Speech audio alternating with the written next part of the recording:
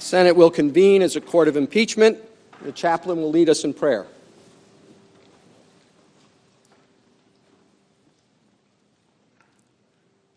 Let us pray. Sovereign God, author of liberty, we gather in this historic chamber for the solemn responsibility of these impeachment proceedings.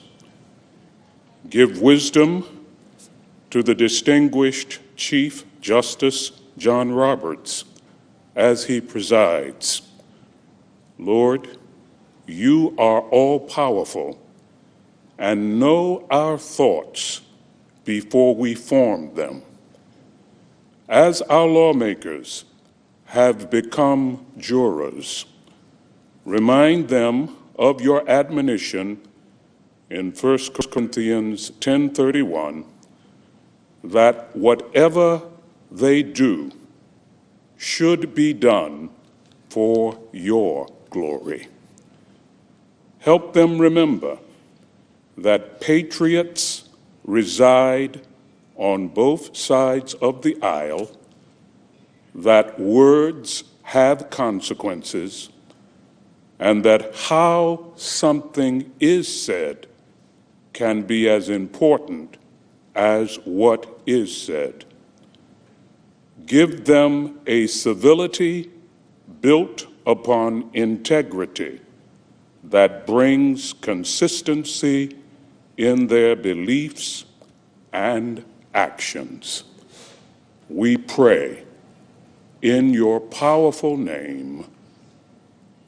Amen.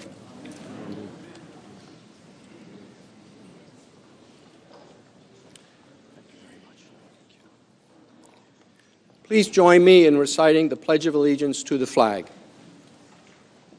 I pledge allegiance to the flag of the United States of America and to the republic for which it stands, one nation, under God, indivisible, with liberty and justice for all.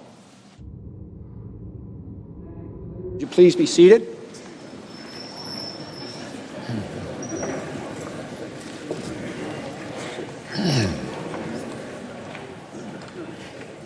If there is no objection, the journal of proceedings of the trial are approved to date.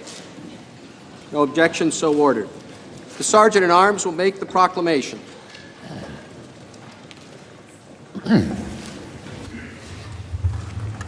Hear ye, hear ye, hear ye. All persons are commanded to keep silent on pain of imprisonment while the Senate of the United States is sitting for the trial of the articles of impeachment exhibited by the House of Representatives against Donald John Trump, President of the United States.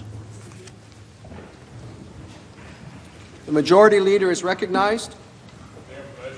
Our colleagues, no motions were filed this morning, so we'll proceed to the House Manager's presentation.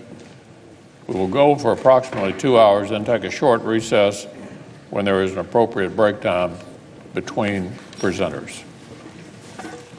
Pursuant to the provisions of Senate Resolution 483, the managers for the House of Representatives have 24 hours to make the presentation of their case. The Senate will now hear you.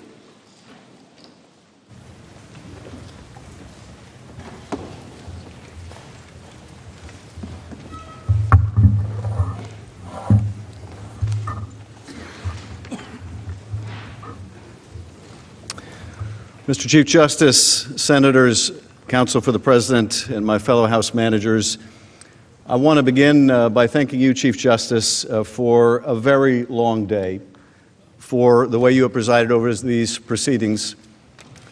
And I want to thank the senators also. We went well into the morning, as you know, until I believe around 2 in the morning. And you paid attention to every word and argument you heard from both sides in this impeachment trial, and I know we are both deeply grateful for that.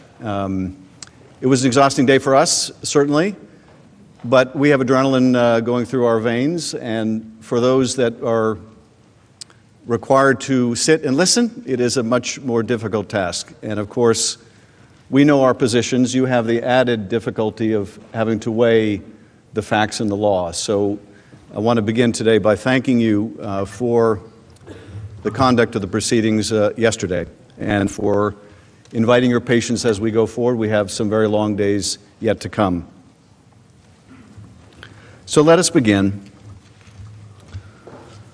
When a man, unprincipled in private life, desperate in his fortune, bold in his temper, possessed of considerable talents, having the advantage of military habits, despotic in his ordinary demeanor, known to have scoffed in private at the principles of liberty, when such a man is seen to mount the hobby horse of popularity, to join in the cry of danger to liberty, to take every opportunity of embarrassing the general government and bringing it under suspicion, to flatter and fall in with all the nonsense of the zealots of the day, it may justly be suspected that his object is to throw things into confusion, that he might ride the storm and direct the whirlwind.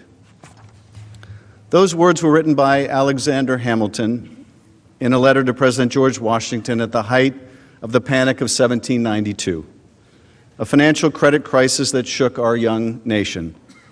Hamilton was responding to sentiments relayed to Washington as he traveled the country that America, in the face of that crisis, might descend from a Republican form of government, plunging instead into that of monarchy. The framers of the Constitution worried then, as we worry today, that a leader might come to power not to carry out the will of the people that he was elected to represent, but to pursue his own interests. They feared that a president would subvert our democracy by abusing the awesome power of his office for his own personal or political gain.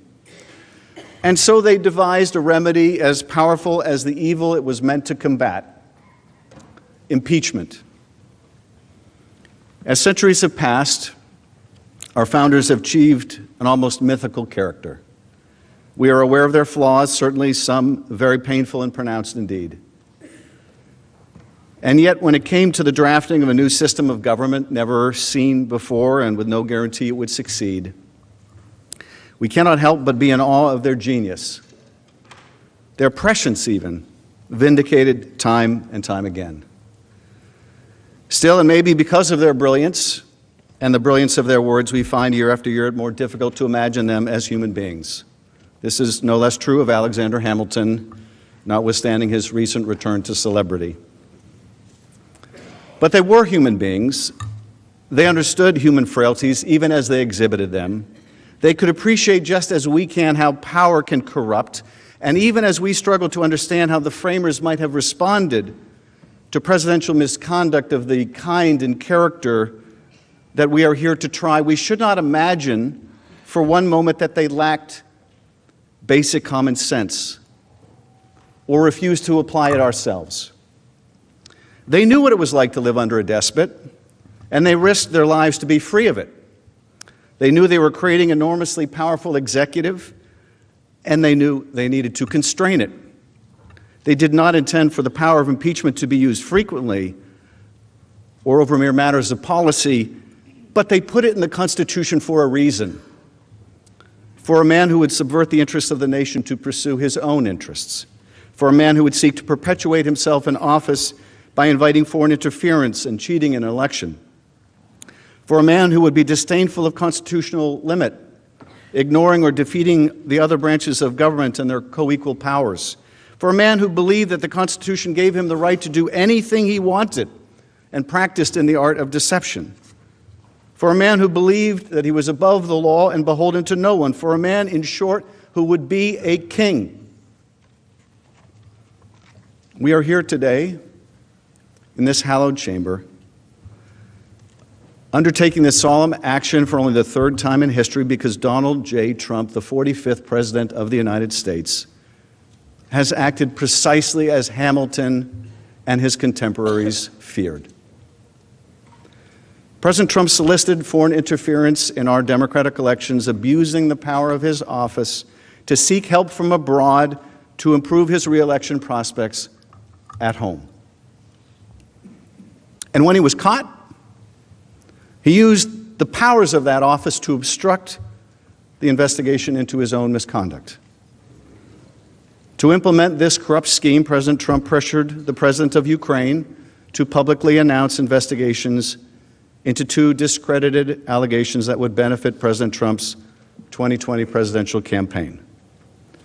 When the Ukrainian president did not immediately assent, President Trump withheld two official acts to induce the Ukrainian leader to comply: a head of state meeting in the Oval Office and military funding.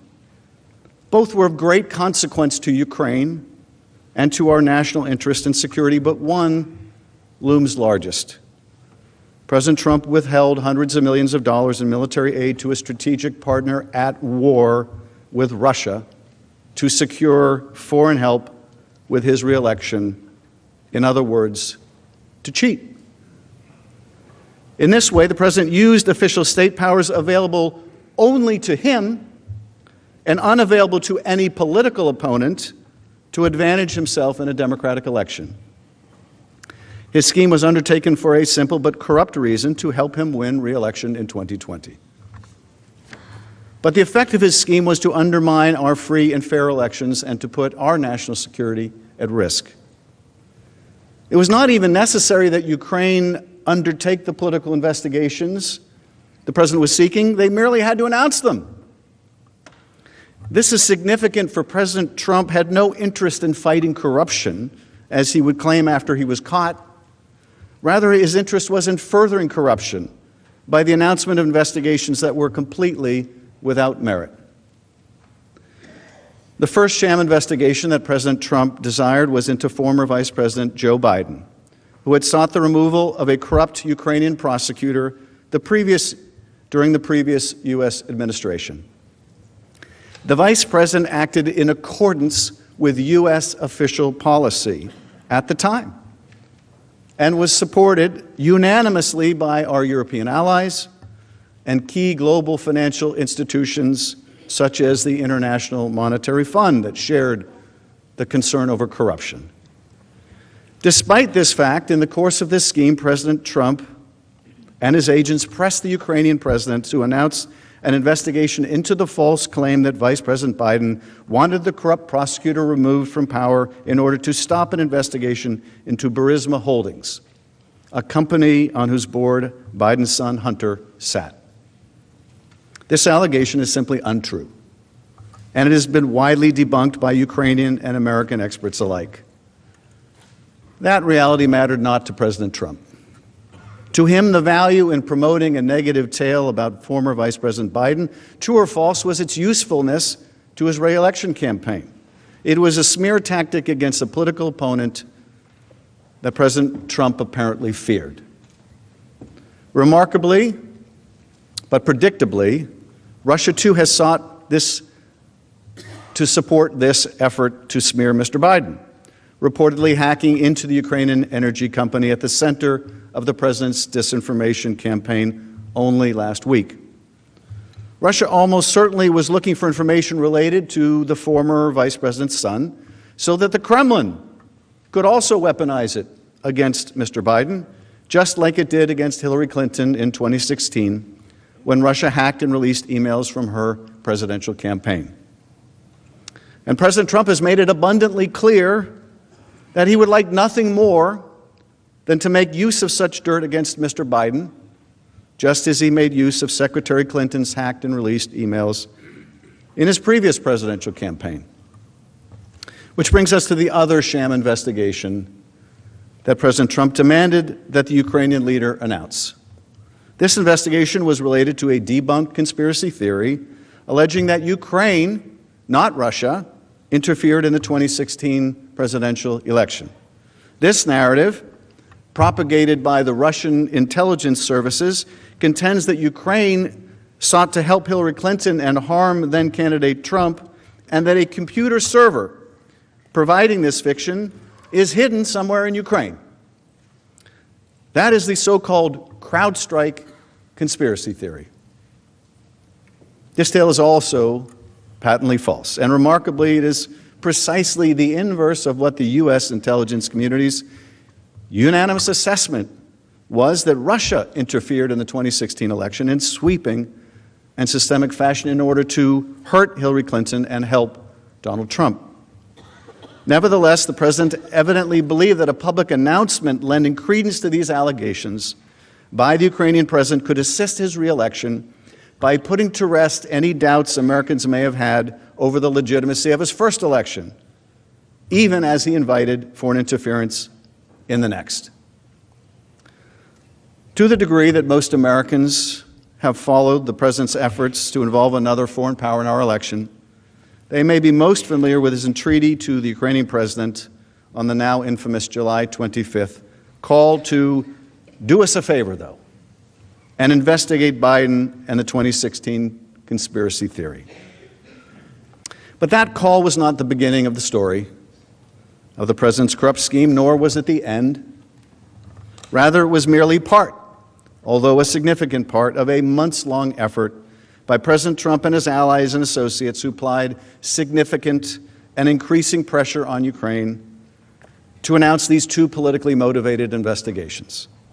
Key figures in the Trump administration were aware or directly involved or participated in the scheme. As we saw yesterday, one witness, a $1 million donor to the president's inaugural committee, put it this way: everyone was in the loop. After twice inviting Ukraine's new president to the White House without providing a specific date for the proposed visit, President Trump conditioned this coveted head of state meeting on the announcement of these sham investigations. For Ukraine's new and untested leader, an official meeting with the President of the United States in the Oval Office was critical.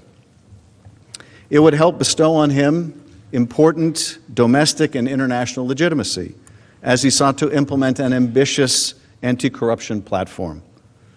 Actual and apparent support from the President of the United States would also strengthen his position as he sought to negotiate a peace agreement with Russia's President Vladimir Putin, seeking an end to Russia's illegal annexation and continued military occupation of parts of Ukraine.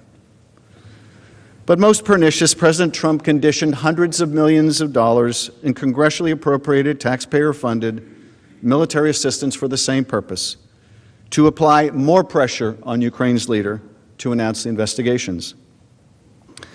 This military aid, which has long enjoyed bipartisan support, was designed to help Ukraine defend itself from the Kremlin's aggression. More than 15,000 Ukrainians have died fighting Russian forces and their proxies. 15,000. And the military aid was for such essentials as sniper rifles, rocket-propelled grenade launchers, radar, night vision goggles, and other vital support for the war effort. Most critically, the military aid that we provide Ukraine helps to protect and advance American national security interests in the region and beyond. America has an abiding interest in stemming Russian expansionism and resisting any nation's efforts to remake the map of Europe by dint of military force, even as we have tens of thousands of troops stationed there. Moreover, as one witness put it during our impeachment inquiry, the United States aids Ukraine and her people so that we can fight Russia over there and we don't have to fight Russia here.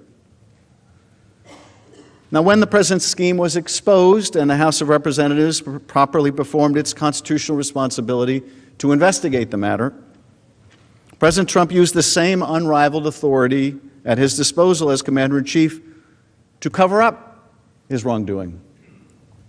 In unprecedented fashion, the President ordered the entire executive branch of the United States of America to categorically refuse and completely obstruct the House's impeachment investigation.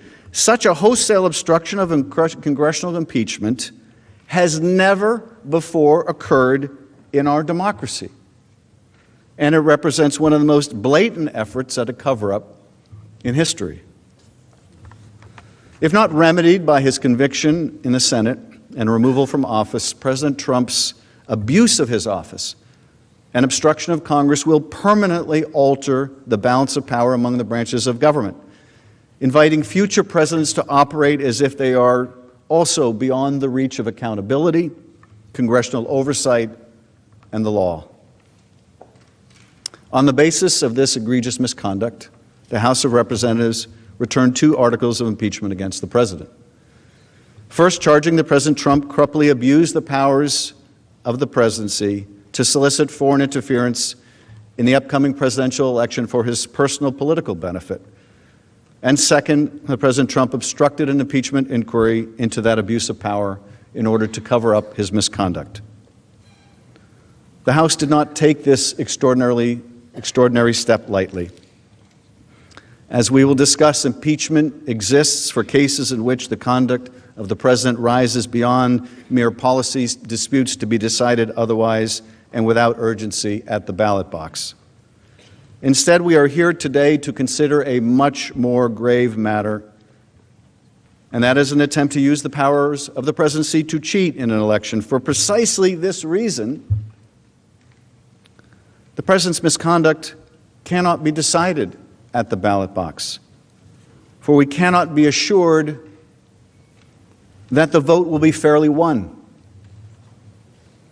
In corruptly using his office to gain a political advantage, in abusing the powers of that office in such a way to jeopardize our national security and the integrity of our elections, in obstructing the investigation into his own wrongdoing, the president has shown that he believes that he's above the law and scornful of constraint. As we saw yesterday on the screen, that under Article 2, he could do anything he wants.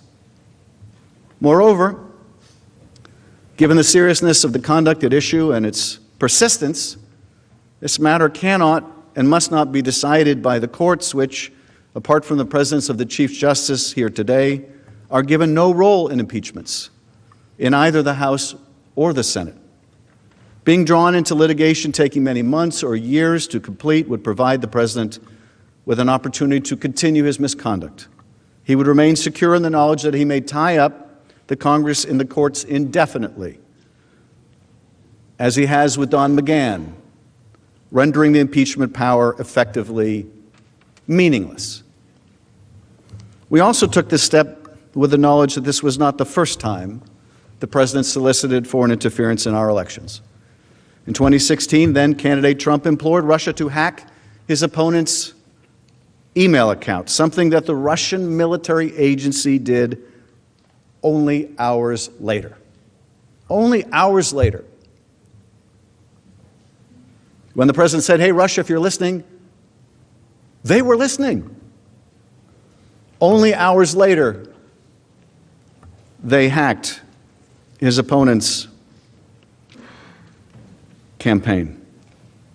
And the president has made it clear this will also not be the last time, asking China only recently to join Ukraine in investigating his political opponent. Over the coming days, we will present to you and to the American people the extensive evidence collected during the House's impeachment inquiry into the president's abuse of power. Overwhelming evidence.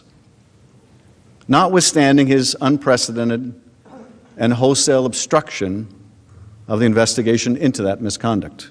You will hear and read testimony from courageous public servants who upheld their oath to the Constitution and their legal obligations to comply with congressional action despite a categorical order by President Trump not to cooperate with the impeachment inquiry. These are courageous Americans who were told by the President of the United States not to cooperate, not to appear, not to testify, but who had the sense of duty to do so.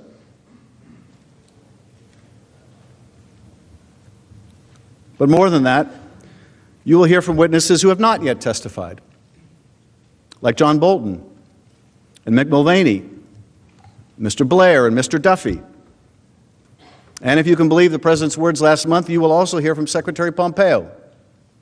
You will hear their testimony at the same time as the American people. That is, if you allow it, if we have a fair trial. During our presentation, you will see documentary records, those the President was unable to suppress, that expose the President's scheme in detail. You will learn of further evidence that has been revealed in the days since the House voted to impeach President Trump, even as the President and his agents have persisted in their efforts to cover up their wrongdoing from Congress and the public. And you will see dozens of new documents providing new and critical evidence of the president's guilt that remain at this time in the president's hands and in the hands of the Department of Defense and the Department of State and the Office of Management and Budget, even the White House. You will see them, and so will the American people, if you allow it. If, in the name of a fair trial, you will demand it. These are politically charged times. Tempers can run high, particularly where this president is concerned. But these are not unique times. Deep divisions and disagreements were hardly alien concepts to the framers. So they designed the impeachment power in such a way as to insulate it as best they could from the crush of partisan politics. The framers placed the question of removal before the United States Senate, a body able to rise above the fray, to soberly judge the president's conduct or misconduct for what it was, nothing more and nothing less. In Federalist 65, Hamilton wrote, "Where else than in the Senate could have been found a tribunal sufficiently dignified or sufficiently independent? What other body would be likely to feel confidence enough in its own situation to preserve, unawed and uninfluenced, the necessary impartiality between an individual accused and the representatives of the people, his accuser?" It is up to you to be the tribunal that Hamilton envisioned. It is up to you to show the American people and yourselves that his confidence and that of the other founders was rightly placed. The Constitution entrusts you to the responsibility of acting as impartial jurors, to hold a fair and thorough trial and to weigh the evidence before you, no matter what your party affiliation or your vote in the previous election or the next. Our duty is to the Constitution and to the rule of law. I recognize there will be times during the trial that you may long to return to the business of the Senate. The American people look forward to the same. But not before you decide what kind of democracy that you believe we ought to be, and what the American people have a right to expect in the conduct of their president. The House believes that an impartial juror, upon hearing the evidence that the managers will lay out in the coming days, will find that the Constitution demands the removal of Donald J. Trump from his office as President of the United States. But that will be for you to decide, with the weight of history upon you, and as President Kennedy once said, a good conscience your only sure reward. In drafting our Constitution, the framers designed a new and untested form of government. It would be based on free and fair elections to ensure that our political leaders would be chosen democratically and by citizens of our country alone. Having broken free from a king with unbridled authority who often placed his own interests above that of the people, the framers established a structure that would guarantee that the chief executive's power flowed only from his obligation to the people, rather than from a sovereign whose power was conferred on him by divine right. In this new architecture, no branch of government or individual would predominate over another. In this way, the founders ensured that their elected leaders and their president would use the powers of office only to undertake that which the people desired, and not for their personal aggrandizement or enrichment. What did those who rebelled and fought a revolution desire? No different than what we, the generations that have followed, desire. That no person, including and especially the president, would be above the law. Nothing could be more dangerous to a democracy than a commander-in-chief who believed that he could operate with impunity, free from accountability. Nothing, that is, except a Congress that is willing to let it be so. To ensure that no such threat could take root and subvert our fledgling democracy, the framers divided power among three co-equal branches of government: the executive, the legislative, and the judicial branches, so that ambition may be made to counter ambition. They provided for presidential elections every 4 years, and the framers required that the president swear an oath to faithfully execute the law and to preserve, protect, and defend the Constitution of the United States. Even with these guardrails in place, the framers understood that an individual could come to power who defied that solemn oath, who pursued his own interests rather than those of the country he led. For that reason, the framers adopted a tool used by the British Parliament to constrain its officials, the power of impeachment. Rather than a mechanism to overturn an election, impeachment would be a remedy of last resort. And unlike in England, the framers applied this ultimate check to the highest office in the land, to the President of the United States. Impeachment and removal of a duly elected president was not intended for policy disputes or poor administration of the state. Instead, the framers had in mind the most serious of offenses, those against the public itself. Hamilton explained that impeachment was not designed to cover only statutory or common law crimes, but instead crimes against the body politic. Hamilton wrote, "The subjects of its jurisdiction are those offenses which proceed from the misconduct of public men, or in other words, from the abuse or violation of some public trust.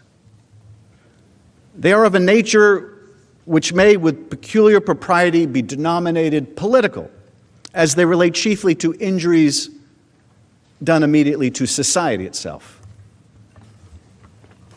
In other words, impeachment would be confined to abuses of people's trust and to the society itself. This is precisely the abuse that has been undertaken by our current president when he withheld money and support for an ally at war to secure a political benefit. The punishment for those crimes would fit the political nature of the offense. As James Wilson, a delegate at the Constitutional Convention and a future Associate Justice of the Supreme Court, reasoned, impeachments are confined to political characters, to political crimes and misdemeanors, and to political punishments. That punishment, the framers determined, would be neither prison nor fines, but instead limited to removal from office and disqualification from holding future office. The framers chose to undertake impeachment for treason, bribery, or other high crimes and misdemeanors to underscore the requirement of an offense against society. In this phrase, high modifies both the crimes and the misdemeanors, in that both relate to a high injustice, a transgression committed against the people and to the public trust. The framers had two broad categories in mind: those actions that are facially permissible under the president's authority but are based on corrupt motives, such as seeking to obtain a personal benefit through public office, and those that far exceed the president's constitutional authority or violate the legal limits on that authority. In Article 1, we deal with the first evil, which the framers wished to guard against, that is, cases in which a president corruptly misused a power otherwise bestowed on him to secure a personal reward. Guarding against a president who undertakes official acts with the corrupt motive of helping himself is at the heart of the impeachment power. As one scholar explained, the president's duty to faithfully execute the law requires that he undertakes actions only when motivated in the public interest rather than in their private self-interest. Efforts to withhold official acts for personal gain countermand the president's sacred oath and therefore constitute impeachable behavior as it was conceived of by the framers. In Article 2, we also deal with a second evil contemplated by the founders, who made it clear that the president ought not operate beyond the limits placed on him by legislative and judicial branches. Impeachment was warranted for a president who usurped the power of the Constitution that was not granted to him, such as to defy Congress the right to determine the propriety, the scope, and the nature of an impeachment inquiry into his own misconduct. The framers fashioned a powerful chief executive, but not one beyond accountability of law. When a president wields power in ways that are inappropriate and seek to extinguish the rights of the Congress, He exceeds the power of his constitutional authority and violates the limits placed on his conduct. Obstruction of a separate and co-equal branch of government for the purposes of covering up an abuse of power not only implies a corrupt intent, but also demonstrates a remarkable antipathy towards the balance of power contemplated and enshrined in our Constitution. It is a betrayal of the President's sacred oath of office and of his duty to put the country before himself. On September 24th, 2019, Speaker of the House Nancy Pelosi announced that the House of Representatives would move forward with an official impeachment inquiry into President Donald J. Trump. The announcement followed public reporting in the United States and Ukraine that the President and his agents sought Ukraine's help in his re-election effort, and revelations that the White House was blocking from Congress an intelligence community whistleblower complaint possibly related to this grave offense. The next day, on September 25th, under extraordinary pressure, the White House released publicly the record of the July 25th call between President Trump and Ukrainian President Vladimir Zelensky. The call record revealed that President Trump explicitly requested that the new leader undertake investigations beneficial to President Trump's re-election campaign. Upon release of the record of the call, President Trump claimed that the call was perfect. Far from perfect, the call record revealed a president who used his high office to personally and directly press the leader of a foreign country to do his political dirty work. Asking for a favor, President Trump insisted that President Zelensky investigate a formidable potential political opponent, former Vice President Joe Biden, as well as the baseless conspiracy theory that Ukraine, not Russia, interfered in the 2016 election to assist then-candidate Trump's opponent. Witnesses who listened to the call as it transpired testified that they immediately recognized these requests did not represent official U.S. policy and instead were politically charged appeals not appropriate for a president to make. Key witnesses emphasized it was not necessary that Ukraine actually undertake the investigations, only that the Ukrainian president announce them.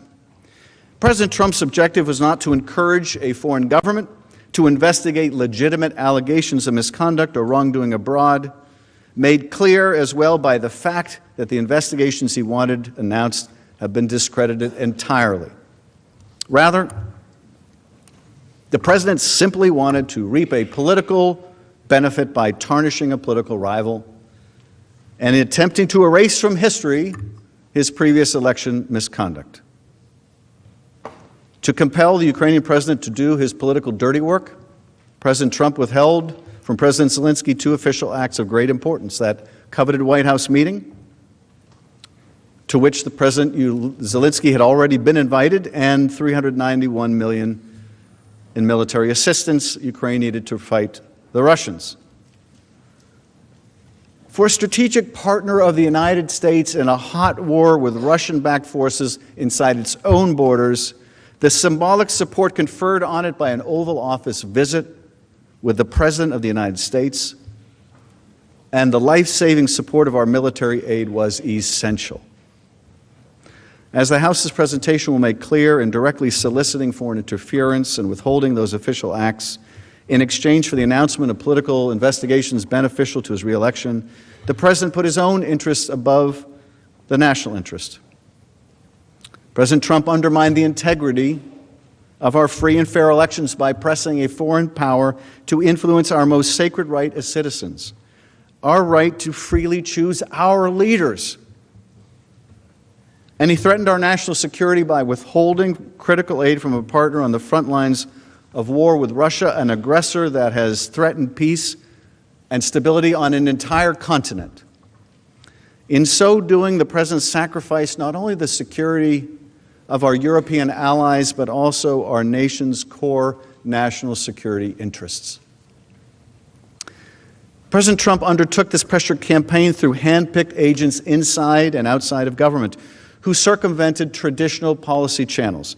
President Trump intentionally bypassed many U.S. government career officials with responsibility over Ukraine and advanced his scheme primarily through the effort of his personal attorney, Rudy Giuliani. President Trump carried out this scheme with the knowledge of senior administration officials, including the President's acting Chief of Staff, Mick Mulvaney, Secretary of State Mike Pompeo, Vice President Mike Pence, National Security Council Legal Advisor John Eisenberg, and White House counsel Pat Cipollone.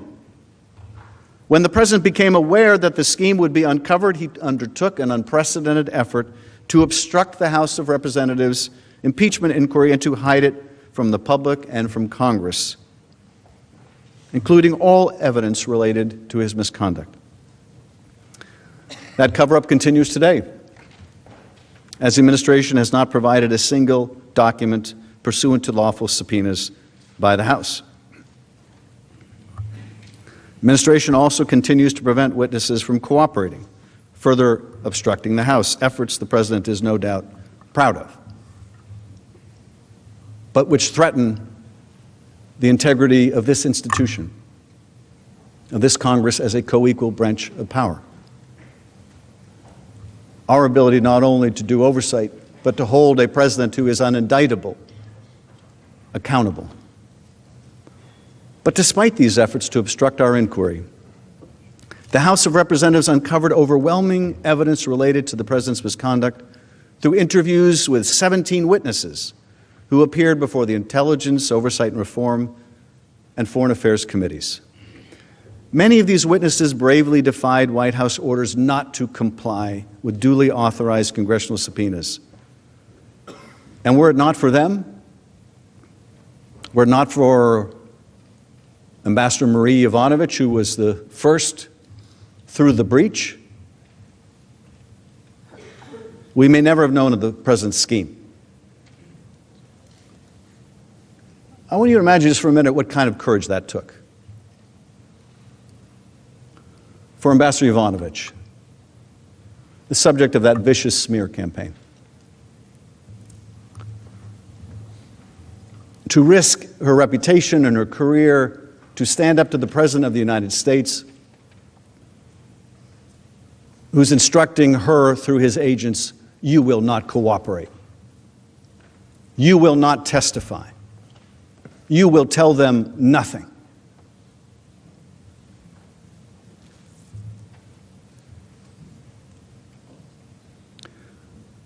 Or Bill Taylor, West Point graduate, Vietnam veteran,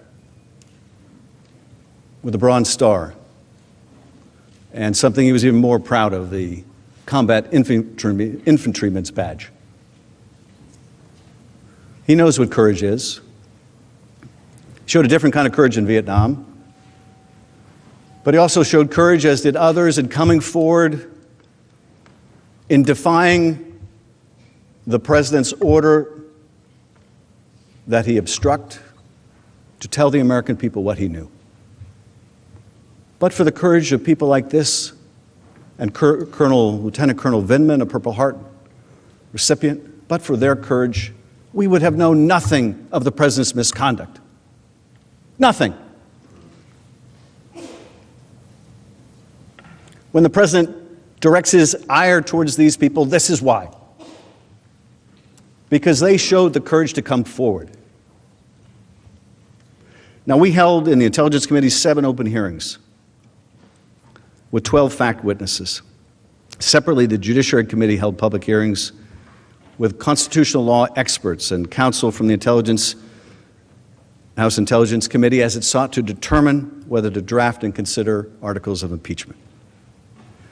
The House also collected text messages related to the President's scheme from a witness who provided limited personal communications. Since the conclusion of our inquiry, new evidence has continued to come to light through court-ordered releases of administration documents and public reporting, underscoring that there is significantly more evidence of the President's guilt, which he continues to block from Congress, including the Senate.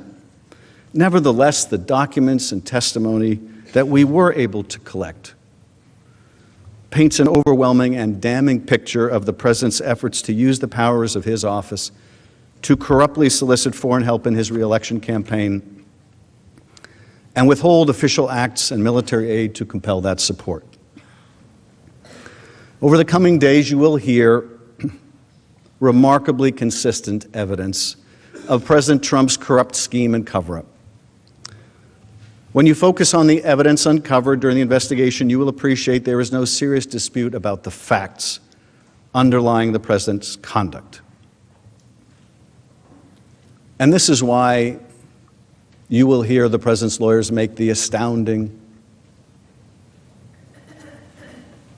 claim that you can't impeach a president for abusing the powers of his office,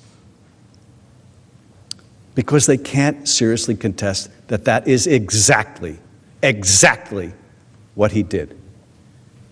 And so they must go find a lawyer somewhere. Apparently, they could not go to their own attorney general,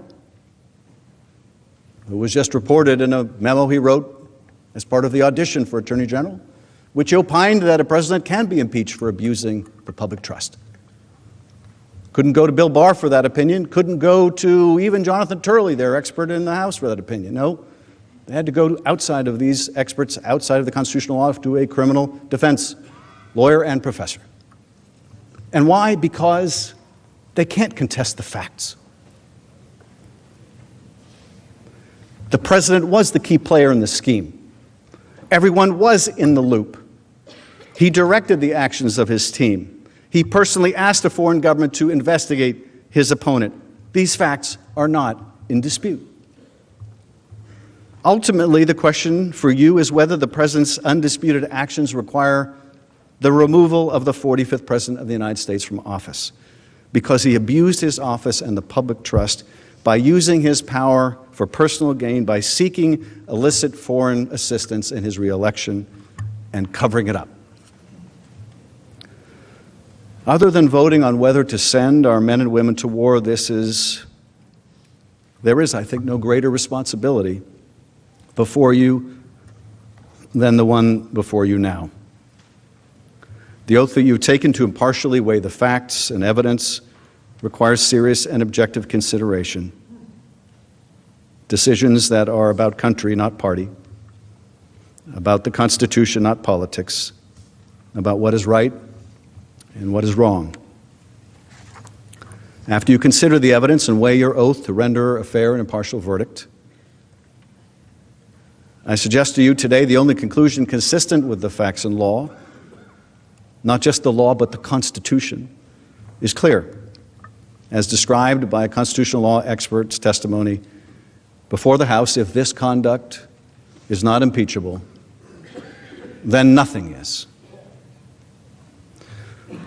Let me take a moment to describe to you how we intend to present the case over the coming days. Today, you will hear the details of the president's corrupt scheme in narrative form, illustrating the timeline of the effort through the testimony of numerous witnesses who came before the House, as well as the documents and materials we collected as evidence during the investigation. After you hear the factual chronology, we will then discuss the constitutional framework of impeachment as it was envisioned by the founders, before we analyze how the facts of the president's misconduct and cover-up lead to the conclusion that the president undertook the sort of corrupt course of conduct that impeachment was intended to remedy. Let me start with a preview of the president's scheme, the details of which you'll hear during the course of this day. President Trump's months-long scheme to extract help in his 2020 re-election campaign from the new Ukrainian president involved an effort to solicit and then compel the new leader to announce political investigations. The announcement would reference two specific investigations. One was intended to undermine the unanimous consensus of our intelligence agencies, Congress, and Special Counsel Robert Mueller that Russia interfered in the 2016 election to help then-candidate Trump, and another to hurt the presidency of former Vice President Joe Biden. The Kremlin itself has been responsible for first propagating one of the two false narratives that the president desired. In February 2017, less than a month after the U.S. intelligence community released its assessment that Russia alone was responsible for a covert influence campaign designed to help President Trump win the 2016 election, President Putin said, "As we all know, during the presidential campaign in the United States, the Ukrainian government adopted a unilateral position in favor of one of the candidates, in favor of one candidate. More than that, certain oligarchs, certainly with the approval of political leadership, funded this candidate, or female candidate to be more precise." Those were Putin's words, February 2nd, 2017. Of course, this is false and is part of a Russian counter-narrative that President Trump and some of his allies have adopted. Fiona Hill, Senior Director for Europe and Russia at the National Security Council, described Russia's effort to promote this baseless theory. Based on questions and statements I've heard, some of you on this committee appear to believe that Russia and its security services did not conduct a campaign against our country, and that perhaps, somehow, for some reason, Ukraine did. This is a fictional narrative that has been perpetrated and propagated by the Russian security services themselves. The unfortunate truth is that Russia was the foreign power that systematically attacked our democratic institutions in 2016. This is the public conclusion of our intelligence agencies, confirmed in bipartisan congressional reports. It is beyond dispute, even if some of the underlying details must remain classified. This, of course, was not the first time that President Trump embraced Russian activity and disinformation. On July 24 of last year, Special Counsel Robert Mueller testified before Congress that Russia interfered in the 2016 election in a, quote, sweeping and systemic fashion to benefit Donald Trump's political campaign. Mueller and his team found that, quote, the Russian government perceived that it would benefit from a Trump presidency and worked to secure that outcome. They also found that the Trump campaign expected it would benefit electorally from information stolen and released through Russian efforts. And just as he solicited help from Ukraine in 2019, in 2016, then candidate Trump also solicited help from Russia in his election effort. As you will recall, at a rally in Florida, he said the following. Russia, if you're listening, I hope you're able to find the 30,000 emails that are missing. I think you will probably be rewarded mightily by our press. Let's see if that happens. Following Special Counsel Mueller's testimony, during which he warned against future interference in our elections, did the President recognize the threat posed to our democracy and renounce Russian interference in our democracy? Did he choose to stand with his own intelligence agencies, both houses of Congress, and the Special Counsel's investigation in affirming that Russia interfered in our last election? He did not.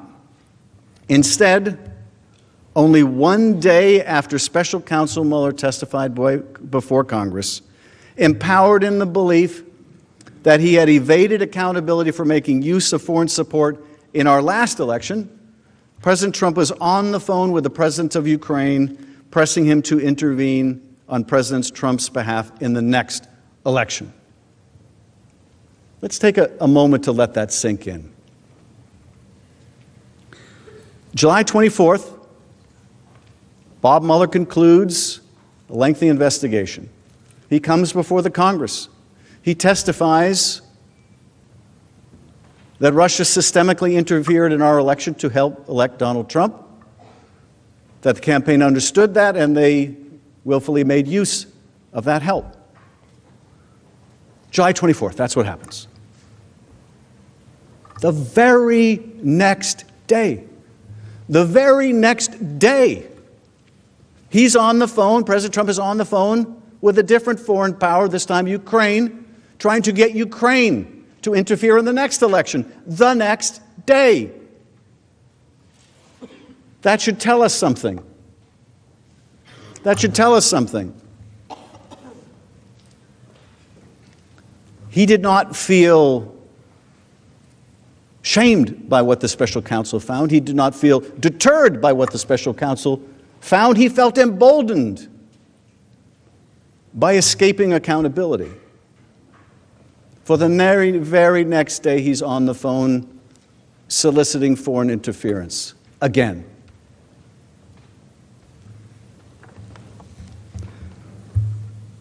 Now, that July 25th phone call between President Trump and President Zelensky was a key part of President Trump's direct and corrupt solicitation of foreign help in the 2020 election.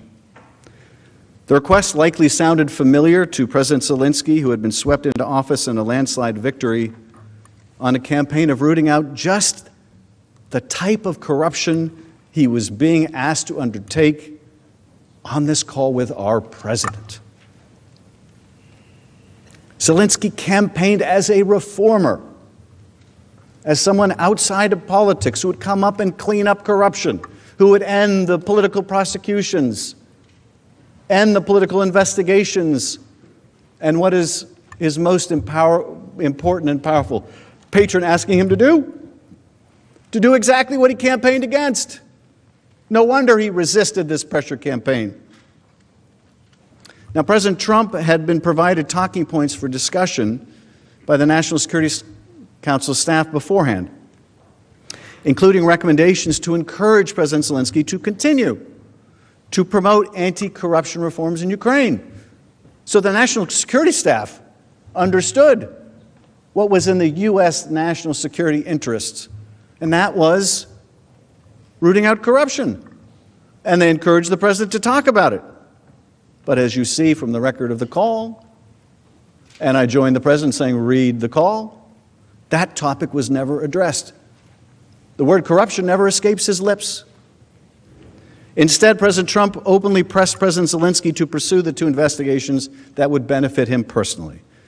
In response to President Zelensky's gratitude for the significant military support the United States has provided to Ukraine, President Trump said, I would like you to do us a favor, though, because our country has been through a lot, and Ukraine knows a lot about it. I would like you to find out what happened with this whole situation with Ukraine. They say CrowdStrike. I guess you have one of your wealthy people, the server. They say Ukraine has it. That's that crazy conspiracy theory I talked about earlier, that there's this server somewhere in Ukraine that shows that, in fact, it was Ukraine that hacked the DNC, not the Russians. That's a Russian propaganda conspiracy theory, and here it is being promulgated by the President of the United States, and more than promulgated. He's pressuring an ally to further this Russian propaganda. Because he was referring to this extensively discredited conspiracy theory that Ukraine was the one who really hacked the DNC, the Democratic National Committee servers, in 2016. And that reference to CrowdStrike, well, that's an American cybersecurity firm. And the theory, this kooky conspiracy theory, is that CrowdStrike moved the DNC servers to Ukraine to prevent U.S. law enforcement from getting them.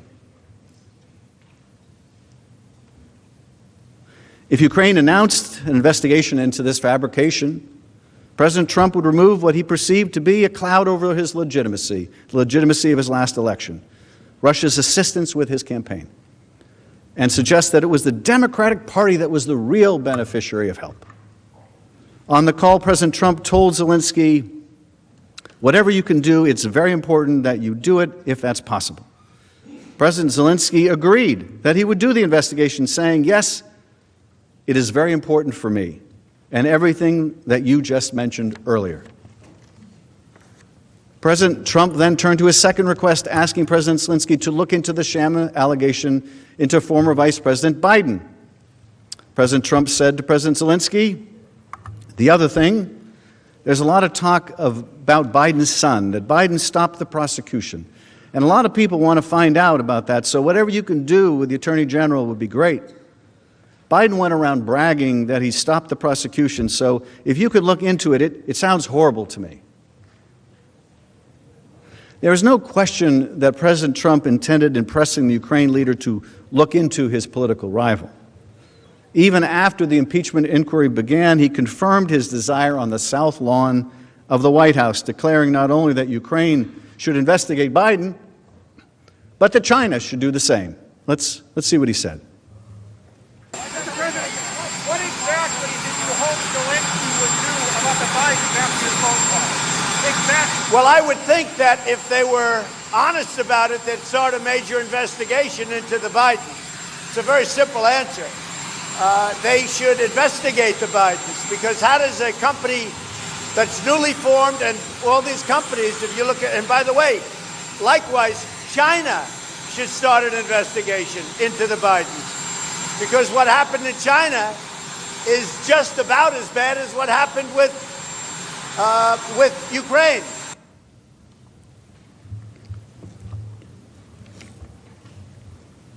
Now, the day after that July 25th phone call, President Trump sought confirmation that President Zelensky understood his request to announce the politically motivated investigations and that he would follow through.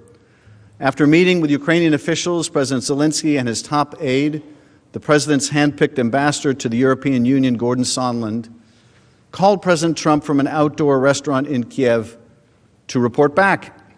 This was the second conversation between the two about Ukraine in as many days. David Holmes, an American diplomat dining with Sondland, overheard the call, including the president's voice through the cell phone. I described part of that call last night. Holmes testified that President Trump asked Sondland, "So he's going to do the investigation?" Sondland replied that he's going to do it, adding that President Zelensky will do anything you ask him to. After the phone call, Holmes took the opportunity to ask Ambassador Sondland for his candid impression of the president's views on Ukraine. According to Holmes, in particular, I asked Ambassador Sondland if it was true that the president did not give an expletive about Ukraine. Ambassador Sondland agreed that the president did not give an expletive about Ukraine. I asked why not. Ambassador Sondland stated that the president only cares about big stuff. I noted there was big stuff going on in Ukraine, like a war with Russia. And Ambassador Sondland replied that he meant big stuff that benefits the president, like the Biden investigation that Mr. Giuliani was pushing. The conversation then moved on to other topics. those 3 days in July, the 24th, the 25th, and the 26th, reveal a lot about President Trump's effort to solicit help from a foreign country in assisting his own reelection.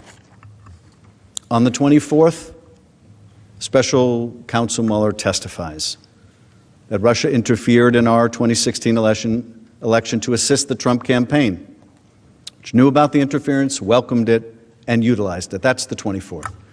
The 25th is the day of the call, when President Trump, believing he'd escaped accountability for Russian meddling in the first election and his welcoming of it, asked the Ukrainian president to help him undermine the special counsel's conclusion and help him smear a political opponent, former Vice President Biden. And then the third day in a row in July, President Trump sought to ensure that Ukraine had received his request and understood it and would take the necessary steps to announce the investigations that he wanted. 3 days in July. In many ways, those 3 days in July tell so much of the story. This course of conduct alone should astound all of us who value the sanctity of our elections and who understand that the vast powers of the presidency are reserved only for actions which benefit the country as a whole, rather than the political fortunes of any one individual. President Trump's effort to use an official head of state phone call to solicit the announcement of investigations helpful to his reelection is not only conduct unbecoming a president, but it is conduct of one who believes that the powers of his high office are political tools to be wielded against his opponents, including by asking a foreign government to investigate a United States citizen and for a corrupt purpose. That alone is grounds for removal from office of the 45th president. But these 3 days in July were neither the beginning nor the end of this scheme. President Trump, acting through agents inside and outside of the U.S. government, including his personal attorney, Rudy Giuliani, sought to compel Ukraine to announce the investigations by withholding the head of state meeting in the Oval Office until the president of Ukraine complied.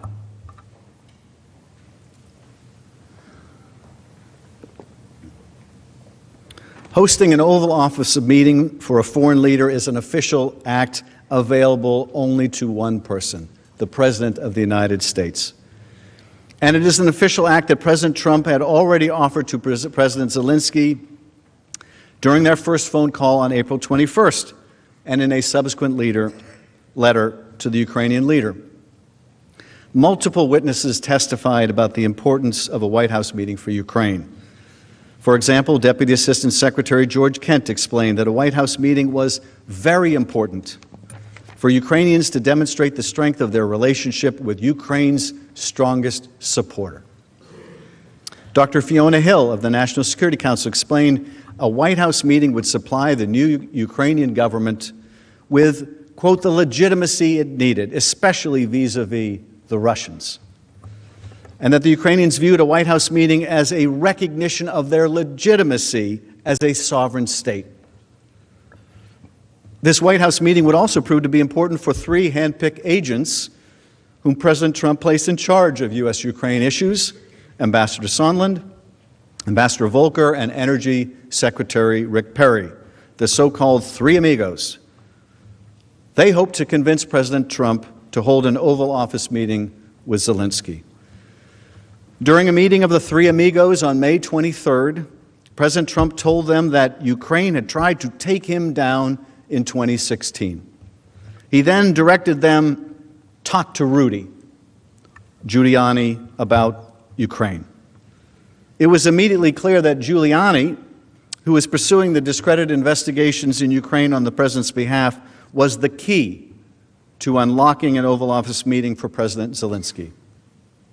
Giuliani by then had said publicly that he was actively pursuing investigations President Trump corruptly desired and planning a trip to Ukraine. Giuliani admitted, quote, "We're not meddling in an election, we're meddling in an investigation." On May 10, however, Giuliani canceled the trip to Ukraine to dig up dirt on former Vice President Biden and the 2016 conspiracy theory, just as President Zelensky won elections for the presidency and parliament. Faced with a choice between working with Giuliani to pursue an Oval Office meeting, understanding it meant taking part in a corrupt effort to secure the political investigations, or abandoning efforts to support our Ukrainian ally, the president's agents fell into line. They would pursue the White House meeting and explain to Ukraine that announcements of the investigations was the price of admission.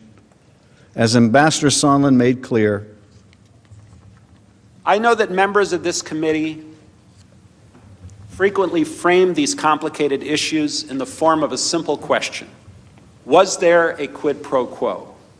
As I testified previously, with regard to the requested White House call and the White House meeting, the answer is yes. This quid pro quo was negotiated between the president's agents, Rudy Giuliani, and Ukrainian officials throughout the summer of 2019 in numerous telephone calls, text messages, and meetings, including during a meeting hosted by then National Security Advisor John Bolton on July 10th. Near the end of that July 10th meeting, after the Ukrainians again raised the issue of a White House visit, Ambassador Sondland blurted out that there would be agreement for a White House meeting once the investigations began. At that point, Bolton immediately stiffened and abruptly ended the meeting. During a subsequent discussion that day, Sondland was even more explicit. Lieutenant Colonel Alex Vindman, a director for Europe and Ukraine on the National Security Council, testified that Sondland began to discuss the deliverable required to get the White House meeting, which Sondland specifically mentioned was investigation of the Bidens. This is again in that meeting in the White House with a Ukrainian delegation and an American delegation.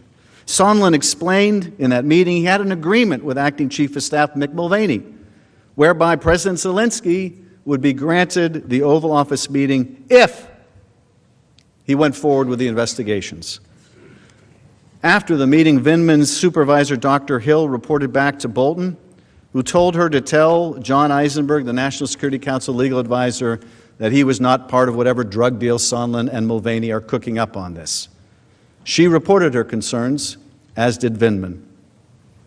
It remains unclear what action, if any, Bolton or Eisenberg took once they were made aware of Mulvaney and Sondland's drug deal. Both refused to testify in our inquiry.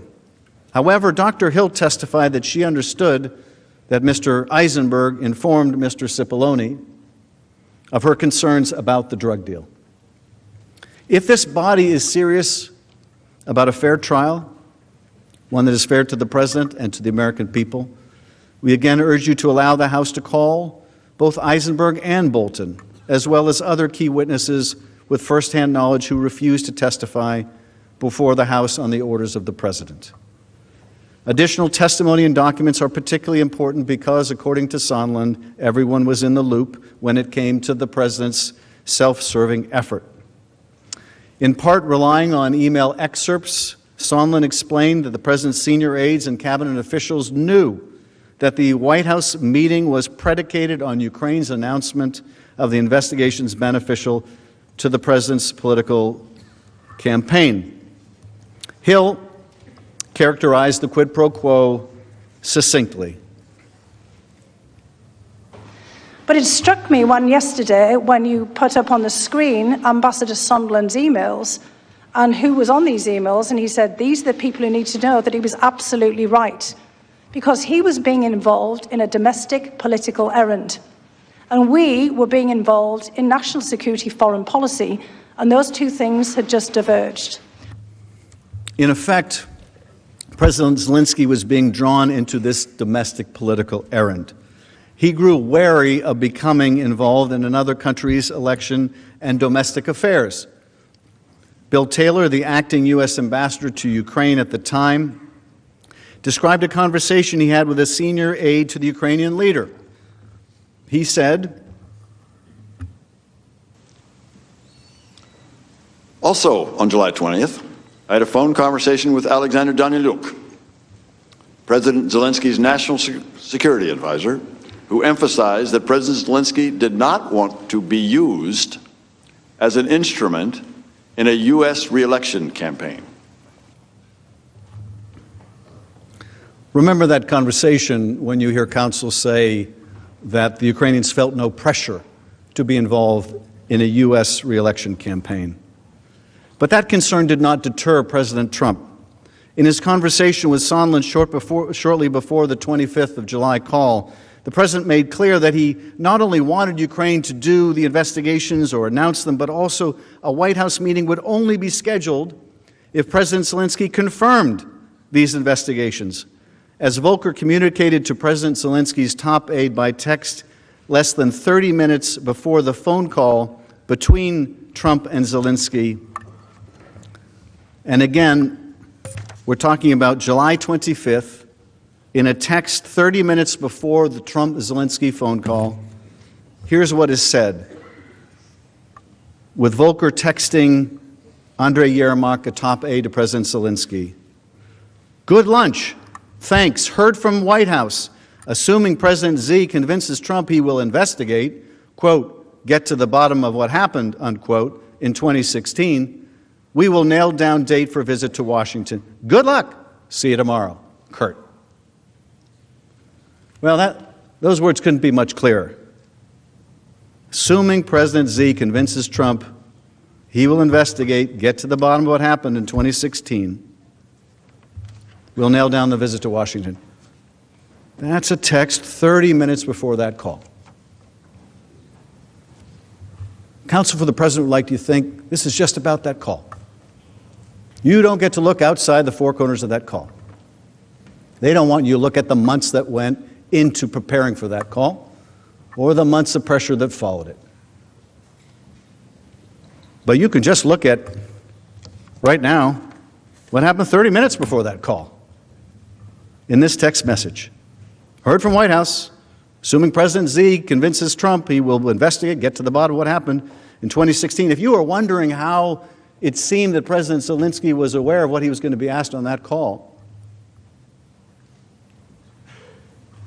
this is how you can tell. He was prepped. Of course he was prepped. And in fact, the missing reference in the call record to Burisma was a signal Colonel Vindman recognized that clearly he had been prepped for that call. Why else would the name of this particular energy company come up in that conversation? Well, President Zelensky clearly got the message.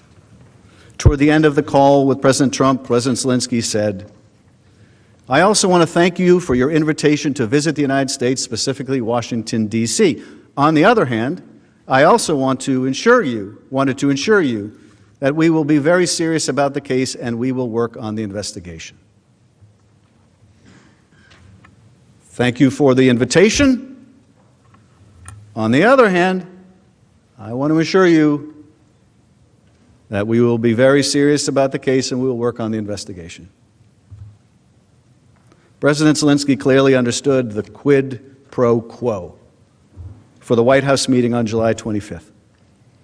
But his reticence to be used as a political pawn kept President Trump from moving forward with a promise to schedule the meeting. And so, the president and his agents pressed on. In August, Giuliani met with a top Ukrainian aide and made it clear that Ukraine must issue a public statement announcing the investigations in order to get the White House meeting. Fearful of getting involved in U.S. domestic politics and having entered office with a promise to clean up government and corruption, President Zelensky and his aides preferred a generic statement about investigations.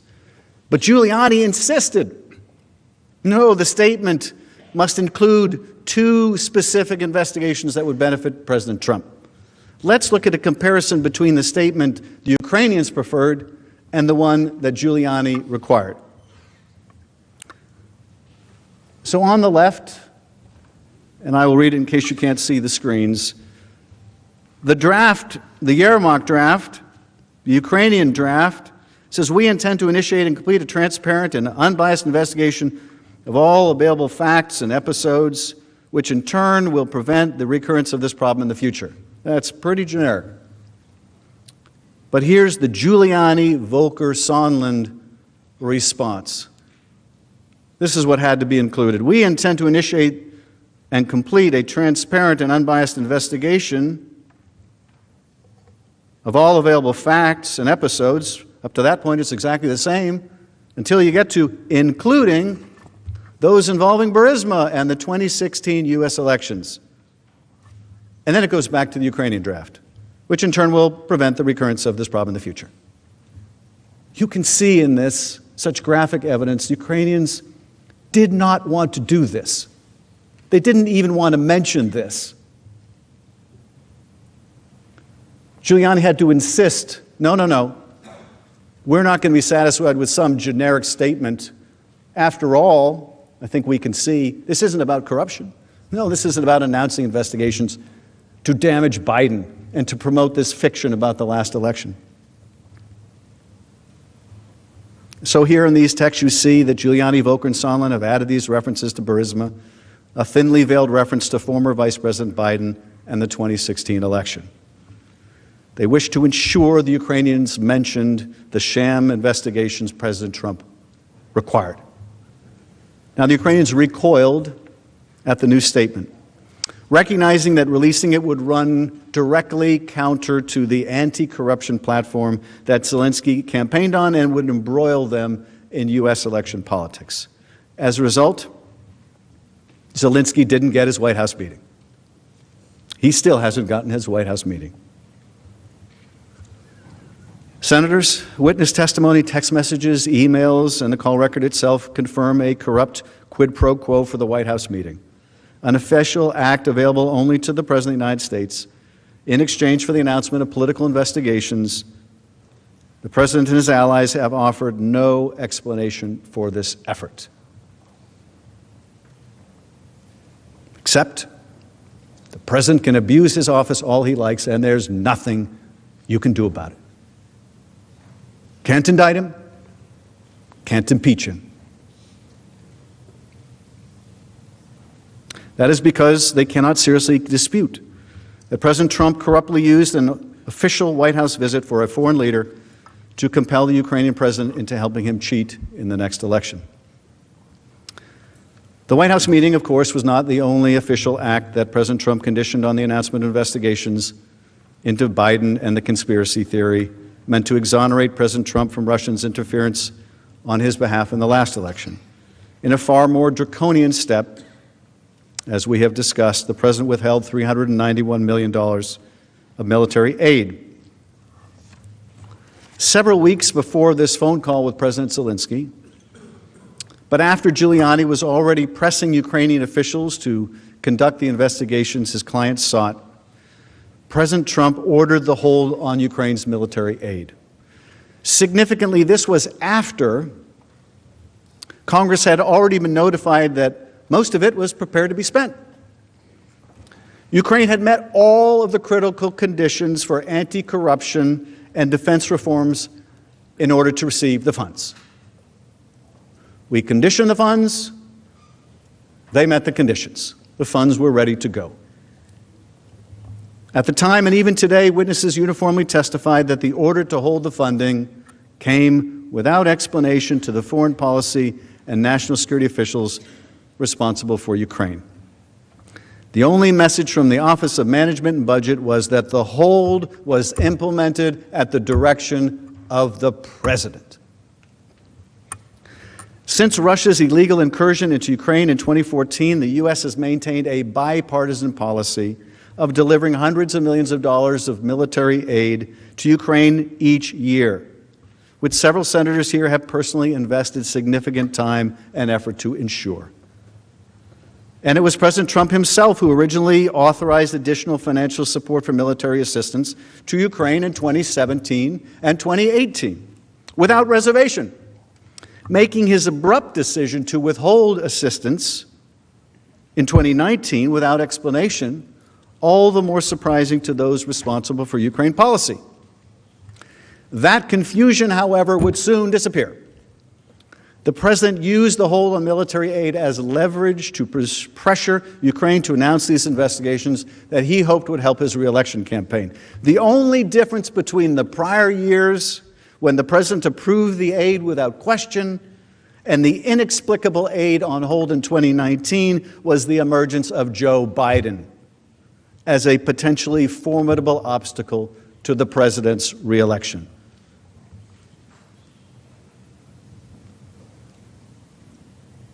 These funds that the President withheld, these funds, they don't just benefit Ukraine, they benefit the security of the United States by ensuring that Ukraine is equipped to defend its own borders against Russian aggression. As Ambassador Taylor noted in his deposition, the United States provides Ukraine with radar and weapons and sniper rifles, communication that save lives. It makes Ukrainians more effective. It might even shorten the war. That's what our hope is, to show the Ukrainians can defend themselves. And the Russians, in the end, will say, okay, we're going to stop. That's in our interest. This isn't just about Ukraine or its national security. It's about our national security. This isn't charity. It's about our defense as much as Ukraine's. Ambassador Taylor also said that the American aid was a concrete demonstration of the United States' commitment to resist aggression and to defend freedom. That's what this country is supposed to be about, right? Resisting aggression, defending freedom, not exporting corrupt ideas. That's what we're supposed to be out, right? It was against this backdrop that American officials responsible for Ukraine policy sat in astonishment, according to Ambassador Taylor, when they learned about the hold. Officials immediately expressed concerns about the legality of President Trump's hold on assistance to Ukraine. Their concerns were well warranted, as the Government Accountability Office, which was just last night poo-pooed by the President's Counsel, well, that's just some institution of Congress. Right? They're going to be just inherently biased, right? Well, they're a nonpartisan organization that both parties have come to rely upon. But I'm not surprised they don't like the conclusion of the GAO, because the Defense Department warned them that this was going to be the conclusion, and that conclusion was the hold on aid was not only wrong, it was not only immoral, it was also illegal. It violated the law, a law that we passed so that presidents could not refuse to spend money that we allocated for the defense of others and for ourselves. The Empowerment Control Act prevents the president and other government officials from unilaterally making funding decisions when Congress has made its intent clear. In fact, the act exists precisely because of previous presidential abuses of Congress's power of the purse during the Nixon era. The nonpartisan GAO ruled that the hold on military aid was not only illegal, but that holding underscores the president's efforts to go to any lengths to ensure his own personal benefit, rather than take care that the laws be faithfully executed, as he swore he would do when he took his oath of office. Now, because of recent Freedom of Information Act responses and media reports, we now know additional details about how senior officials expressed serious reservations about the legality of the hold at the time. So this is not like some new surprise. This is not like something that just came out of the blue. Oh, an independent watchdog agency found this was illegal. No, they knew this was illegal at the time. These concerns were raised at the time. Certain individuals who may have further information about the hold have refused to testify at the President's direction, including his Chief of Staff, Mick Mulvaney, his deputy, Robert Blair, OMB official Michael Duffy. All of them defied congressional subpoenas, but were included in important email communications that have been made public only recently. As you know, these and many other categories of documents from the White House, Defense Department, OMB were subpoenaed by the House, and none was produced. None, at the President's direction and through Mr. Cipollone's intervention. Although the investigation developed an overwhelming body of evidence that clearly proves that the President implemented this hold to pressure Ukraine to announce investigations, the full story behind the hold, the full and complete story, is within your power to request.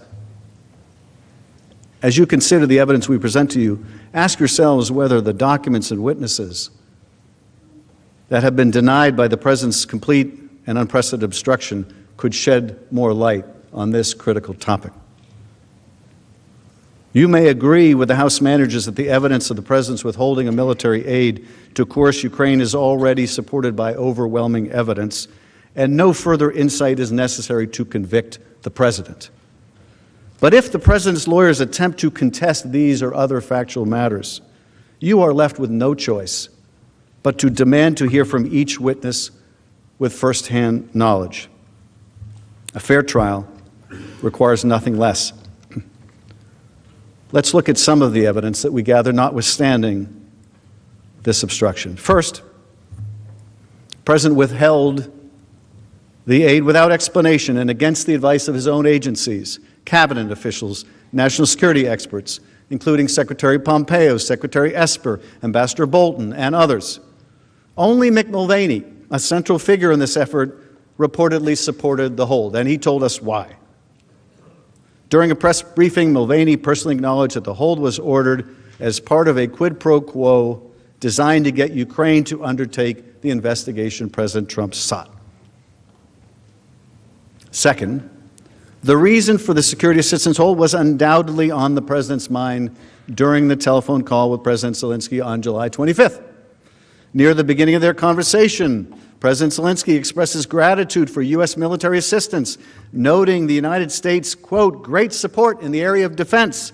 Immediately after President Zelensky's reference to defense and military support, President Trump responded by saying, I would like you to do us a favor, though, because our country has been through a lot, and Ukraine knows a lot about it. President Trump then proceeded to openly press Ukraine to conduct these investigations. Third, numerous officials were aware that President Trump was withholding the White House meeting until the Ukrainian president announced the investigations, that the president would ratchet up pressure on Ukraine to compel its action, stunned Ukraine experts like Ambassador Taylor, but followed logically for those engaged in the president's corrupt scheme. Fourth, by the end of August, there was still no explanation for the hold, despite ongoing efforts from numerous officials to persuade the president to release the money. And the leverage of the White House meeting had not succeeded in coercing Ukraine to announce the investigations, providing the president and his agents every reason to use the most aggressive lever of influence, hundreds of millions of dollars of military support, to compel Ukraine to act. If they didn't feel pressure, they would have done it. They would have done it. But of course they did. Imagine if this country were dependent on a more powerful country for our defense. Imagine we were at war. Imagine we were waiting for weapons to defend ourselves. Something our framers could have understood. Imagine that we found ourselves in those circumstances, and much to our astonishment, we couldn't even get a meeting with our ally. Much to our astonishment, they were withholding aid from us. You think we'd feel pressure? Of course we would. The framers had common sense, and so must we. Are we to accept, well, the president said there was no quid pro quo? I guess that closes the case. In every courtroom in America, jurors, and I know you're not just jurors, I read the Clinton trial, you're jurors and judges. Jurors all over America are told you don't leave your common sense at the door. Well, we don't have to leave our common sense at the door here, too. 2 + 2 = 4. The aid is withheld. You're asking for it. We're asking for it. His own aides are asking for it. No one can get an explanation. Ukrainians can't get an explanation. All the Ukrainians get is, we want you to do these investigations. They're promised a White House meeting. They want a White House meeting. They need a White House meeting. They're going to be going into negotiations with Putin. They want to show strength. They can't get in the door. They see the Russian foreign minister get in the door of the White House. We see the photos of the president, the Russian foreign minister, or the ambassador. What a great time they're having, but no, the president of Ukraine, our ally, can't get in the door. They're not stupid. They know what's going on here. They're not stupid. That conversation I referenced yesterday when the Ukrainians threw it right back in our face. When Ambassador Volker said to his Ukrainian counterpart, you shouldn't investigate the former president. You shouldn't engage in those political investigations. Oh, the Ukrainian response was, you mean like the one you want us to do with the Bidens and the Clintons? They're not stupid.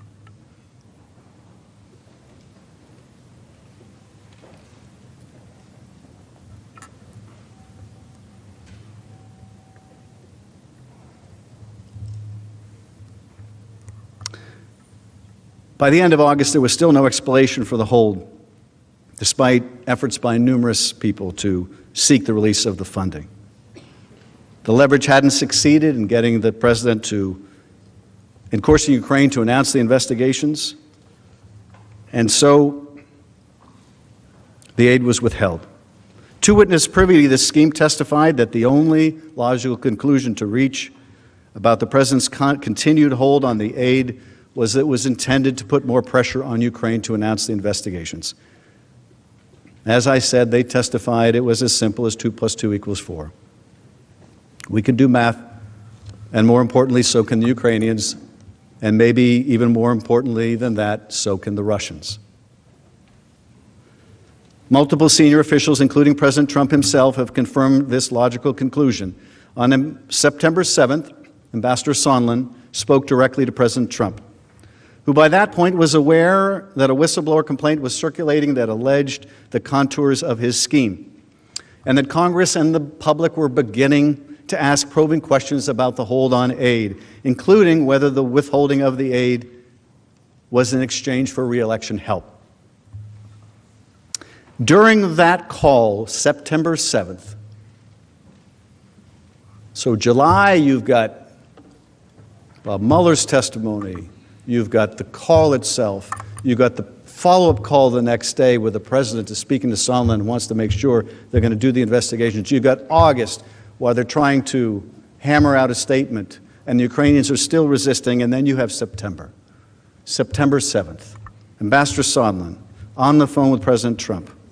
At that point, he is aware that a whistleblower has filed a complaint alleging the contours of this scheme, and Congress and the public are beginning to ask questions about the hold on aid, including whether this was to get help in his re-election. And during this call between the president and Ambassador Sondland, without a prompt, President Trump told Sondland, there's no quid pro quo. Now, why would he do that? That's not something that comes up in normal conversation, right? Hello, Mr. President, how are you today? No quid pro quo. That's the kind of thing that comes up in a conversation if you're trying to put your alibi out there. If you've heard about a whistleblower complaint, if you've seen allegations, if you know Congress is starting to sniff around, no quid pro quo. But, and I know this is astonishing, so much of the last 3 years has been a combination of shock and yet no surprise. And yet, even while the president is saying no quid pro quo, what does he say? Zelensky must publicly announce the 2 political investigations, and he should want to do it. No quid pro quo, except this quid pro quo. Sondland immediately relayed the message to President Zelensky, informing him that without the announcement of the political investigations, they would be at a stalemate. Sondland made clear that this reference to a stalemate meant the release of the security assistance. President Zelensky, after hesitating for weeks to join the president's corrupt scheme, finally relented. President Zelensky informed Sondland that he agreed to do a CNN interview. And Sondland understood that he would use that occasion to mention these items, meaning the 2 investigations at the heart of the scheme. The candidate, Zelensky, who was swept into office with a landslide victory on a promise of fighting corruption, would be forced to undertake just the same kind of corrupt act he'd been elected to clean up. Upon learning this, Ambassador Taylor called Sondland to register his deep concern, telling him that it was crazy. Taylor later texted Sondland to reinforce the point. As I said on the phone, I think it's crazy to withhold security assistance for help with a political campaign. As I said on the phone. Clearly they had discussed it. As I said on the phone. Taylor testified about the message and the events leading up to it. Taylor said that security system was so important for Ukraine, as well as our own national interest. To withhold that assistance for no good reason other than help with the political campaign made no sense. It was counterproductive to all of what we had been trying to do. It was illogical. It could not be explained. It was crazy. What's more, Ambassador Taylor also came to learn that President Trump wanted Zelensky in a public box. He testified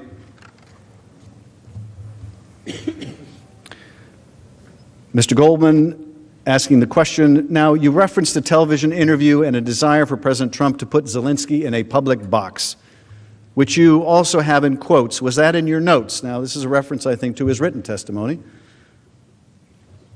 Was that reference to in a public box in his notes? Remember, he kept detailed notes. Taylor's answer, it was in my notes.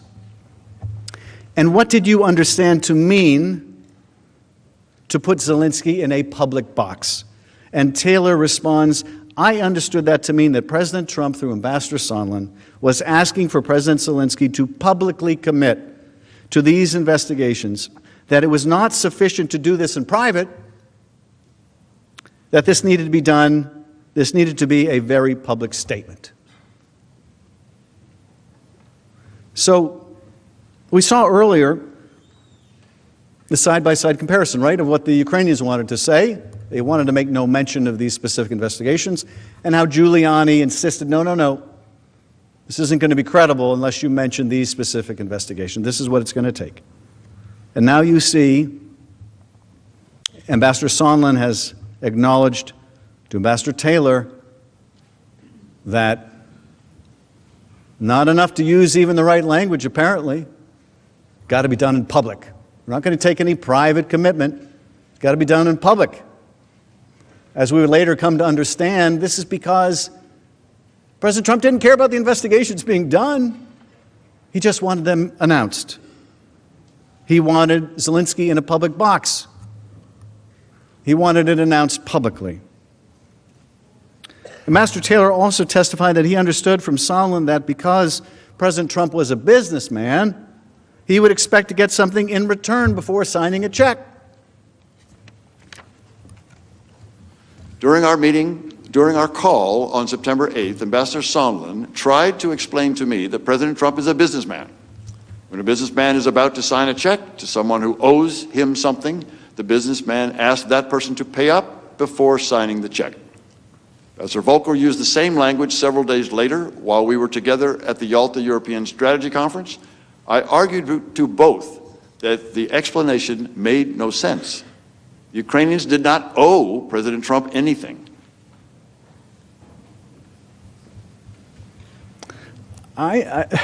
This is very telling. Ambassador Taylor, Vietnam veteran, West Point graduate. The Ukrainians didn't owe us anything. Clearly, Donald Trump felt the Ukrainians owed him. Right? This is not about Ukraine's national security. It's not about our national security. It's not about corruption. No, it's about what's in it for me. Those Ukrainians owe me. Before I sign a check, and by the way, that's not his money. That's your money. That's the American people's money for their defense. But here we see Ambassador Sondland explaining, no, President Trump's a businessman. Before he's going to sign a check, he wants to get something. And of course, that's something that he was going to sign that check for, he's going to make that payment for with our tax dollars. That thing that he was going to buy with those tax dollars was a smear of his opponent and an effort to lift whatever cloud he felt was over his presidency because of the Russian interference on his behalf in the last election. Now, the president has offered an assortment of shifting explanations after the fact for the hold on aid, including that he withheld the money because of corruption in Ukraine or concerns about burden sharing with other European countries. But those arguments are completely without merit. First, the president's own administration had determined by the time of the hold that Ukraine had undertaken all necessary anti-corruption and defense reforms in order to receive the funds. The Defense Department and State Department officials repeatedly made this clear as the hold remained and threatened the ability of the agencies to spend the money before the end of the fiscal year.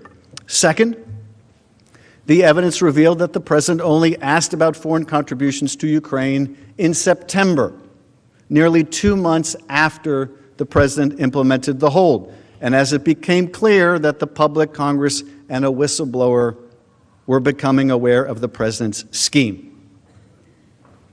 The after-the-fact effort to come up with a justification also belies the truth. The European countries provide far more financial support to Ukraine than the United States. Their support is largely economic.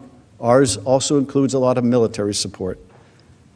But Europe is a substantial financial backer of Ukraine.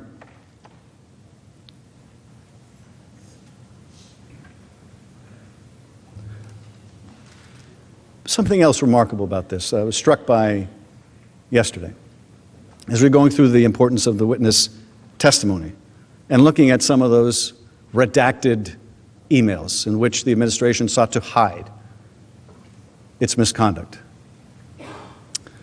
In those redactions, when we got to see what was beneath them, and there was an indication this is very close hold. This is a need-to-know basis only. Remember that? We'll show you that again, but one of those emails that only came to light, I believe, recently, and not because the administration wanted you to see this information, we see there's a desire not to let people know about this hold. If the president was fighting corruption, if he wanted the Europeans to pay more, why would he hide it from us? Why would he hide it from the Ukrainians? Why would he hide it from the rest of the world? If this was a desire to get Europe to pay more, why wouldn't he charge Sondland to go ask Europe for more? Why wouldn't he be proud to tell the Congress of the United States, I'm holding up this aid, and I'm holding it up because I'm worried about corruption? Why wouldn't he? Because, of course, it wasn't true. There's no evidence of that. And what's more, the White House admitted why the president held up the money. The president's own chief of staff explained precisely why during October 17th and October 17th press conference. Let's see again what he had to say. Those were the driving factors. Did he also mention to me in the past the corruption related to the DNC server? Absolutely, no question about that. But that's it, and that's why we held up the money. Now, there was a report. So the demand for an investigation into the Democrats was part of the reason that he ordered to withhold funding to Ukraine. The look back to what happened in 2016 certainly was part of the thing that he was worried about in corruption with that nation, and that is absolutely appropriate. But Mulvaney didn't just admit that the president withheld the crucial aid appropriated by Congress to apply pressure on Ukraine to do the president's political dirty work. He also said that we should just get over it. Let's watch. But to be clear, what you just described is a quid pro quo. It is funding will not flow unless the investigation into the Democratic server happened as well. We do that all the time with foreign policy. If you read the news reports and you believe them, what did McKinney say yesterday? Well, McKinney said yesterday that he was really upset with the political influence in foreign policy. That was one of the reasons he was so upset about this. And I have news for everybody. Get over it. There's going to be political influence in foreign policy.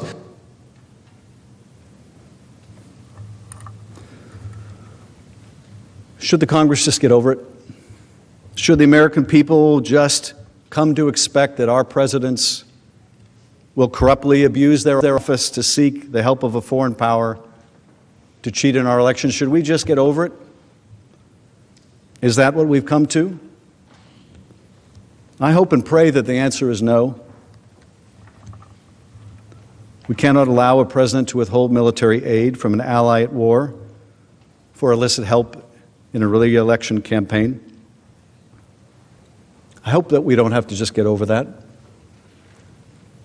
I hope that we just don't have to get accustomed to that. Is that what we want to tell our constituents? Yeah, the president withheld aid from an ally. Yeah, it damaged our national security. And yeah, he wouldn't meet with a foreign leader who's important to us unless he got help in the next election. And yeah, it's wrong to try to get a foreign power to help. It's kind of cheating, really. If we're going to be honest about it and blatant about it, it's cheating. Americans are supposed to decide American elections, but, you know, I guess we just need to get over it. I guess that's just what we should now expect of a President of the United States. I guess there's really no remedy for that anymore. The impeachment, I mean, maybe that was a good idea 200 years ago, but I guess we just need to get over it.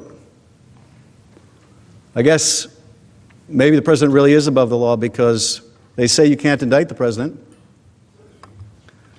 The president says you can't even investigate the president. The president is in court saying you can not only not indict the president, you can't even investigate the president.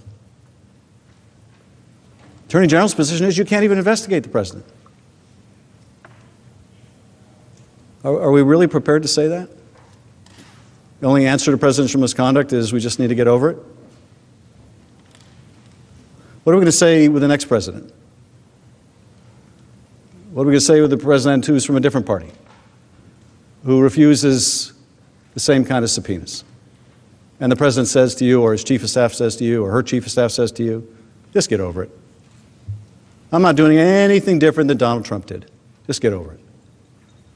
He asked for help in the next election. I'm asking for help in the next election. Just get over it. We do this kind of thing all the time. People are cynical enough as it is about politics, about people's commitment to their good. Cynical enough without having us confirm it for them.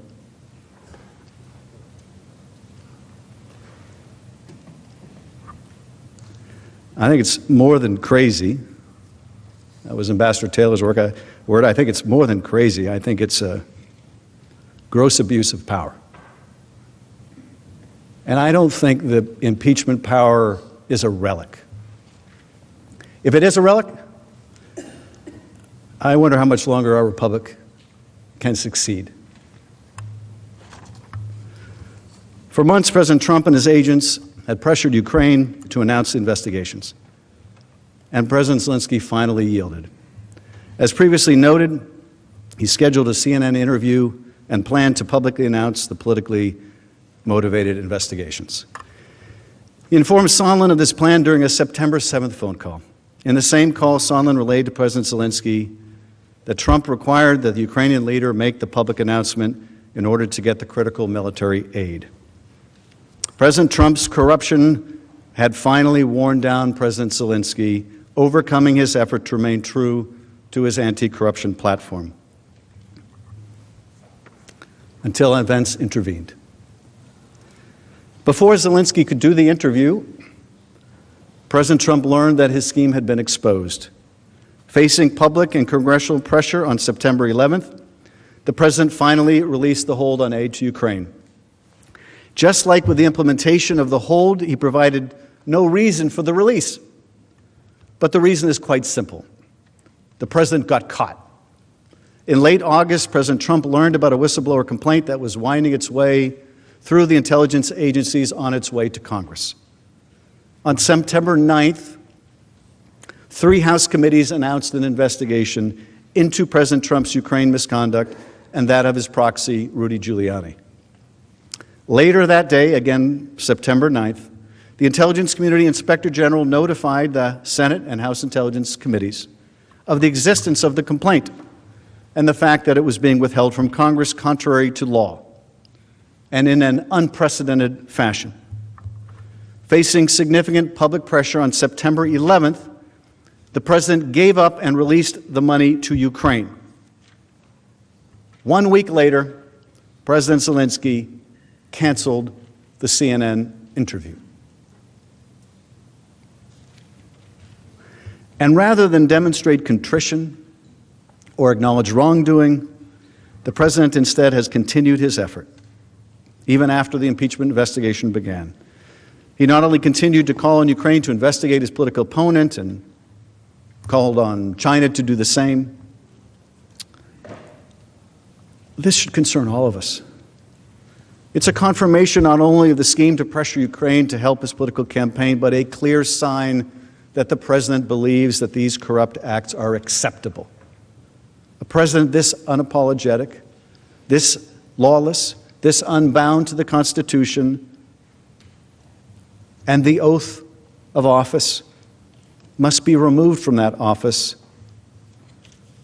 lest he continue to use the vast presidential powers at his disposal to seek advantage in the next election.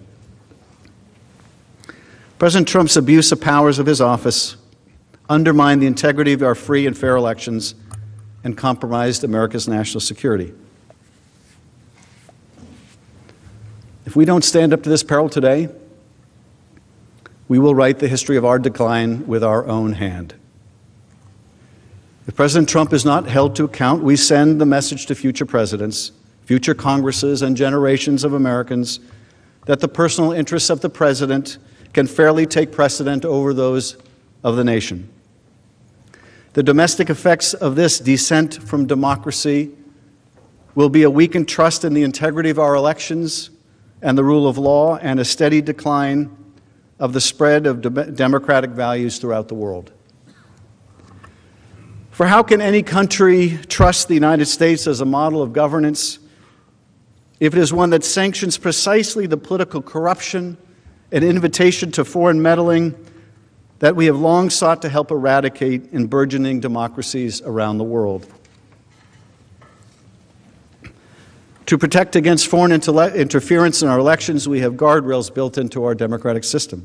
We have campaign finance laws to ensure that political assistance can come only from domestic actors, and we take seriously the need to shore up the integrity of our voting systems so that a foreign government or actor cannot change vote tallies. The promise of one person, one vote is only effective if each vote is cast free of foreign interference. Americans decide American elections. At least they should. Now, what if electoral corruption is even more insidious? What happens when the invitation comes from within? Our framers understood that threat too. George Mason noted at the Constitutional Convention that impeachment was a necessary tool because the man who has practiced corruption and by that means procured his appointment in the first instance could seek to repeat his guilt. In June of last year, President Trump was clear that if a foreign government offered dirt on his political opponent, he would take it.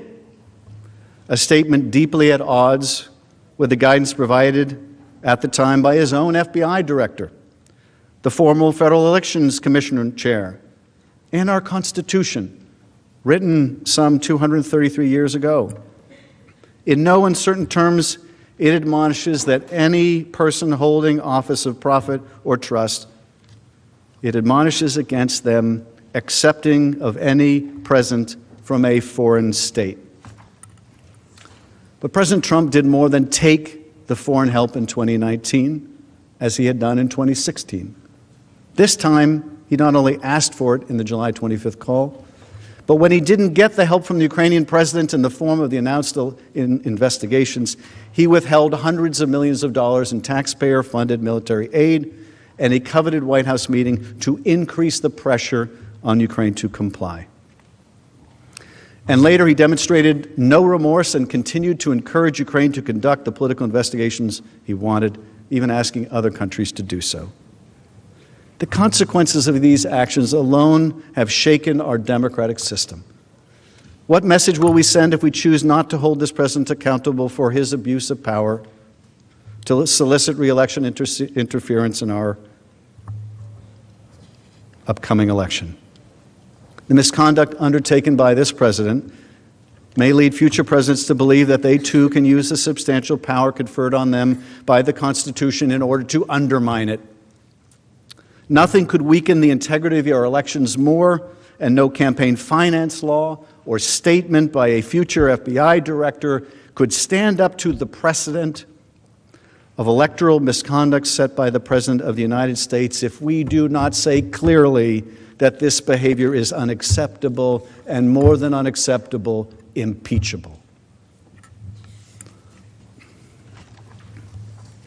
We also undermine our global standing as a country long viewed as a model for democratic ideals worth emulating. We have, for generations, been the shining city upon a hill that President Reagan described. America is not just a country, but also an idea. But what worth is that idea if, when tried, we do not affirm the values that underpin it? What will those nascent democracies around the world conclude? That democracy is not only difficult, but maybe that it's too difficult? Maybe that it's impossible? And who will come to fill the void that we leave when the light from that shining city upon a hill is extinguished? The autocrats with whom we compete, who value not freedom and fair elections, but the unending rule of a repressive executive. Autocrats that value not freedom of the press and open debate, but disinformation, propaganda, and state-sanctioned lies. Vladimir Putin would like nothing better. The Russians have little democracy left thanks to Vladimir Putin. It's an autocracy, it's a thugocracy. The Russian storyline, the Russian narrative, the Russian propaganda, the Russian view they would like people around the world to believe is that every country is just the same corrupt system. There's no difference. It's not a competition between autocracy and democracy. No, it's just between autocrats and hypocrites. They make no bones about their loss of democracy. They just want the rest of the world to believe you can't find it anywhere. Why take to the streets in Moscow to demand something better if there's nothing better anywhere else? That's the Russian story. That's the Russian story.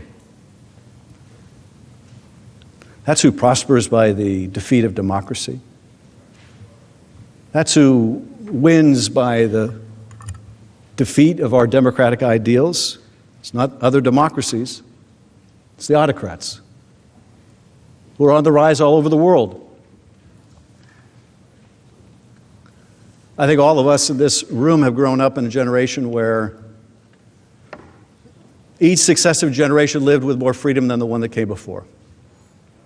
We each had more freedom of speech and association, freedom to practice our faith. This was true at home, it was true all over the world. And I think we came to believe this was some immutable law of nature, only to find it isn't. Only to come to the terrible realization that this year, fewer people live in freedom than last, and there's no guarantee that next year people will live in more freedom than today. And the prospect for our children is even more in doubt. Turns out there's nothing immutable about this. Every generation has to fight for it. We're fighting for it right now. There's no guarantee that this democracy that has served us so well will continue to prosper.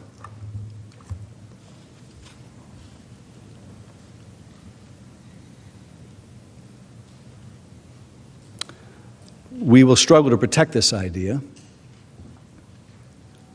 and even as we do, we will struggle to protect our security in more tangible ways.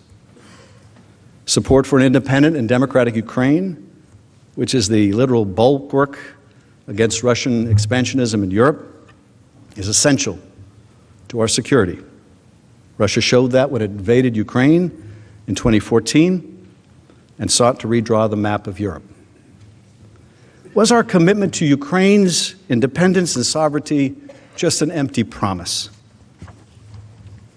Or are we prepared to support its efforts to keep Russia contained so that they and we may all eventually enjoy a long peace? Russia is not a threat, I don't need to tell you, to Eastern Europe alone. Ukraine has become the de facto proving ground for just the types of hybrid warfare that the 21st century will become defined by: cyber attacks, disinformation campaigns, efforts to undermine the legitimacy of state institutions, whether that is voting systems or financial markets. The Kremlin showed boldly in 2016 that with the malign skills it honed in Ukraine, they would not stay in Ukraine. Instead, Russia employed them here to attack our institutions, and they will do so again. Indeed, they've never stopped. Will we allow the primary country now fighting Russia to be weakened, placing our troops in Europe at greater risk and opening the door to greater interference in our affairs at home? If we allow the President of the United States to pursue his political and personal interests rather than the national interest, we send a message to our European allies that our commitment to a Europe free and whole is for sale to the highest bidder. The strength of our global alliances relies on a shared understanding of what that alliance stands for, one built on the rule of law, on free and fair elections, on a shared struggle against aggression from autocratic regimes. We are countries built on a commitment to our people, not unyielding loyalty to a president who would be king. A president has a right to hold a call with a foreign leader, yes. And he has a right to decide the time and location of a meeting with that leader, yes. And he has a right to withhold funding to that leader should the law be followed and the purpose be just. But he does not, under our laws and under our Constitution, have a right to use the powers of his office to corruptly solicit foreign aid, prohibited foreign aid in his reelection. He does not. He does not have the right to withhold official presidential acts to secure that assistance, and he certainly does not have the right to undermine our elections and place our security at risk for his own personal benefit. No president, Republican or Democrat, can be permitted to do that. Now let me turn to the second article of impeachment, which charges the president with misusing the powers of his office to obstruct and interfere with the impeachment inquiry. The evidence you'll hear during the House presentation is equally undeniable and damning. President Trump issued a blanket order directing the entire executive branch not to cooperate with the impeachment inquiry and to withhold all documents and testimony. His order was categorical, it was indiscriminate, and historically unprecedented. No president before President Trump has ever ordered the complete defiance of an impeachment inquiry or sought to obstruct and impede so comprehensively the ability of the House of Representatives to investigate high crimes and misdemeanors. The President was able to block agencies across the executive branch from producing any records or documents to the House investigative committees despite duly authorized subpoenas. The White House continues to refuse to produce a single document or record in response to a House subpoena that remains in full force and effect. The Department of State and Office of Management and Budget, the Department of Energy, and the Department of Defense continue to refuse to provide a single document or record in response to House subpoenas that remain in full force and effect. It is worth underscoring this point. The House has yet to receive a single document from the executive branch agencies pursuant to its subpoenas. Not a single piece of paper, email, or other record has been turned over, not one. And while I pause to get a drink of water, let me let you know for your timing, I have about 10 minutes left in my presentation. So the end is in sight.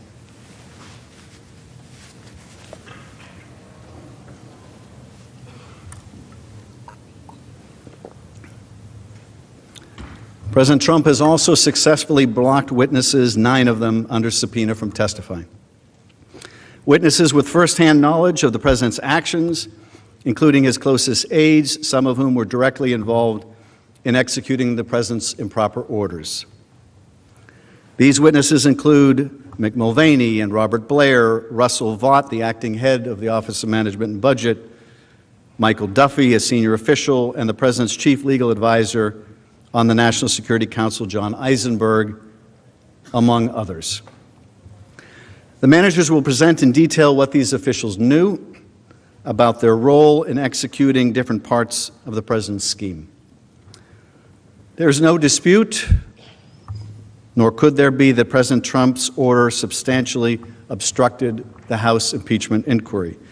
That obstruction continues unabated today, even as we stand here at the start of the President's trial. And the President has been able to do so only because of the uniquely powerful position that he holds as our Commander-in-Chief. No other American could seek to obstruct an investigation into his own wrongdoing this way. No other American could use the vast powers and levers of his government to conduct a corrupt scheme to benefit themselves and then use those same powers to suppress evidence and bar any cooperation with the authorities investigating them. Not a police chief, not a mayor, not a governor, not any elected official in the country, and certainly not any non-elected official in the country. All those folks watching us from around the country, you know what would happen to them if they defied a lawful subpoena. They got a subpoena commanding them to appear. You know what would happen to them because they're not above the law. They'd be arrested, they'd be detained, they'd be incarcerated, they would be forced to comply. They're not above the law, and neither are we, and neither is the President. And yet, despite the fact that he is not above the law, the President's extensive and persistent efforts, the House heard from courageous witnesses who did obey lawful subpoenas. And we gathered overwhelming evidence. The House built a formidable case that forms the basis of these articles. The second article for obstruction of Congress is not simply about President Trump's decision to obstruct a congressional investigation or even an impeachment inquiry. It should not be misunderstood as some routine dispute between two branches of government, nor should it be reduced to the notion that the President was simply protecting himself or fighting back against a partisan or overzealous Congress. The charges in the second article are much more serious and urgent than that. First, the President's attempt to obstruct the inquiry so categorically and comprehensively is part and parcel of the President's furious effort to conceal, suppress, and cover up his own misconduct. From the very first moment his actions were at the risk of coming to light, President Trump sought to hide and cover up key evidence, even as his scheme to pressure Ukraine was still underway. As the House presentation will make clear, the President's cover-up started even before the House began to investigate the President's Ukraine-related activity. The President learned early on of the existence of a lawful whistleblower complaint from within the intelligence community that would ring the first alarm. He deployed the White House and Justice Department to intervene in an unprecedented fashion to conceal and then withhold from Congress, for the first time ever, a credible and urgent whistleblower complaint, even though the law requires that it be provided to the congressional intelligence committees. Once the impeachment inquiry was underway in late September, the President used the immense and unique power at his disposal to direct and maintain at every turn the categorical defiance of congressional scrutiny, even as he attacked the inquiry itself and its witnesses. The President offered multiple and shifting justifications for obstructing the House's inquiry, each of them deficient, while his actions and statements powerfully reflect his own consciousness of guilt. Second, the ramifications of the President's obstruction go beyond the sinister motives of simply covering up his actions. His obstruction strikes at the heart of our Constitution. It threatens the last line of defense our founders purposely enshrined in our system to protect our democracy. If presidents can obstruct an impeachment inquiry undertaken by the House and evade accountability in the Senate, for doing so, they usurp an essential power granted exclusively to the Congress, and for a reason. Presidents could seize for themselves the power to neutralize and nullify the impeachment clause in order to shield themselves from any accountability. And if Congress is unable to investigate and impeach a president for abuse of their office, our democracy's essential check on a rogue president would fail. It would no longer protect the American people from a corrupt president who presents an ongoing threat. This is the outcome every American should be concerned about, and one that the founders warned us about. Through the impeachment clause, the framers of the Constitution empowered Congress to thoroughly investigate presidential malfeasance and to respond, if necessary, by removing the president from office. This entire framework depends upon Congress's ability to discover and then to thoroughly and effectively investigate presidential misconduct. Without the ability of Congress to do that, the impeachment power is a nullity. If you can't investigate it, you can't enforce it, you can't apply it. What we confront here in the second article of impeachment is therefore an impeachable offense aimed at destroying the impeachment power itself. When a president abuses the power of his office to so completely defy House investigators and does so without lawful cause or excuse, he attacks the Constitution itself. He confirms that he sees himself as above the law. His actions destabilize the separation of powers that defines our democracy and preserves our freedom, and establish an exceedingly dangerous precedent. And he proves that he is willing to destroy a vital safeguard against tyranny, a safeguard meant to protect the American people, just to advance his own personal interest in covering up evidence. The House presentation of the second article will therefore focus on three core areas that confirm the president's obstruction and require his removal from office. First, the singular importance and role of the impeachment clause for our democracy and why an effort by a president to obstruct an impeachment inquiry is in and of itself an impeachable offense. Second, why the president's extensive effort to cover up evidence of his misconduct is unprecedented in American history and without lawful cause or justification. And finally, why the president's obstruction poses a direct threat to our system of self-governance, with consequences for all Americans today and in the future, and for both chambers of Congress. Over the coming days, you will hear from the House managers details of this scheme and the effort to hide it from Congress. The articles of impeachment that the House presented go to the heart of those efforts, and let me share a few key takeaways. The House of Representatives has found that using the powers of his eye office, President Trump solicited the interference of a foreign government, Ukraine, in the 2020 U.S. presidential election.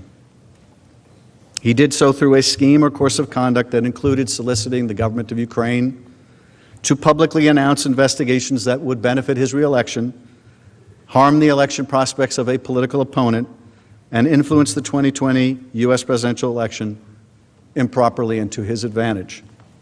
President Trump also sought to pressure the government of Ukraine to take these steps by conditioning official United States government acts of significant value to Ukraine on Ukraine's public announcement of these investigations.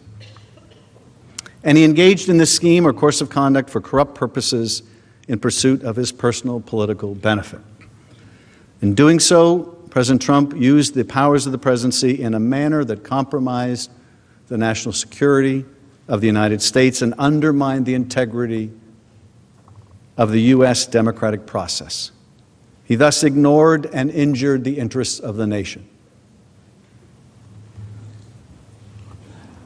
As part of the House's impeachment inquiry, the committees undertaking that investigation served subpoenas, seeking documents and testimony deemed vital to the inquiry from various executive branch agencies and offices, current and former officials. In response and without lawful cause or excuse, President Trump directed executive branch agencies, offices, and officials not to comply with those subpoenas.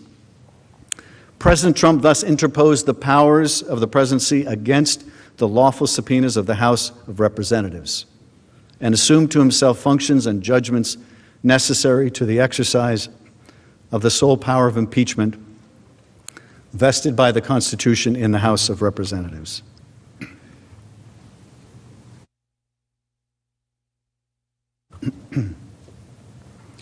as George Washington and his troops retreated across the Delaware River in early December 1776.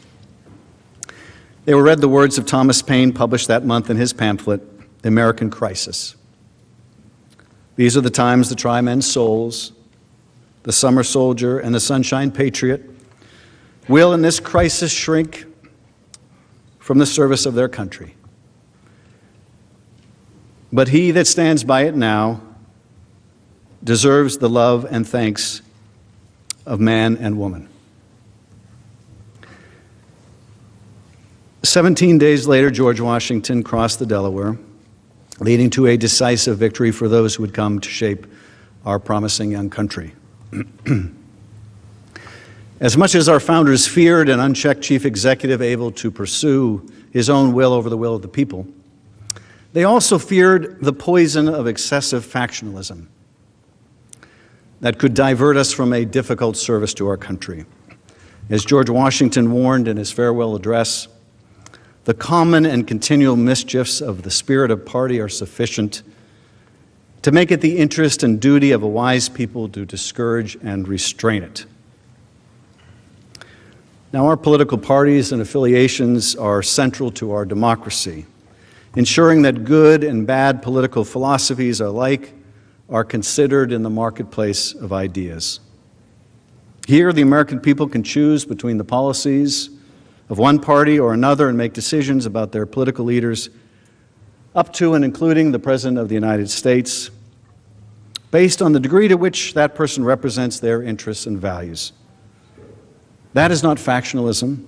That is the foundation of our democracy.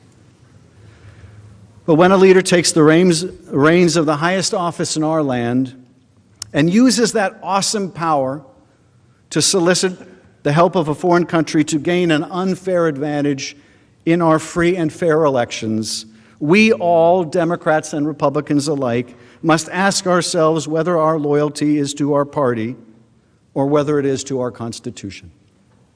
If we say that we will align ourselves with that leader, allowing our sense of duty to be usurped by an absolute executive, that is not democracy. It is not even factionalism. It is a step on the road towards tyranny. The damage that this president has done to our relationship with a key strategic partner will be remedied over time. And Ukraine continues to enjoy strong bipartisan support in Congress.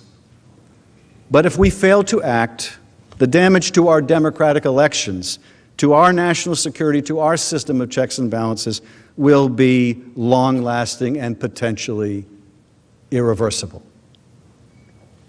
As you will hear in the coming days, President Trump has acted in a manner grossly incompatible with self-governance. His conduct has violated his oath of office and his constitutional duty to faithfully execute the law. He has shown no willingness to be constrained by the rule of law and has demonstrated that he will continue to abuse his power and obstruct investigations into himself, causing further damage to the pillars of our democracy if he is not held accountable. He cannot be charged with a crime, so says the Department of Justice. There is no remedy for such a threat but removal from office of the President of the United States. If impeachment and removal cannot hold him accountable, then he truly is above the law. We are nearly 2.5 centuries into this beautiful experiment of American democracy, but our future is not assured. As Benjamin Franklin departed the Constitutional Convention, he was asked, "What have we got? A republic or a monarchy?" He responded simply, "A republic if you can keep it." A fair trial,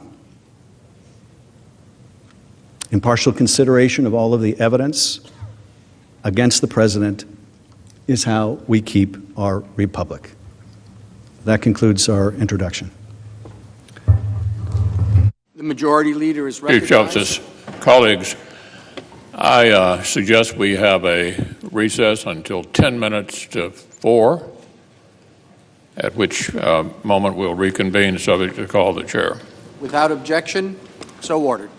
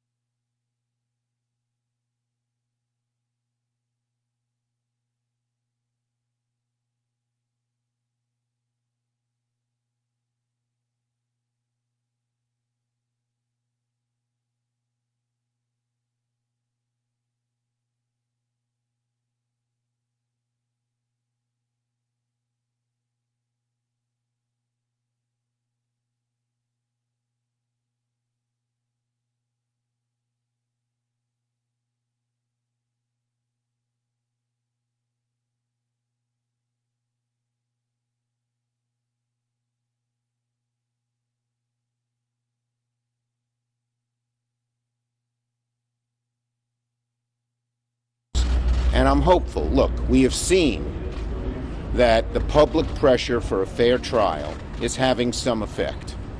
Yesterday, a good number of Republicans went to Leader McConnell and said, we need to improve the resolution. They didn't improve it on the main area, witnesses and documents, but they did improve it in a few other places. And I am hopeful, with speeches like Schiff and with the attention of the nation more focused on this issue now than it ever has been, that there will be continued pressure on many Republican members to ask for witnesses and documents. We will, they did last night. There was sort of a little, well, there was an amendment. They were saying all along, well, don't vote for them now. This is what the president's lawyers said. Don't vote for them now. We'll have a chance later. But there's not a assured chance later. We introduced an amendment that said there would be an assured chance to vote on witnesses and documents later. They rejected it. But if anything, that may put more pressure on people by the end of the week to vote for witnesses and documents. I'll take a few questions. Can you go through what the Democratic strategy should be at this point, and whether or not you think that Jerry Nadler may have alienated some of those moderates who need to win over? The Chief Justice chastised both sides without naming anybody for rhetoric that he thought should be toned down. I was so impressed with the House manager's case. It was on the facts. It answered the questions. It talked about why we had witnesses and documents. The president's lawyers never answered the question of witnesses and documents. They talked about a lot of other things, did some finger pointing, but never answered the question. I think if you were a juror listening to both sides, you would have sided with the president's, the House managers, because the president's counsel didn't directly answer the question why we shouldn't have witnesses and documents. Senator, do you think Jerry Nadler is right? I've said what I'm going to say on that issue, okay? Any others on other subjects? I answered her question. Senator? Yep. Sir, would you be open to, say, a witness trade for Hunter Biden? No, I think that's off the table. First of all, the Republicans have the right to bring in any witness they want. They haven't wanted to, and that trade is not on the table. What more do House managers have to say, do you think, to convince? If House managers continue to do what they've done over the last 2 hours, I think that it will continue to make a powerful case. First step, witnesses and documents. Second step, we get a real fair trial, and who knows what happens once there's a real fair trial. If there's not a fair trial, if they just shut it down, any acquittal of President Trump will have little value. You don't think there needs to be a change? Go ahead. Republicans have shown no indication that they're changing their minds at all throughout this process. What makes you think Schiff's speech? No, well, I don't think that's entirely accurate. They changed their minds on a couple of things McConnell put in the resolution. I think because the public wants a fair trial, and it may happen on witnesses and documents as we move through the week. That's what I hope. That's what I pray for the sake of the Republic, but I certainly think it's not out of the question. Thank you, everybody. Republicans, though, come over?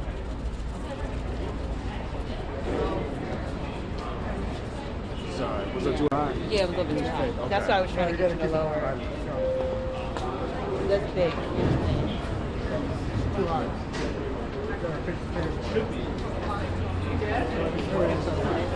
Yeah, because he stays stopped over there. They're not stepping where they're supposed to. Yeah. We just got to make sure they. Out. You got to be clear with it. Should we tape this? Like lucky like that? It doesn't matter.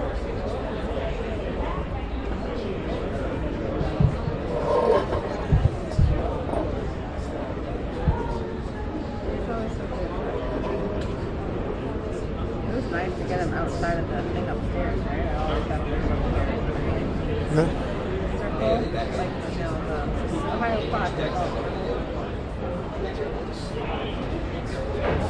A little wider. I don't think it's more wider, but that's a little wider.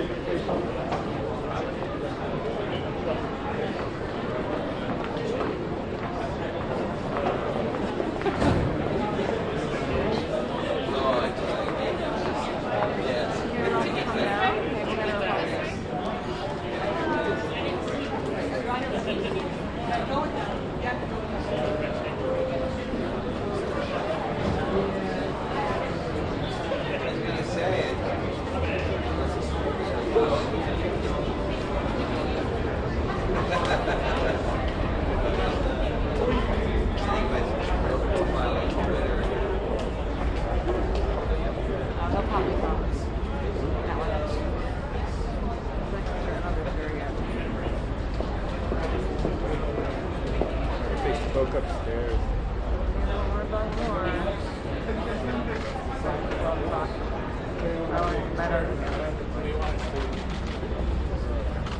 What you thought of Adam Schiff's arguments? Well, I mean, Adam Schiff continues to make the same arguments over and over again. For any of you that's covered this in the House, today was not a new day. It was just a repeat and a repeat and a repeat of the same things that he has been saying for a long time. You know, no new substance, no new arguments, just a lot of rhetoric that's not supported by facts. And so I think the troubling thing for many of us is actually staying alert enough to be able to follow it. I mean, you know, it's one of those things when you've heard the argument and the story over and over again, and you know the punchline to this joke, you know, you can't even pay attention. And so I would suggest that the American people, if they could turn their channel and watch something else, that's what they're doing. But were you in there again today? I know you were in there yesterday. Yeah, only for temporary, but we're right off the Senate chamber watching it. But when you go in, you have that different feeling in the room, and it's up close and personal and in your face. And if everybody in America could experience what the senators are experiencing in that chamber, I think they would. They'd say end this today and end it right away. Senator Schumer described Representative Schiff as a tour de force and that he was engaging. What is your response? Well, you know, I don't know that anything Adam Schiff could have said would have stopped Senator Schumer from saying positive things about it. I mean, that's their playbook. Say whatever you do. Did he have the same comments about Jerry Nadler's comments last night? Did you ask him about that? Was he all in favor of Jerry Nadler talking about a cover-up?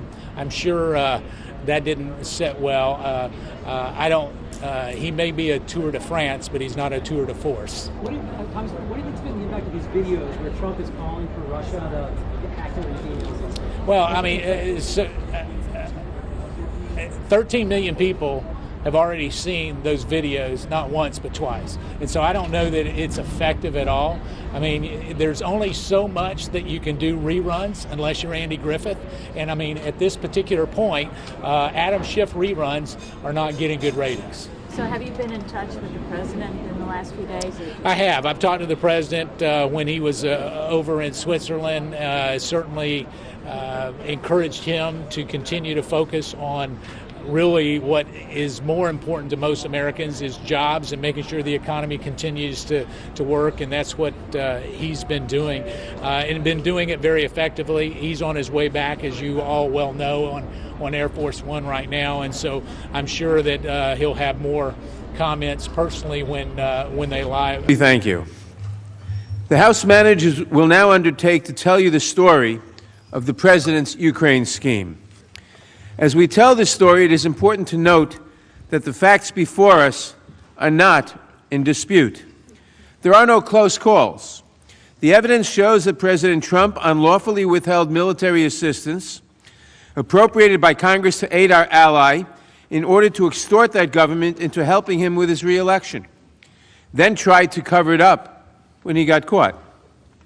This is the story of a corrupt government-wide effort that drew in ambassadors, cabinet officials, executive branch agencies, and the office of the President.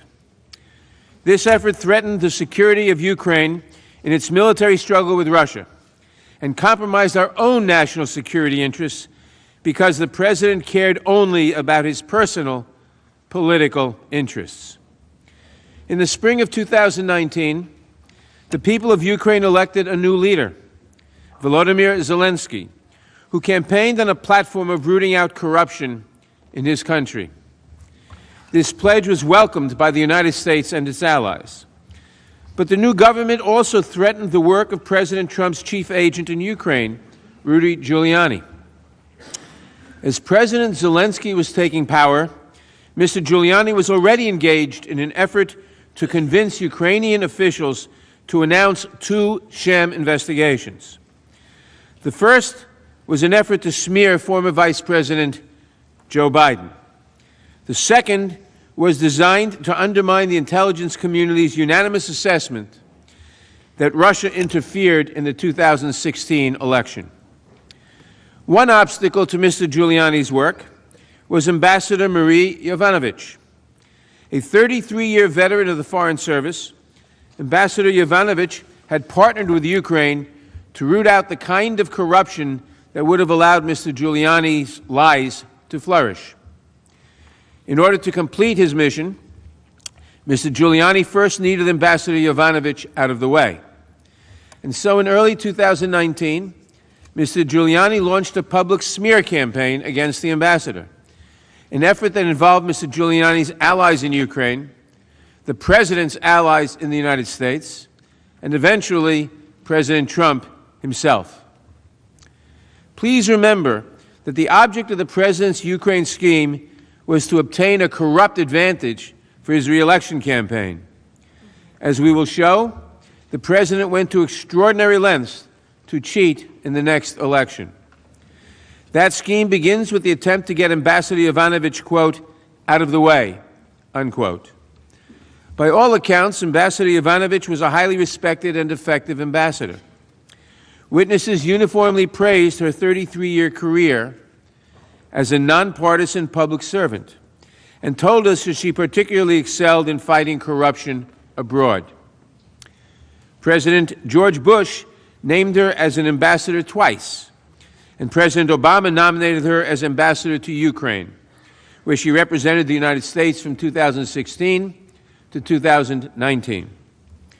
Eradicating corruption in Ukraine has been a key policy priority of the U.S. government for years.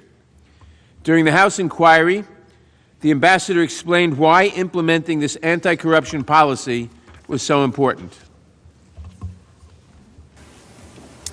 As critical as the war against Russia is, Ukraine's struggling democracy has an equally important challenge: battling the Soviet legacy of corruption which has pervaded Ukraine's government.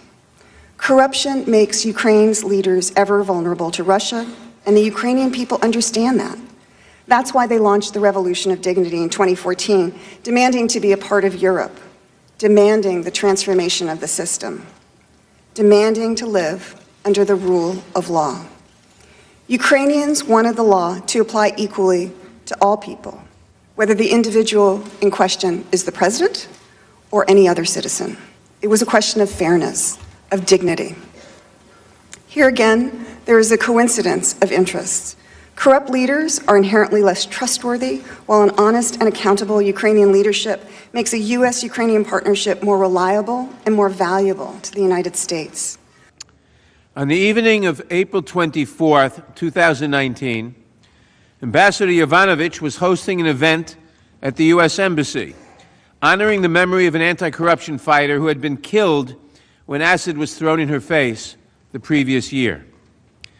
At about 10 that night, the embassy event was interrupted by a telephone call from Washington.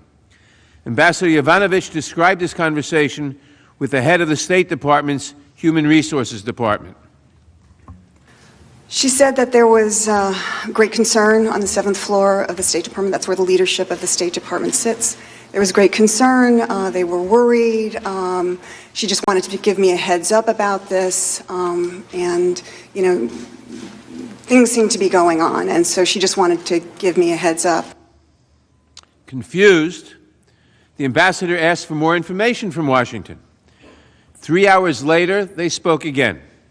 Ambassador Yovanovitch learned that there were concerns about her, quote, up the street, that is, at the White House. The ambassador was told to get on the first plane home. Why was this respected career diplomat abruptly removed from her post? Why was she, in fact, urged by the State Department to catch the first plane home, that she was in danger, she shouldn't wait? At the time, the White House would not say, but today we know the truth. The truth is that Ambassador Yovanovitch was the victim of a smear campaign organized by Rudy Giuliani, amplified by President Trump's allies, and designed to give President Trump the pretext he needed to recall her without warning. Mr. Giuliani has admitted as much to the press. In order to understand Mr. Giuliani's smear campaign against Ambassador Yovanovitch, you need to know about a few additional characters who Mr. Giuliani drew into his scheme. The first of these characters is Viktor Shokin, the disgraced former prosecutor general of Ukraine, who was fired by the Ukrainian government for gross corruption. In 2016, at the urging of the European Union, the International Monetary Fund, and the United States government, the Parliament of Ukraine voted to remove Mr. Shokin as Prosecutor General because he was corrupt and refused to prosecute corruption cases. At the urging of the United States, the European Union, the International Monetary Fund, all urged the Ukraine government to dismiss Mr. Shokin. The second character is Yuri Lutsenko, who succeeded Mr. Shokin as Prosecutor General. Mr. Lutsenko also proved reluctant to prosecute corruption cases, and several witnesses testified that he also had a reputation for dishonesty and corruption. Ambassador Yovanovitch and Deputy Assistant Secretary George Kent both testified that the U.S. Embassy in Kiev eventually stopped working with Mr. Lutsenko altogether. Shokin, Lutsenko, and Giuliani, the goals of all three characters were aligned. Shokin had it out for Vice President Biden because of the role that the Vice President played in his 2016 firing. The Vice President, carrying out U.S. policy, urged the Ukrainian government to dismiss the corrupt Shokin. I note that the Vice President, the former Vice President, has been criticized for urging that he be fired. Lutsenko found his career trajectory fading and wanted President Trump's support to boost his political prospects in Ukraine. Giuliani needed partners in Ukraine willing to announce two sham investigations meant to boost President Trump's own campaign. All three wanted Ambassador Yovanovitch out of the way. And so in early 2019, the smear campaign began. Mr. Lutsenko became the primary vector for false allegations against Ambassador Yovanovitch. Deputy Assistant Secretary George Kent testified that Lutsenko's allegations against Ambassador Yovanovitch were motivated by revenge. Over the course of 2018 and 2019, I became increasingly aware of an effort by Rudy Giuliani and others, including his associates Lev Parnas and Igor Fruman, to run a campaign to smear Ambassador Yovanovitch and other officials at the U.S. Embassy in Kyiv. The chief agitators on the Ukrainian side of this effort were some of those same corrupt former prosecutors I had encountered, particularly Yuri Lutsenko and Viktor Shokin. They were now peddling false information in order to extract revenge against those who had exposed their misconduct, including U.S. diplomats, Ukrainian anti-corruption officials, and reform-minded civil society groups in Ukraine. As Mr. Kent indicated, the smear campaign against Ambassador Yovanovitch was orchestrated by a core group of corrupt Ukrainian officials working at Mr. Giuliani's direction. This group included two additional characters who have been in the news of late, Lev Parnas and Igor Fruman. Mr. Parnas and Mr. Fruman were, of course, indicted last year on several charges, including charges related to large donations they made to support President Trump. Simply put, in doing her job well, Ambassador Yovanovitch drew Mr. Lutsenko's ire. And as Mr. Kent observed, you can't promote principled anti-corruption efforts without pissing off corrupt people. As it turned out, this statement applied to Yuri Lutsenko and to Rudy Giuliani, who feared that the ambassador would stand in the way of his corrupt efforts to coerce Ukraine into conducting investigations that would benefit the political interests of his client, President Trump. Giuliani's coordinated smear campaign against Ambassador Yovanovitch became public in the United States in late March 2019, with the publication of a series of opinion pieces in The Hill based on interviews with Lutsenko. On March 20th, 2019, in one piece in The Hill, Lutsenko falsely alleged that Ambassador Yovanovitch had given him a so-called do not prosecute list. Not only was the allegation false, but after having helped originate the claim, Lutsenko himself would later go on to retract it. The same piece also falsely stated that Ambassador Yovanovitch had, quote, made disparaging statements about President Trump, unquote. A statement issued by the State Department declared the allegations to be a total fabrication. President Trump promoted Solomon's article in a tweet, which intensified the public attacks against Ambassador Yovanovitch. Then on March 24th, Donald Trump Jr. called Ambassador Yovanovitch a joker on Twitter and called for her removal. You can see the slides of the two tweets. These unfounded smears by the president and his son reverberated in Ukraine. Deputy Assistant Secretary George Kent testified that starting in mid-March, Rudy Giuliani was almost unmissable in this, quote, campaign of slander, close quote. And according to Mr. Kent, Mr. Lutsenko's press spokeswoman retweeted Donald Trump Jr.'s tweet attacking the ambassador, further undermining her standing in Ukraine. Her standing, the United States ambassador's standing. Mr. Giuliani was not content to stay behind the scenes either. He promoted the same attacks on the ambassador on Twitter, Fox News, and elsewhere. At the end of March, the attacks intensified. Ambassador Yovanovitch sent Undersecretary of State for Political Affairs David Hale an email detailing her concerns and asking for a strong statement of support from the State Department. In reply, the State Department told her that they were unwilling to help her, their own ambassador, because if they issued a public statement supporting her, quote, it could be undermined, unquote, by the president. And they're concerned that, quote, the rug would be pulled out from underneath the State Department.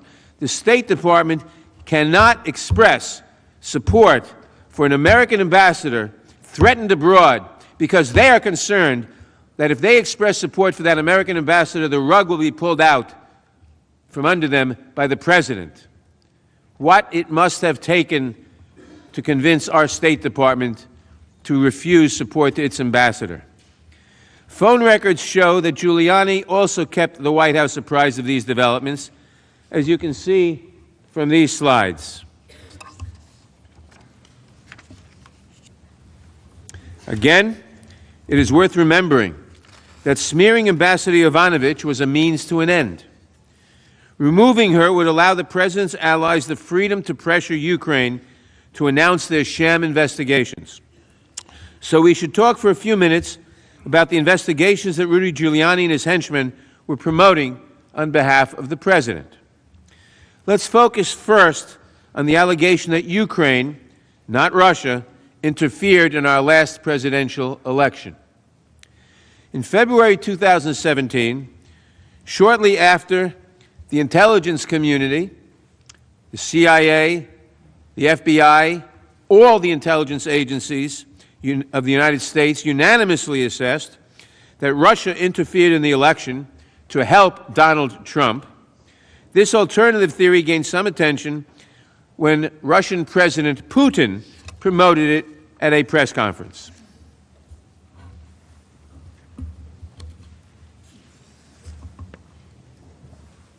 Second, he said, I'm quoting from him, it's in the Russian on the slides, I think. Second, as we all know, during the presidential campaign in the United States, the Ukrainian government adopted a unilateral position in favor of one candidate. More than that, certain oligarchs, certainly with the approval of the political leadership, funded this candidate, or female candidate, to be more precise. That's President Putin talking, shifting the blame to Ukraine. Dr. Fiona Hill best explained how the Ukraine narrative is a fictional narrative being propagated by the Russian security services. Based on questions and statements I've heard, some of you on this committee appear to believe that Russia and its security services did not conduct a campaign against our country, and that perhaps, somehow, for some reason, Ukraine did. This is a fictional narrative that has been perpetrated and propagated by the Russian security services themselves. The unfortunate truth is that Russia was the foreign power that systematically attacked our democratic institutions in 2016. This is the public conclusion of our intelligence agencies, confirmed in bipartisan congressional reports. It is beyond dispute, even if some of the underlying details must remain classified. The impact of the successful 2016 Russian campaign remains evident today. Our nation is being torn apart. Truth is questioned. Our highly professional and expert career foreign service is being undermined. US support for Ukraine, which continues to face armed Russian aggression, has been politicized. The Russian government's goal is to weaken our country, to diminish America's global role, and to neutralize a perceived US threat to Russian interests. President Trump knew this too. His former Homeland Security advisor, Tom Bossert, said that the idea that Ukraine hacked the DNC server was, quote, not only a conspiracy theory, it is completely debunked, close quote. And he and other U.S. officials spent hours with the president explaining why. The second false allegation that the president wanted the Ukrainians to announce was that Vice President Biden used his power to protect the company on whose board his son sat by forcing the removal of Viktor Shokin, the corrupt former prosecutor general. It is true that Vice President Biden helped remove Mr. Shokin, who was widely believed to be corrupt. And as I said a few minutes ago, it was official policy of the United States, the European community, and others in order to fight corruption in Ukraine to ask that Shokin and Lutsenko be removed.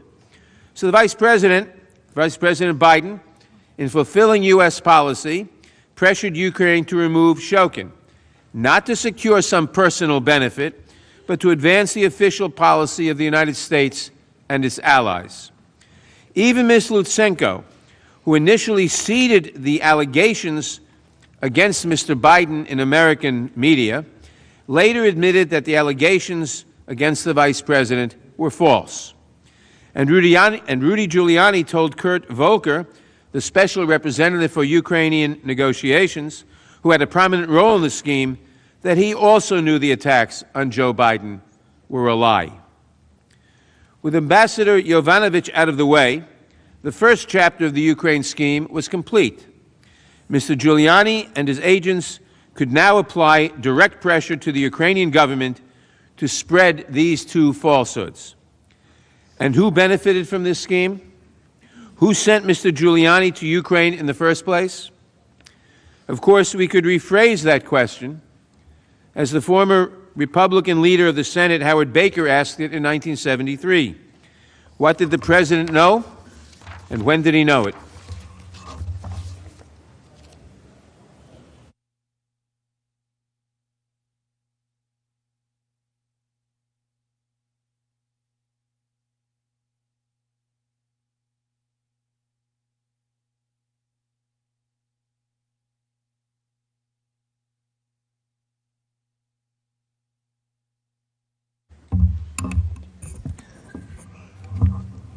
Mr. Chief Justice, Senators, President's Council. President Trump and President Zelensky's relationship started out well. President Trump wanted the two investigations from Zelensky, and he had no reason to believe that he would not get what he wanted. On April 21st, 2019, Zelensky, who was new to politics, won a landslide victory in Ukraine's presidential election. That evening, President Trump called Zelensky to congratulate him. On that first call, Zelensky invited President Trump to visit Ukraine for the upcoming inauguration. President Trump, in turn, promised that his administration would send someone at a very, very high level. During that same April call, President Trump invited Zelensky to the White House, saying, "When you're settled in and ready, I'd like to invite you to the White House. We have a lot of things to talk about, but we're with you all the way." Zelensky immediately accepted the president's invitation, adding that the whole team and I are looking forward to that visit. Numerous witnesses testified about the significance of a White House meeting for the political newcomer. A White House meeting would show Ukrainians that America supported Zelensky's anti-corruption platform, the clear backing of the President of the United States, Ukraine's most important patron, would also send a powerful message to Russia that we had Ukraine's back. During that April 24th call, President Trump never even uttered the word corruption. But the White House call recap falsely stated that the two presidents had discussed Ukraine's anti-corruption efforts. Shortly after the phone call, Jennifer Williams, advisor to Vice President Pence, learned that President Trump asked Vice President Pence to attend Zelensky's inauguration. Williams and her colleagues began planning for Pence's trip to Kyiv. At the same time, Giuliani was trying to get Ukraine to investigate the Bidens in the alleged 2016 election interference. On April 24, Giuliani went on Fox and Friends and had this to say. Keep your eye on Ukraine, because in Ukraine, a lot of the dirty work was done in digging up the information. American officials we used, Ukrainian officials we used, that's like collusion with the Ukrainians, and, or actually in this case, conspiracy with the Ukrainians. I think you'd get some interesting information about Joe Biden from Ukraine, about his son, Hunter Biden, about a company he was on the board of for years, which may be one of the most crooked companies in Ukraine. For this campaign to be truly beneficial to his boss, President Trump, Giuliani needed access to the new government in Ukraine. He dispatched his associates, Lev Parnas and Igor Fruman, to try to make inroads with the Zelensky team. On April 25, former Vice President Biden publicly announced his bid for the presidency, and immediately he was at the top of the polls. That same day, David Holmes, an American diplomat at our embassy in Ukraine, learned that Giuliani had reached out to the head of President Zelensky's campaign. As Mr. Holmes explained, the new Ukrainian government began to think that Giuliani was a significant person in terms of managing their relationship with the United States. As Giuliani and his associates worked behind the scenes to get access to the new leadership in Ukraine, President Trump was publicly signaling his interest in the investigations. On May 2nd, the president appeared on Fox News, when asked, should the former vice president explain himself on his feeling in Ukraine and whether there was a conflict with his son's business interests, President Trump replied as follows. I'm hearing it's a major scandal, major problem, very bad things happened, and we'll see what that is. They even have him on tape talking about it. They have Joe Biden on tape talking about the prosecutor, and I've seen that tape. A lot of people are talking about that tape. But that's up for them. They have to solve that problem. The tape President Trump referenced is a video from January 2018, in which Vice President Biden explained he placed an ultimatum to the Ukrainian president to remove the corrupt prosecutor general to ensure that the taxpayer money would be used appropriately. The vice president's actions were consistent with official U.S. policy, as well as the opinions of the international community. On May 9, the New York Times published an article about Giuliani's plan to visit Ukraine. In the article, Giuliani confirmed that he planned to meet Zelensky At that meeting, he wanted to press the Ukrainian government to pursue the investigations that President Trump promoted only days earlier. Giuliani said, "We're not meddling in an election, we're meddling in an investigation which we have a right to do." Giuliani even went so far as to acknowledge that his actions could benefit President Trump personally. He said, and I quote, "This isn't foreign policy. I'm asking them to do an investigation they're doing already and that other people are telling them to stop.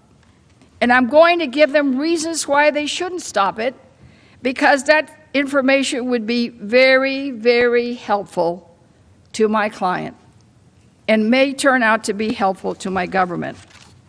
That's it. Right there. Giuliani admitting he was asking Ukraine to work on investigations that would be very, very helpful to the president. He was not doing foreign policy. He was not doing this on behalf of the government. He was doing this for personal interests of his client, Donald J. Trump. The next morning, on May 10, amid coverage of his planned trip to Ukraine, Giuliani tweeted further about Biden, then had a flurry of calls with Parnas, who was helping in planning his trip to Ukraine. That same day, Giuliani also spoke with Ambassador Volker on the phone for more than 30 minutes.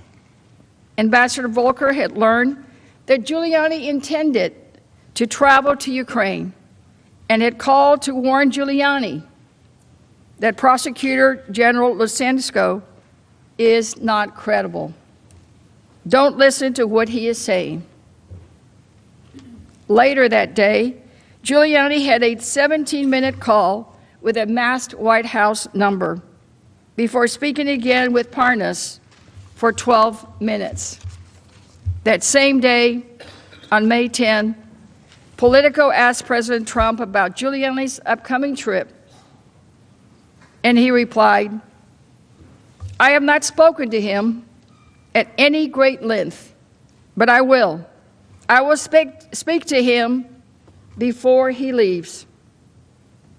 But that evening, on Fox News, Giuliani announced, "I'm not going to Ukraine because I think I'm walking into a group of people that are enemies of the president."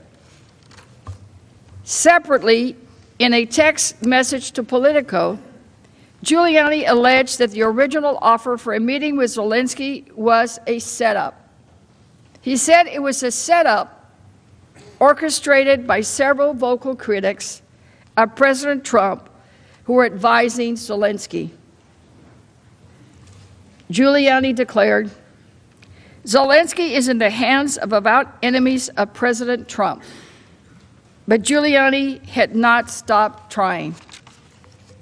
He had Parnas send a letter from him to Zelensky's senior aide on May 11 asking for a meeting. That later made it clear that Giuliani was representing the President Trump as a private citizen and that he was working with President Trump's knowledge and consent. The letter is on the slide and reads, quote, "In my capacity as personal counsel to President Trump, and with his knowledge and consent, I request a meeting with you on this upcoming Monday, May 13, or Tuesday, May 14. I will need no more than half an hour of your time, and I will be accompanied by my colleague Victoria Tunsing, a distinguished American attorney who is very familiar with this matter." But it did not appear that Giuliani and Parnas' attempts to get the meeting were working. That same day, Giuliani sent a text to Parnas asking, "This guy is canceling meeting, I think."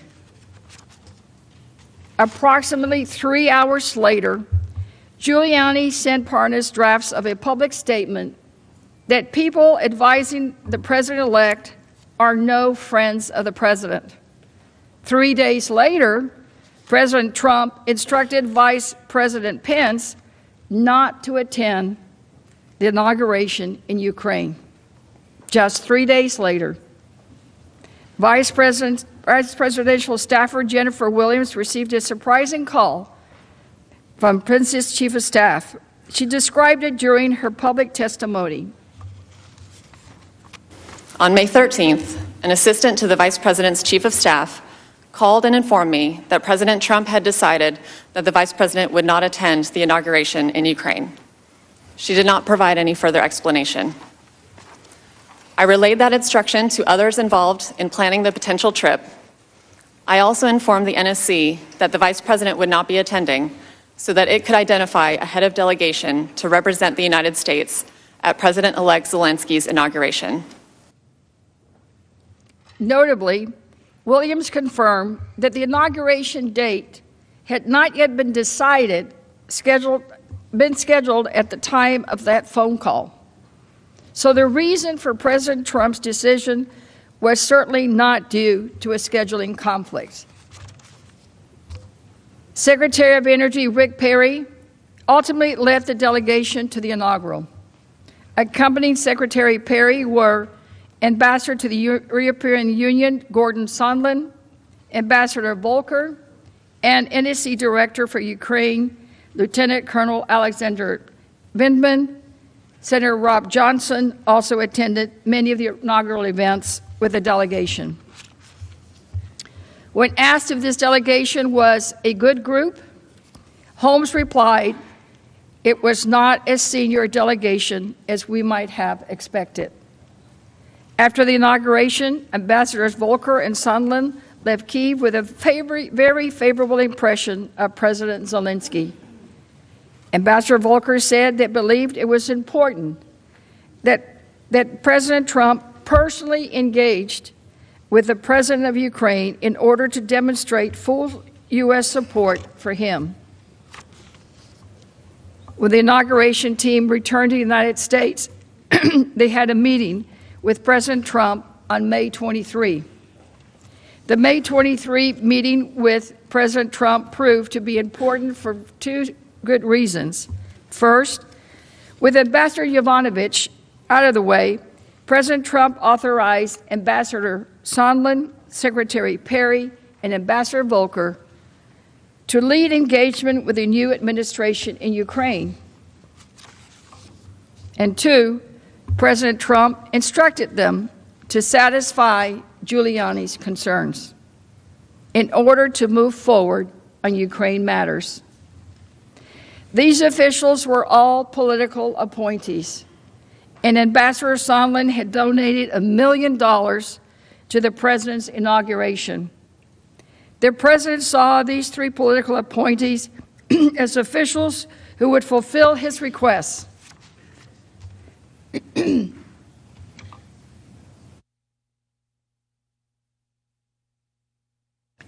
Ambassador Volker testified that he, Ambassador Sondland, Secretary Perry, and Senator Johnson took turns making their case that this is a new crowd.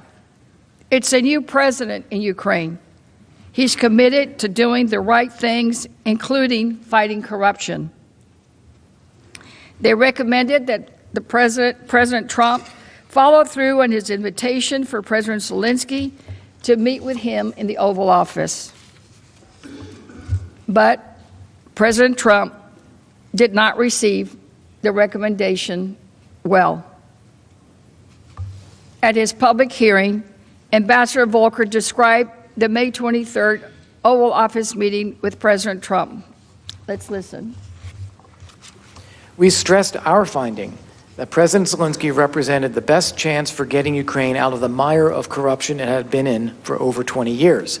We urged him to invite President Zelensky to the White House. The president was very skeptical. Given Ukraine's history of corruption, that's understandable. He said that Ukraine was a corrupt country full of terrible people. He said, "They tried to take me down." In the course of that conversation, he referenced conversations with Mayor Giuliani. It was clear to me that despite the positive news and recommendations being conveyed by this official delegation about the new president, President Trump had a deeply rooted negative view on Ukraine rooted in the past. He was receiving other information from other sources, including Mayor Giuliani, that was more negative, causing him to retain this negative view. Witnesses said the reference to taking me down was to unfounded allegations that Ukraine had interfered in the 2016 election. This was what President Trump considered to be corruption in Ukraine. The president's words echoed Giuliani's public statements about Ukraine in early May.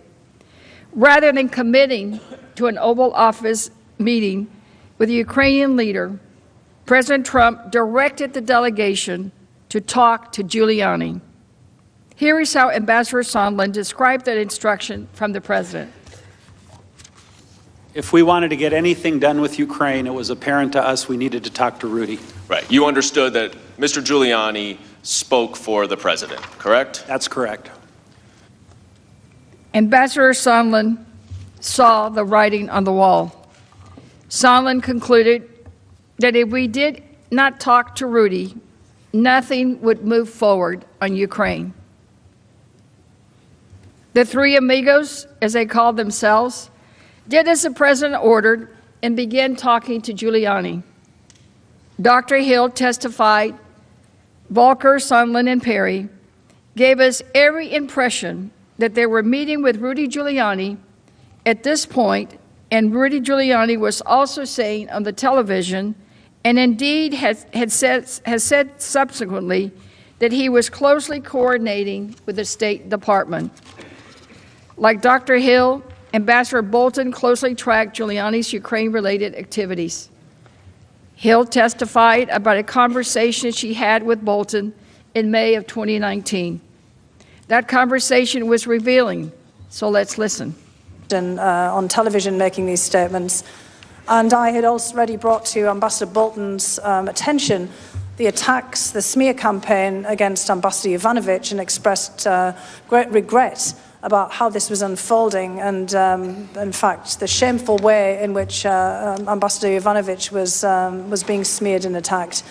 And I'd asked if there was anything that we could do about it. And Ambassador Bolton had looked pained, basically indicated with body language that there was nothing much that we could do about it. And he then, in the course of that discussion, said that Rudy Giuliani was a hand grenade that was going to blow everyone up. Did you understand what he meant by that?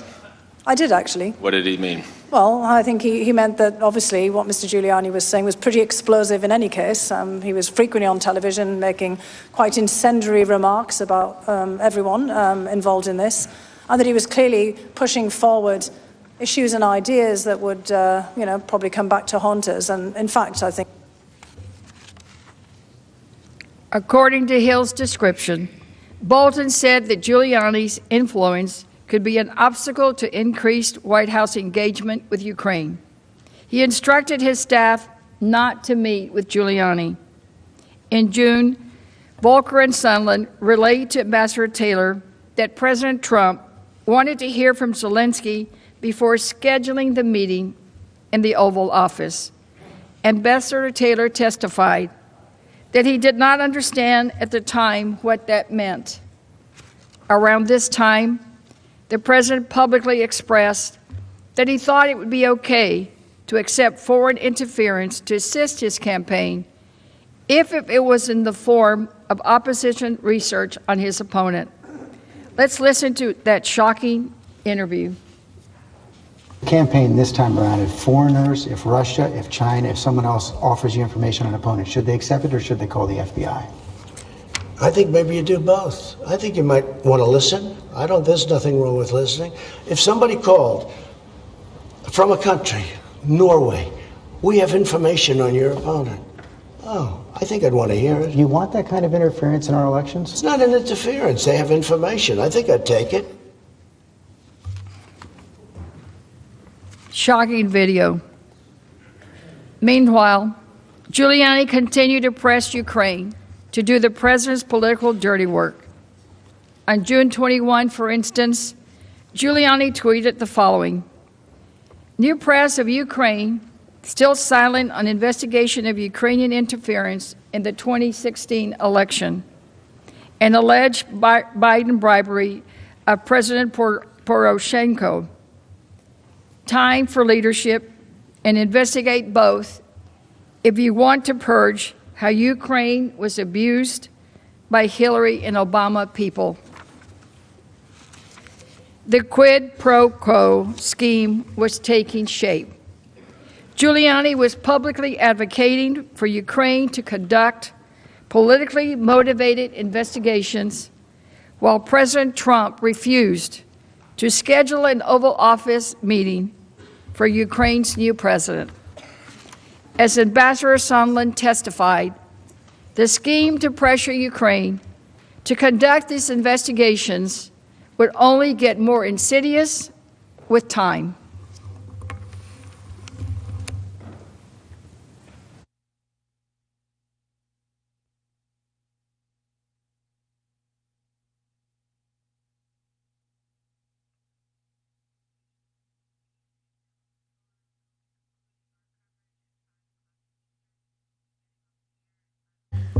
Mr. Chief Justice, the Majority Leader expressed a preference for a break about 2 hours in, so it's the House Manager's request that I present, and then we take the break if that's acceptable for everybody.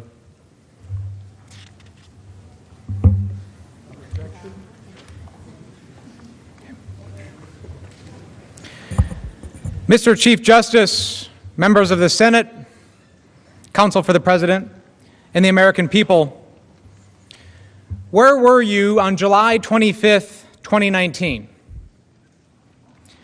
It was a Thursday. Members of the U.S. Senate were here in this chamber. On July 25th, across the Atlantic, our 68,000 troops stationed throughout Europe were doing what they do every day, training and preparing to support our allies and defend against Russia. The professionalism and sacrifice of our men and women in uniform is a source of great strength. But America is also strong, and America is also secure because we have friends. On July 25th, 2019, one of those friends was a man named Alexander Markiv. In a story told by Sabra Ayers of the Los Angeles Times, Alexander was a soldier in the Ukrainian army, defending his country and Europe against Russian-backed forces on Ukraine's Eastern Front. He was in a trench. He was 38 years old. Alexander would later die defending his country during a mortar attack on his fighting position, giving his life, just like over 13,000 of his fellow Ukrainians, on the front lines of the fight for liberty in Europe. That same Los Angeles Times article painted a picture of what the Ukrainians were going through during this time. Quote, "Tens of thousands of Ukrainians, like Markiv, volunteered to help fight the Russian-backed separatists in the east. Many of them were sent to the front line wearing sneakers and without flak jackets and helmets, let alone rifles and ammunition. Ukrainians across the country organized in an unprecedented, united civil movement not seen since World War II to raise money to supply their ragtag military with everything from soldiers' boots to bullets. And while our friends were at war with Russia, wearing sneakers, some without helmets, something else was happening. On July 25th, President Trump made a phone call. He spoke with Ukrainian President Zelensky and asked for a favor. And on that same day, just hours after his call, his administration was quietly placing an illegal hold on critical military aid to support our friends. So why should any American care about what's happening in Ukraine? Timothy Morrison, former senior director for Europe and Russia at the NSC, put it bluntly. Third, I continue to believe Ukraine is on the front lines of a strategic competition between the West and Vladimir Putin's revanchist Russia. Russia is a failing power, but it is still a dangerous one. The United States aids Ukraine and her people so they can fight Russia over there, and we don't have to fight Russia here. Support for Ukraine's territorial integrity and sovereignty has been a bipartisan objective since Russia's military invasion in 2014. It must continue to be. We help our partner fight Russia over there so we don't have to fight Russia here. Our friends on the front lines and trenches with sneakers. Following Russia's invasion of Ukraine in 2014, the United States has stood by Ukraine. Our diplomats and military commanders have long said that supporting Ukraine makes us safer. But you don't need me to tell you that. You all know it very well. When the funding for this security assistance came up for a vote under this roof, 87 of you voted for the aid.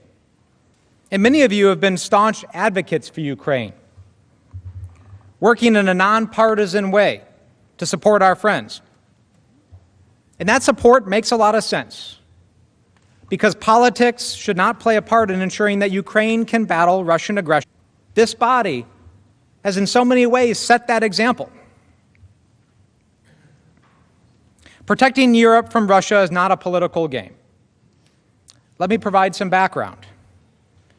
In early 2014, in what became known as the Revolution of Dignity, Ukrainian citizens demanded democratic reforms and an end to corruption, ousting the pro-Russian president.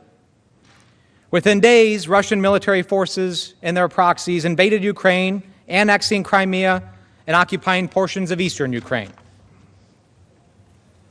Since 2014, more than 13,000 Ukrainians have been killed because of the conflict, and over 1.4 million have been forced from their homes.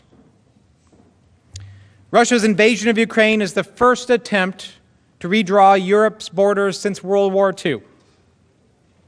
In 2017, then Secretary of Defense James Mattis summed it up well. He said, quote, "Despite Russia's denials, we know they are seeking to redraw international borders by force, undermining the sovereign and free nations of Europe." And as Ambassador Taylor put it, Russian aggression in Ukraine dismissed, quote, "dismissed all the principles that have kept the peace and contributed to prosperity in Europe since World War II."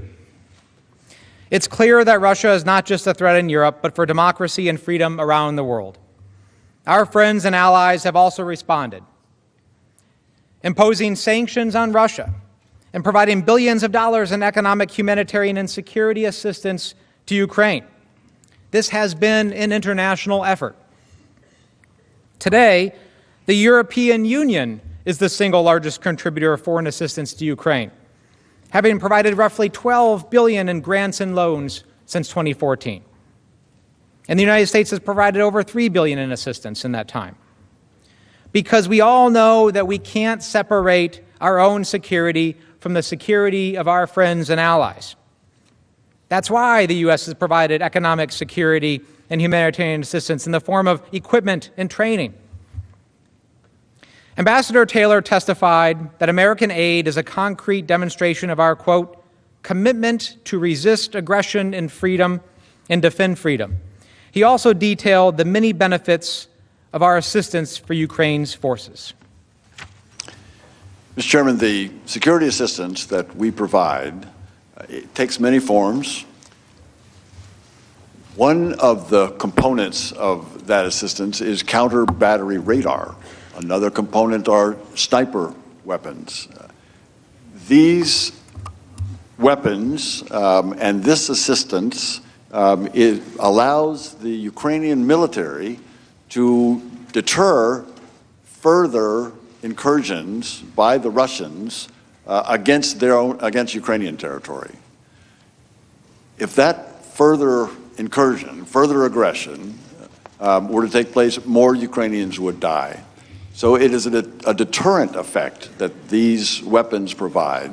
It's also the ability, it gives the Ukrainians the ability to negotiate from a position of a little more strength when they negotiate an end to the war in Donbass, negotiating with the Russians.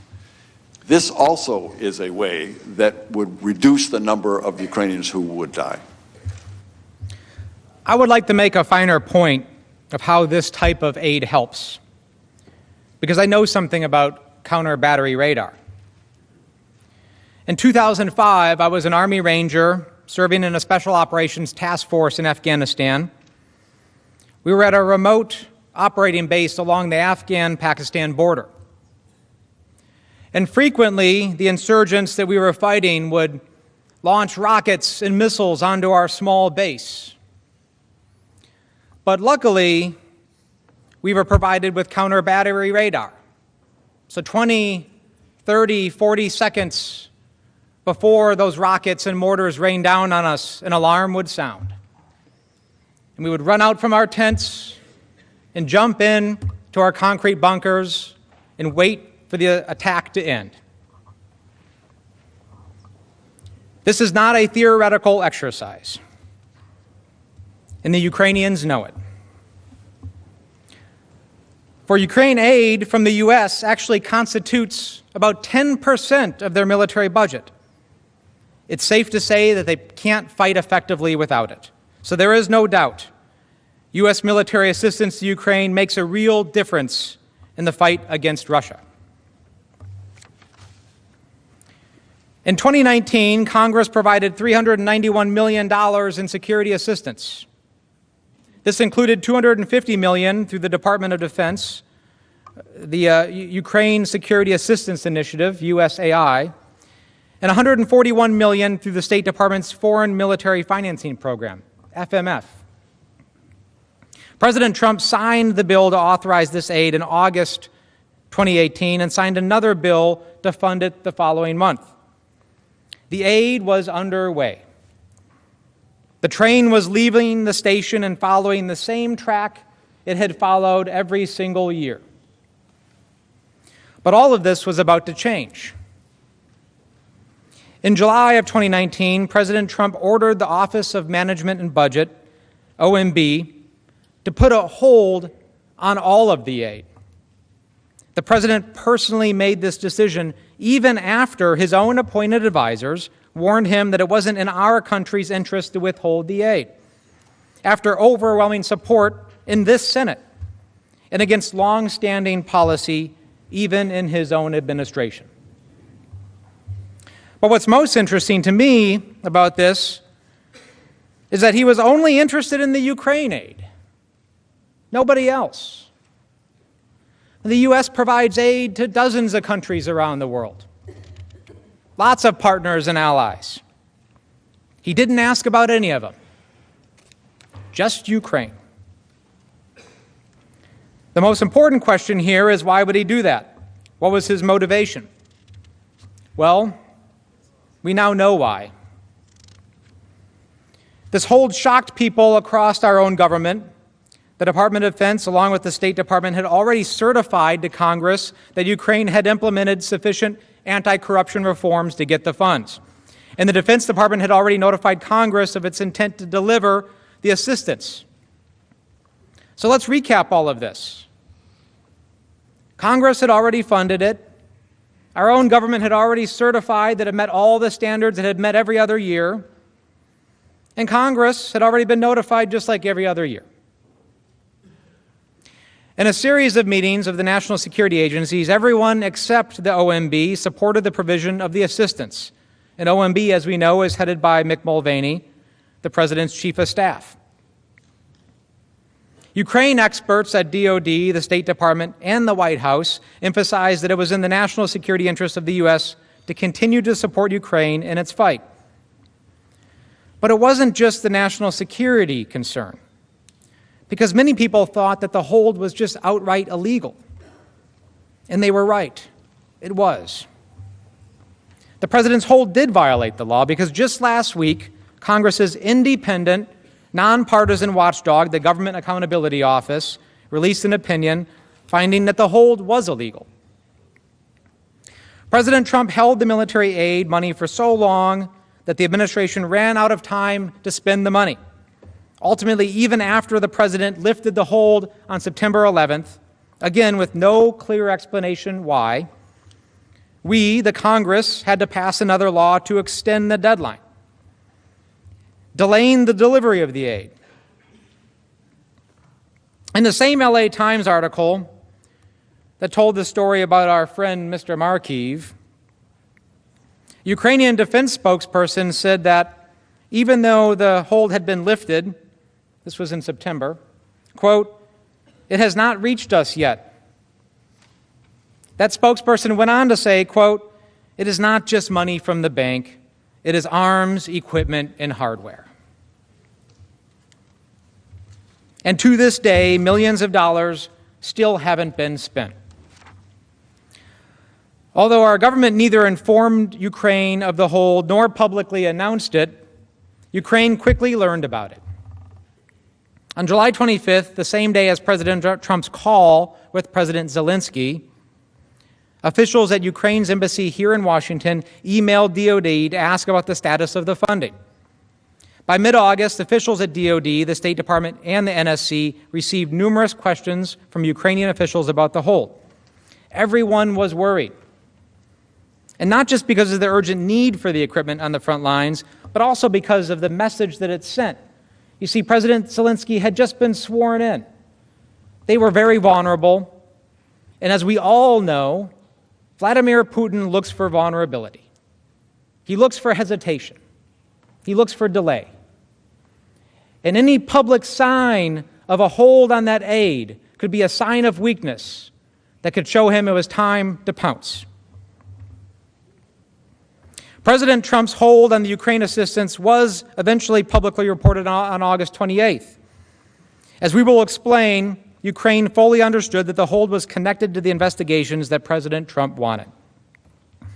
On February 28th, DOD notified Congress that it had intended to deliver $125 million of assistance appropriated in September, including, quote, more than $50 million of assistance to deliver counter-artillery radar and defense lethal assistance.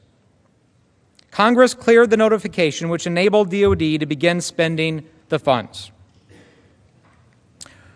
For Ukraine to receive the remaining $125 million, Congress required that the Secretary of Defense, in coordination with the Secretary of State, certify that the government of Ukraine had taken substantial anti-corruption reforms. Deputy Assistant Secretary of Defense Laura Cooper and senior officials across our government conducted a review to evaluate whether Ukraine had met the required benchmarks. Ms. Cooper explained that the review involved, quote, pulling in all the views of the key experts on Ukraine defense and coming up with a consensus view, which was then run up the chain in the Defense Department to quote, ensure we have approval. By May 23rd, the anti-corruption review was complete and DOD certified to Congress that Ukraine had complied with all of the conditions and that the remaining half of the aid should be released. But again, you don't have to take my word for it.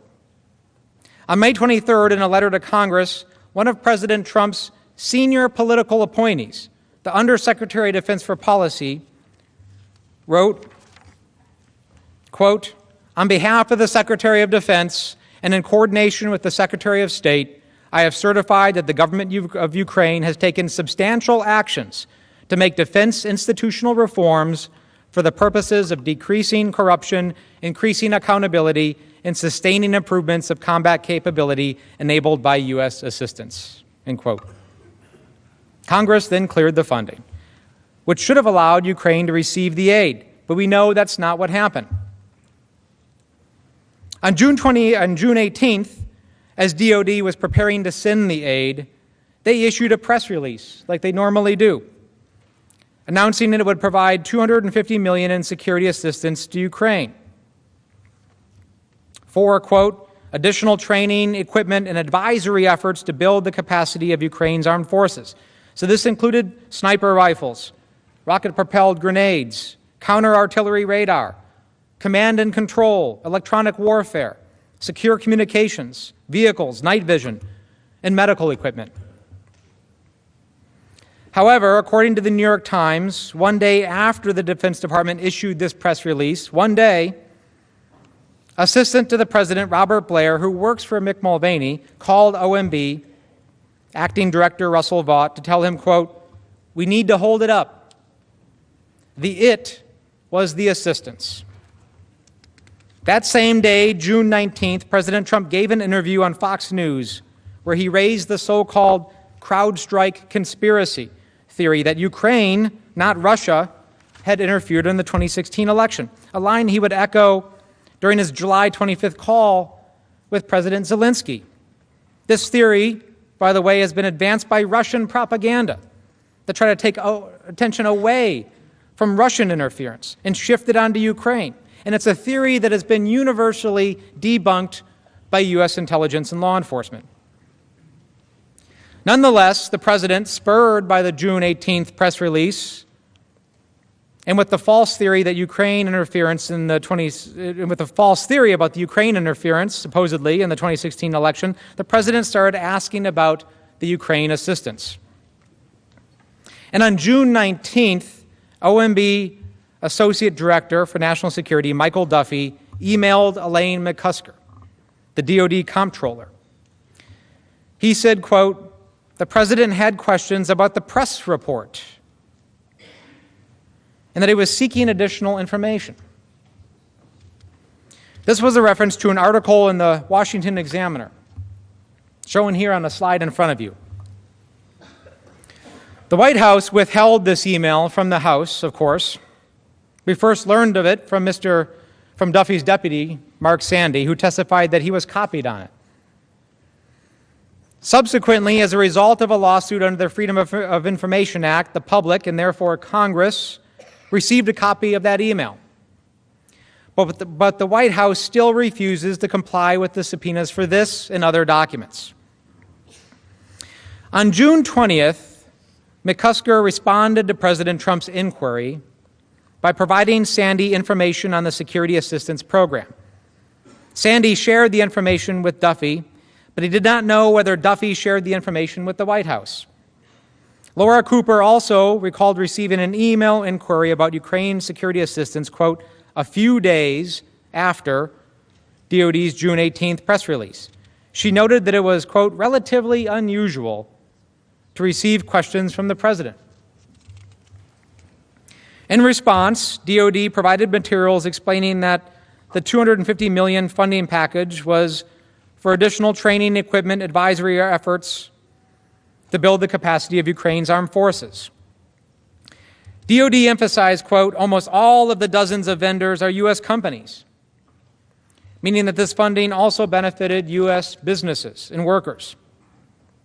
Nonetheless, President Trump put the wheels in motion to freeze the funds shortly after learning about DoD's plan to release the funds. According to a New York Times article on June 27th, Chief of Staff Mulvaney emailed Blair, quote, I'm just trying to tie up some loose ends. Did we ever find out about the money from Ukraine and whether we can hold it back? Blair reportedly responded that it would be possible, but not pretty. He added, quote, expect Congress to become unhinged. And I suppose he said that for all the reasons we talked about earlier, because this chamber and our chamber on the other side of the Capitol resoundingly supports it. And that was just the Defense Department assistance to Ukraine. For 2019, Congress also appropriated $141 million to Ukraine through the State Department. Unlike the Defense Department funding, which was approved by Congress and ready to be spent, OMB blocked the State Department from even seeking Congress's approval to release the funds. And I'd like to pause here to once again stress that we have learned a lot about the circumstances around the initial hold only from the public release of and reporting about these emails in the past few weeks. The White House has refused to provide these emails in response to a subpoena. Mick Mulvaney and Rob Blair refused to comply with a subpoena to testify. These emails are just a few of the many thousands that likely exist on this topic, but which have been concealed from Congress and the American people because of the ongoing obstruction. In fact, last night, as we were here late into the night, sometime around midnight, a new tranche of documents were released under a Freedom of Information Act request by an independent watchdog that had been asking for them. They were released last night between Mr. Duffy and Elaine McCusker and others on the things that I'm talking about right now. Unfortunately, as you can see, there isn't a lot to read here because it's all blacked out.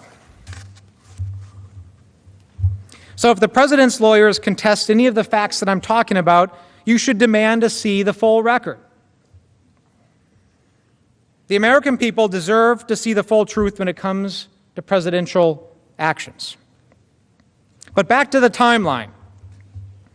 From July to September 2019, the president and his advisors at the White House and OMB implemented the hold on Ukraine assistance through an unusual and unlawful process. First, on July 3rd, the State Department notified DOD and NSC staff that OMB was blocking its notification to Congress. According to Jennifer Williams, Vice President Pence's aide, the hold on this assistance, quote, came out of the blue because it had not been previously discussed by OMB or NSC. Around July 12th, President Trump directed that a hold be placed on the DOD security assistance as well. That day, Mr. Blair sent an email to Duffy at OMB informing him that, quote, that the president is directing a hold on military support funding for Ukraine. Around July 15th, Tim Morrison learned from Deputy Director or Advisor Charles Kupperman, quote, that it was the president's direction to hold the assistance. Several days later, Duffy and Blair again exchanged emails about Ukraine and security assistance. And Sandy testified that in these emails, Duffy asked Blair about the reason for the hold. Blair provided no explanation. Instead, he said, quote, we need to let the hold take place. And then, quote, revisit the issue with the president. Between July 18th and July 31st, the NSC staff convened several interagency meetings at which the hold on security assistance was discussed. Remember those dates, July 18th to July 31st. According to Mark Sandy and other witnesses, several facts emerged. First, the agencies learned that the president himself had directed the hold through OMB. Second, no justification or explanation was provided for the hold, despite repeated questions. Third, except for OMB, all agencies supported military aid because it was in the national security interest of the United States. And fourth, many were concerned that the hold was outright illegal. Ambassador Taylor learned of the hold on July 18th. He said, quote, the directive had come from the president to the chief of staff to OMB and that he, quote, sat in astonishment because one of the key pillars of our strong support for Ukraine was threatened. David Holmes, a diplomat at the U.S. Embassy in Kyiv, testified that he was shocked by the hold. Although there was initially some question as to whether the hold applied to DOD funds, which was already cleared by Congress, it soon became clear that the hold applied to all $391 million. Tim Morrison testified that DOD officials raised concerns at a meeting on July 23rd about whether it was, quote, actually legally permissible for the president to not allow for the disbursement of the funding. These concerns related to possible violations of the Impoundment Control Act, the law that gives the president the authority to delay or withhold funds only if Congress is notified of those intentions and approves the proposed action. Of course, neither of those things had been done. The issue was escalated quickly, and at a senior-level meeting on July 26th, OMB remained the lone voice for holding the aid. According to Tim Morrison, OMB said that President Trump was concerned about corruption in Ukraine. Cooper from DOD also attended the July meeting. She received no further understanding of what was meant by corruption. There was never a principals meeting convened on this issue, but there was a fourth and final interagency meeting on July 31st. Remember that date? A fourth and final one.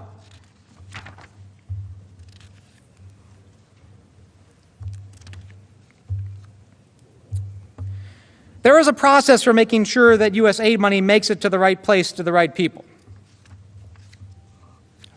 And Mr. Chief Justice, I do see a lot of members moving and taking a break. We would like to take a break at this time. I have another probably 15 minutes. Oh, I think we can continue. Okay.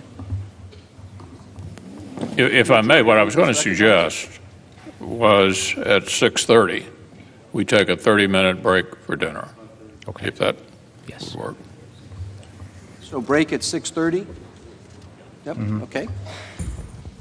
What I was going to suggest was a break for dinner at 6:30 for about 30 minutes. That work? Yeah. Okay.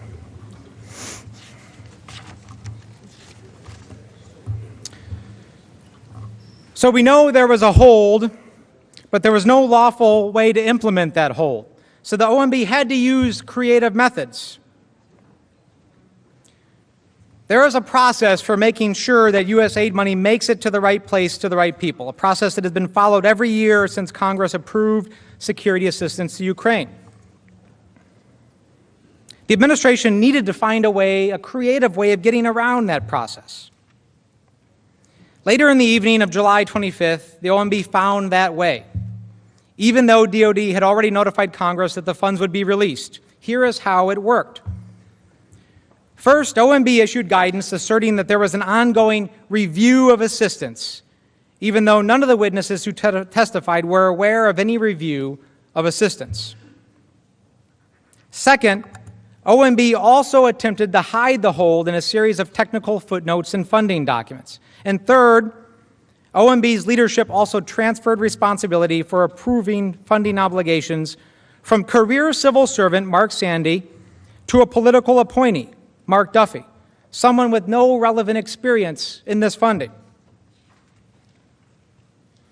Based on recent public reporting and documents DOD released under the Freedom of Information Act, we learned that on July 25th, approximately 90 minutes after President Trump's phone call with President Zelensky, Mr. Duffy put this three-pronged plan into motion when he sent an email to senior DOD officials, copying Sandy. The email is in front of you. In this email, Duffy stated, quote, "Based on guidance I have received and in light of the administration's plan to review assistance to Ukraine, please hold off on any additional DOD obligations of these funds pending direction from that process." Duffy also underscored, quote, "Given the sensitive nature of the request, I appreciate you keeping that information closely held to those who need to know to execute the direction." In other words, don't tell anybody about it. Later that day, Sandy approved and signed the first July 25th funding document, which delayed funding until August 5th. Sandy testified that the purpose of this and subsequent footnotes, quote, was to preclude obligation for a limited period of time, but enable planning and casework to continue.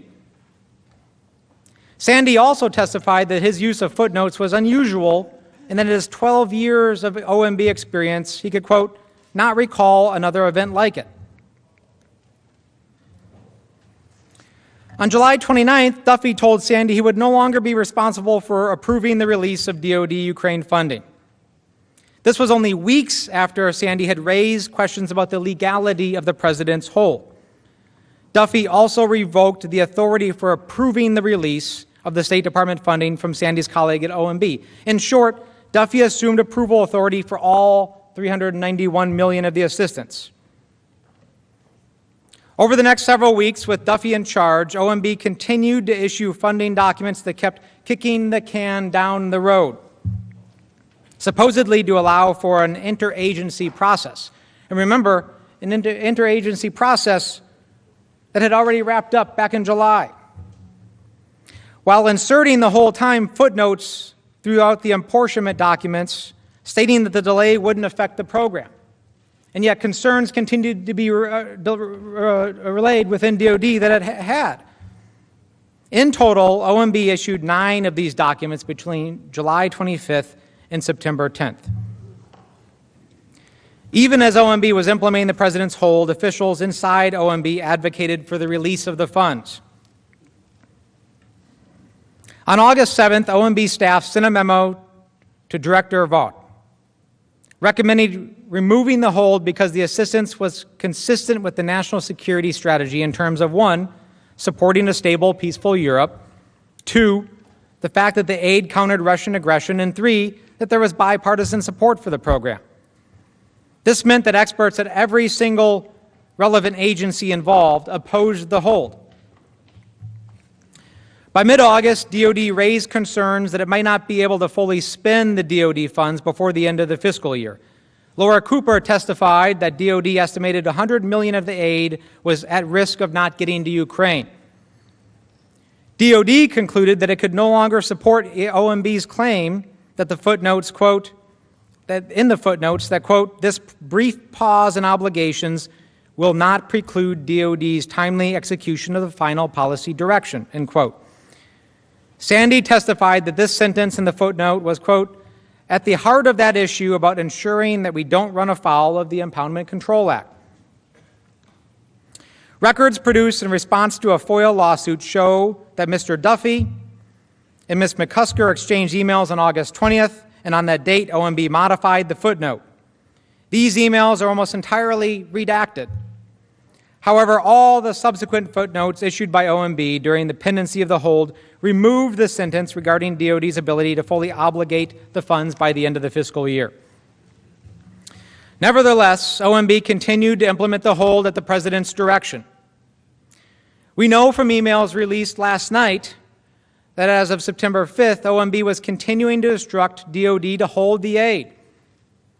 OMB gave these emails to a private organization just because of a FOIA lawsuit. On September 5th, Duffy emailed McCusker the following, quote, no movement from Ukraine. Footnote forthcoming to continue hold through Friday, end quote. We know that McCusker responded to OMB with a lengthy email detailing DOD's serious concerns, but OMB redacted almost the whole thing. As I explained last night, OMB has key documents that President Trump has refused to turn over to Congress. Key documents that go to the heart of one of the ways in which the President abused his power. Concerns about whether the administration was bending, if not breaking the law, contributed to at least 2 OMB officials resigning, including an attorney in OMB. According to Sandy, one colleague specifically disagreed with OMB General Counsel about the application of the Impoundment Control Act. As I mentioned earlier, the independent and nonpartisan Government Accountability Office has already said that the hold was illegal. But you remember the OMB correspondence referencing the, quote, interagency process. As we now know, there was no interagency process. It had ended months before. They made it up. They had to make it up because they couldn't say the real reason for the hold. Sometime prior to August 16th, Ambassador Bolton had a one-on-one meeting with President Trump. According to Morrison, at that meeting, the President, quote, was not ready to approve the release of the assistance. Ambassador Bolton instructed Morrison to look for other opportunities to get the President's cabinet together to, quote, have the direct, in-person conversation with the President about this topic. Everyone was worried, including the President's national security advisor. In mid-August, Colonel Vidman drafted a presidential decision memorandum for Ambassador Bolton to present to President Trump for a decision on Ukraine security assistance.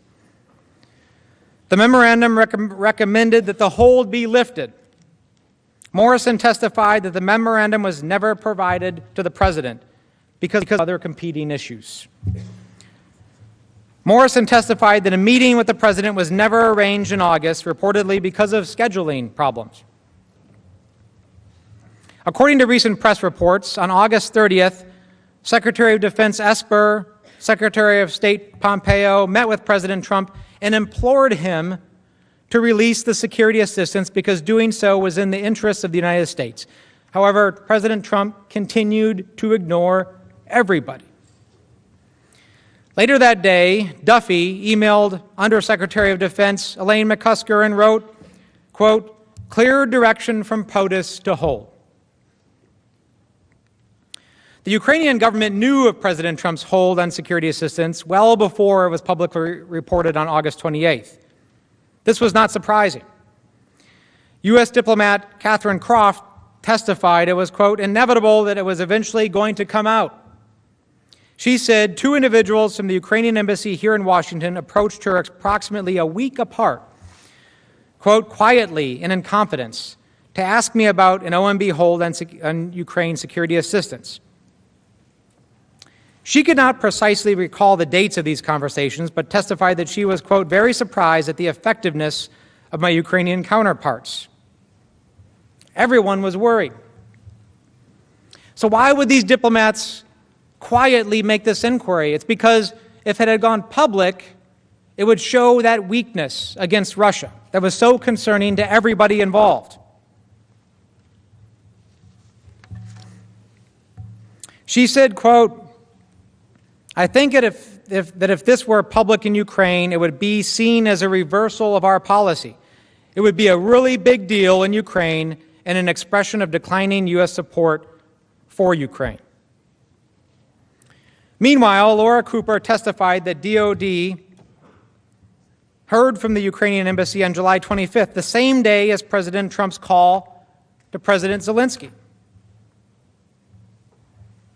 On July 25th, a member of my staff got a question from a Ukraine embassy contact asking what was going on with Ukraine security assistance.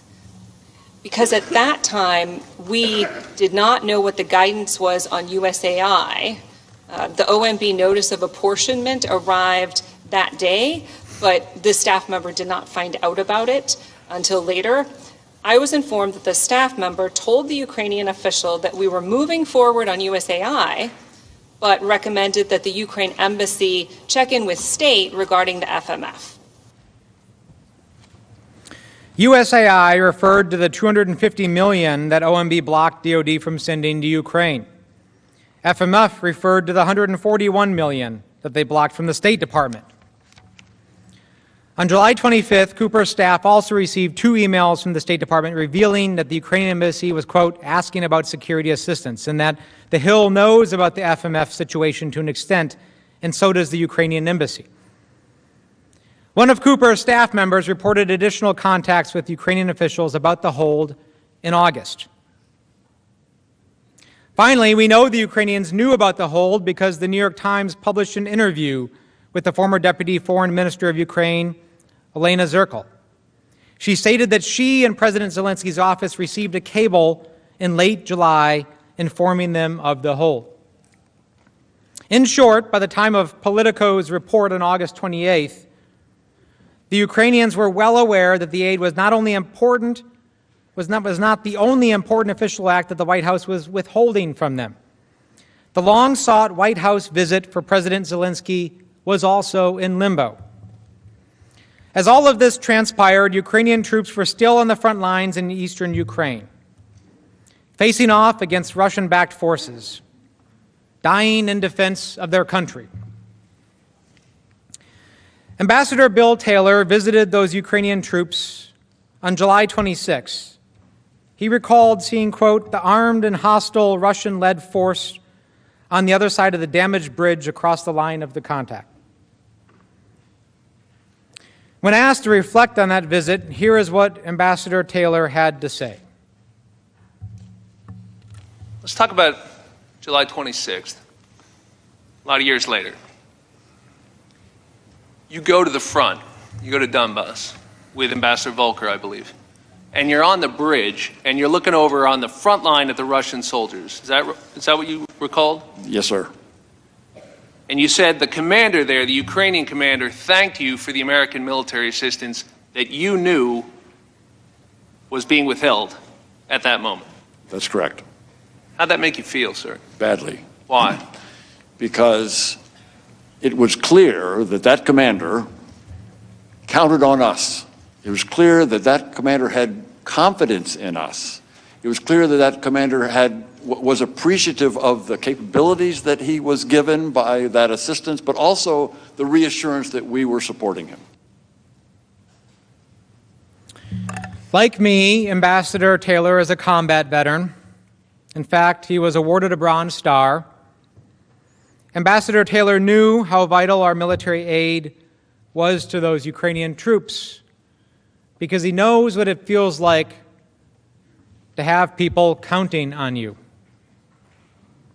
Members of the U.S. Senate, I know you believe that aid is important too, because 87 members of this body voted to support it.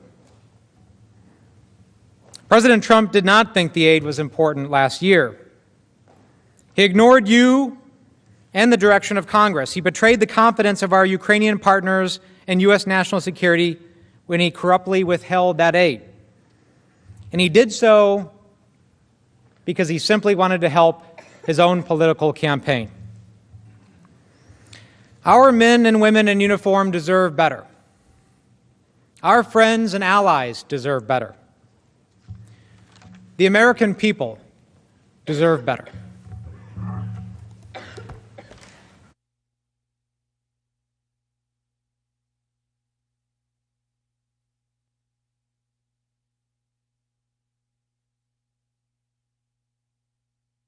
Chief Justice Roberts, senators, and counsel for the President.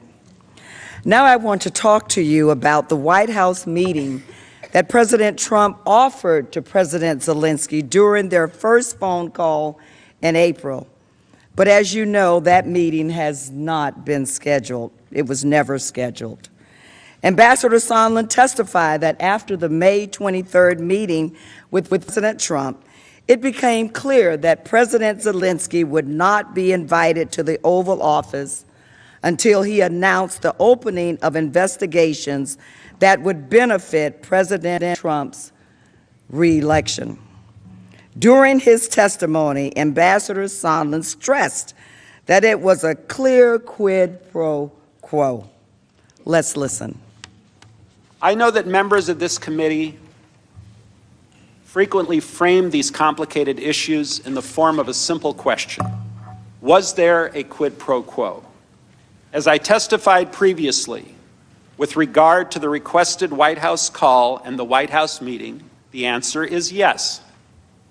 Mr. Giuliani conveyed to Secretary Perry, Ambassador Volker, and others that President Trump wanted a public statement from President Zelensky committing to investigations of Burisma and the 2016 election. Mr. Giuliani expressed those requests directly to the Ukrainians, and Mr. Giuliani also expressed those requests directly to us. We all understood that these prerequisites for the White House call and the White House meeting reflected President Trump's desires and requirements. Ambassador Sondland also testified that the scheme to pressure Ukraine into fulfilling the president's requirements for an Oval Office meeting became progressively and more specific and problematic, what he described as a continuum of insidiousness. He explained the evolution from generic requests to investigate corruption to calls to pursue specific allegations against President Trump's political opponents. Here is Ambassador Sondland again. Well, Mr. Chairman, when we left the Oval Office, I believe on May 23rd, the request was very generic for an investigation of corruption in a very vanilla sense, and dealing with some of the oligarch problems in Ukraine, which were longstanding problems. And then as time went on, more specific items got added to the menu, including the Burisma and 2016 election meddling specifically, the DNC server specifically. And over this continuum, it became more and more difficult to secure the White House meeting because more conditions were being placed on the White House meeting. In short, Ambassadors Volker and Sondland understood that to get the meeting scheduled, they needed to get Mr. Giuliani's agreement first. On June 27, Ambassador Sondland explained to Ambassador Taylor that President Trump needed to hear from the Ukrainian leader before he would consent to a White House meeting. Here is how Ambassador Taylor explained it. On June 27th, Ambassador Sondland told me during a phone conversation that President Zelensky needed to make clear to President Trump that he, President Zelensky, was not standing in the way of investigations.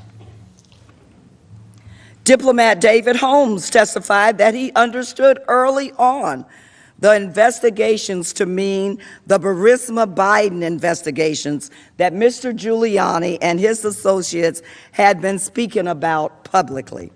Mr. Holmes noted that while President Trump was withholding an Oval meeting with Ukraine's newly elected leader, he agreed to meet with Ukraine's chief foe, Vladimir Putin. Mr. Holmes had this to say. Also on June 28th, while President Trump was still not moving forward on a meeting with President Zelensky, he met with Russian President Putin at the G20 summit in Osaka, Japan, sending a further signal of lack of support to Ukraine. Ambassador Volker did not dispute other witnesses' testimony that President Trump conditioned Oval Office meetings on President Zelensky's willingness to announce investigations. Indeed, Ambassador Volker helped matters along. Ambassador Volker testified that at a conference in early July, he suggested that President Zelensky speak to President Trump on the phone to discuss the investigations. During his testimony, Ambassador Volker described that encounter. And in the July 2nd or 3rd meeting in Toronto that you had with President Zelensky, you also mentioned investigations to him, Yes. right? And again, you were referring to the Burisma. I was thinking and of the 2016. Burisma in 2016. Okay. And you understood that that's what the Ukrainians interpreted references to investigations to be related to Burisma and the 2016 election. I don't know specifically at that time if we had talked that specifically Burisma 2016 with President Zelensky. That was my assumption, though, that they would have been thinking that too. Mr. Giuliani became an inescapable presence to both Ukrainian officials and American diplomats. To the Ukrainians, Rudy Giuliani was seen as both a potential channel to President Trump and an obstacle to a productive U.S.-Ukraine relationship. A top aide to President Zelensky texted to Volker that, "I feel that the key for many things is Rudy, and I'm ready to talk with him at any time." But everyone understood that Mr. Giuliani was no rogue agent. He was acting at the direction of the president. Ambassador Sondland clearly described Mr. Giuliani's role in regard to the president. Let's listen. Mr. Giuliani's requests were a quid pro quo for arranging a White House visit for President Zelensky. Mr. Giuliani demanded that Ukraine make a public statement announcing the investigations of the 2016 election, DNC server, and Burisma. Mr. Giuliani was expressing the desires of the President of the United States, and we knew these investigations were important to the President. Concerned about Mr. Giuliani's influence began to grow. On July 10th, at a meeting between Ambassador Taylor and two Ukrainian officials in Kyiv, Ukrainian officials said they were very concerned because Mr. Giuliani had told the corrupt prosecutor general, Lysenko, that President Trump would not meet with the Ukrainian leader. Back in Washington, 2 important encounters at the White House further revealed the existence of a corrupt quid pro quo. Ambassador Sondland first broached the investigation in a meeting in Ambassador Bolton's office with Bolton's Ukrainian counterpart and President Zelensky's top aide. Also present were Secretary Perry, Ambassador Volker, and NSC officials Dr. Hill and Lieutenant Colonel Vindman. Toward the end of the meeting, the Ukrainians raised the topic of an Oval Office meeting between President Trump and President Zelensky. Ambassador Bolton started to respond when Ambassador Sondland interjected and raised the demands of the investigation. Here is how Lieutenant Colonel Vindman recalled the conversation. To the best of my recollection, Ambassador Sondland said that in order to get a White House meeting, the Ukrainians would have to provide a deliverable, which is investigations, specific investigations. Ambassador Volker separately confirmed this recollection during his testimony. I participated in the July 10th meeting between National Security Advisor Bolton and then Ukrainian Chairman of the National Security and Defense Council, Alex Danylyuk. As I remember, the meeting was essentially over when Ambassador Sondland made a general comment about investigations. I think all of us thought it was inappropriate. Ambassador Bolton also found Ambassador Sondland's reference to be inappropriate, and he abruptly ended the meeting. However, Ambassador Sondland was not deterred. He convened a second meeting where he discussed what needed to happen before an Oval Office meeting. Apparently, Ambassador Sondland had received his marching orders from the president, and he was determined to carry them out. Bolton sent Dr. Hill to join that meeting and report back, and this is what Dr. Hill had to say. And so when I came in, Gordon Sondland was basically saying, well, look, we have a deal here that there will be a meeting. I have a deal here with Chief of Staff Mulvaney. There will be a meeting if the Ukrainians open up or announce these investigations and, into 2016 in Burisma. And I cut it off immediately there. Because by this point, having heard Mr. Giuliani over and over again on the television and all of the issues that he was asserting, by this point it was clear that Burisma was code for the Bidens, because Giuliani was laying it out there. After the meeting, Dr. Hill followed up with Ambassador Bolton and relayed what transpired. Bolton was alarmed. In other words, Ambassador Bolton didn't want any part of it. He directed Dr. Hill to brief the NSC's top attorney, John Eisenberg, as she explained during her hearing.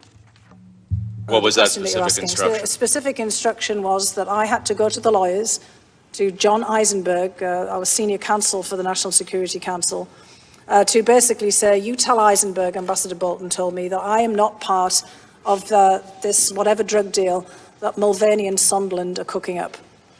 What did you understand him to mean by the drug deal that Mulvaney and Sondland were cooking up? I took it to mean investigations for a meeting. Did you go speak to the lawyers? I certainly did. Senators, as a former chief of police, I think it's quite interesting that Ambassador Bolton categorized the corrupt scheme, the pressure campaign, as a, quote, drug deal. I think that Ambassador Bolton was trying to send us a very powerful message. A message that not only would the lawyers, the top lawyer, understand, but that every person would understand. Every member of the House, every member of the Senate, every member of our great country, every citizen. And Ambassador Bolton also wanted to make clear especially to the top attorney, that he did not want to have anything to do with a drug deal in progress. But we do know. We know now, of course, that Ambassador Bolton can testify directly about this.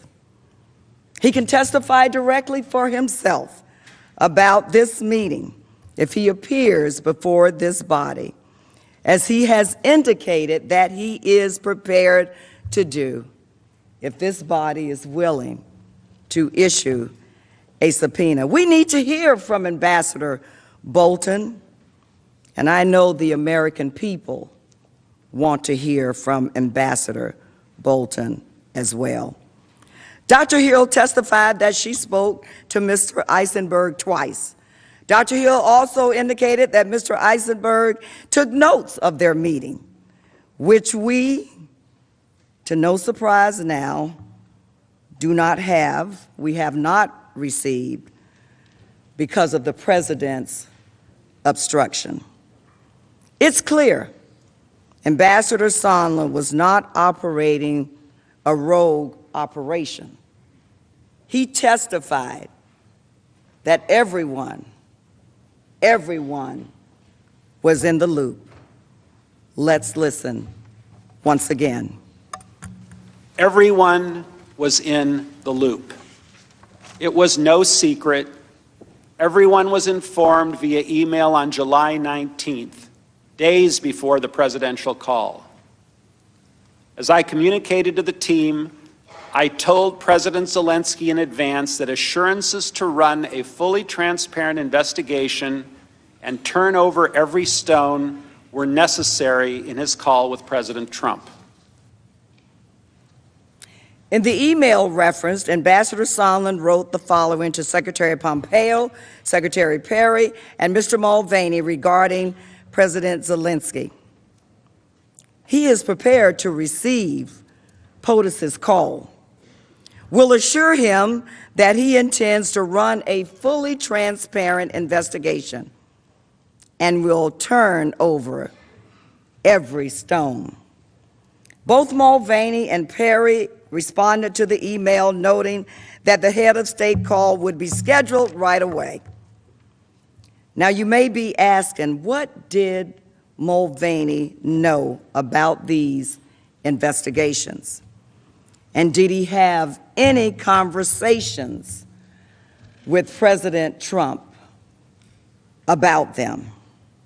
Senators, this body is entitled to see all of the evidence. And you know what? The American people are entitled to hear all of the evidence.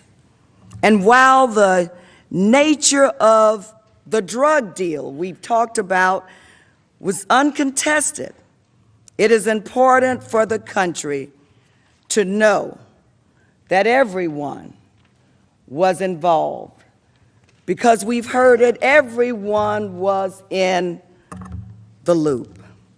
Now, later that day, July 19th, Ambassador Sondland texted Ambassadors Volker and Taylor about the upcoming head of state telephone call.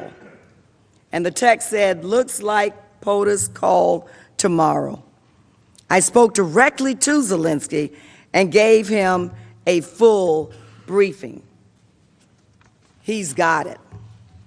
Ambassador Volker replied to Sondland's text, most important is for Zelensky to say that he will help investigations. The evidence shows that the Ukrainians understood what they needed to do to earn a White House meeting with the president. On July 20th, the day after Ambassador Sondland's phone call with President Zelensky, Ambassador Taylor spoke with the Ukrainian National Security Advisor. Ukraine's National Security Advisor conveyed that the Ukrainian president did not want to become an instrument in U.S. politics. Here is how Ambassador Taylor explained that concern. What did you understand it to mean that Zelensky had concerns about being an instrument in Washington domestic re-election politics? Mr. Daniluk understood that these investigations were pursuant to Mr. Giuliani's request to develop information, to find information about Burisma and the Bidens. This was very well known in public. Mr. Giuliani had made this point clear in several instances in the beginning, in the springtime, and Mr. Daniluk was aware that that was a problem.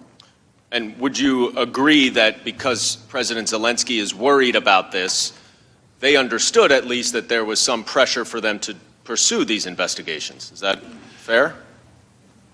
Mr. Daniluk indicated that President Zelensky certainly understood it, that he did not want to get involved in these type of activities. The next day, Ambassador Taylor relayed the Ukrainian leaders' concerns to Volker and Sondland. But Ambassador Sondland did not back down. Specifically, Ambassador Sondland texted in response to Ambassador Taylor's worry. Absolutely.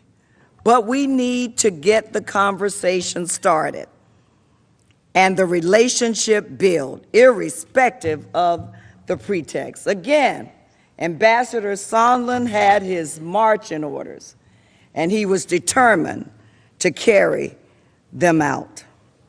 A call between President Trump and President Zelensky was scheduled for July 25th.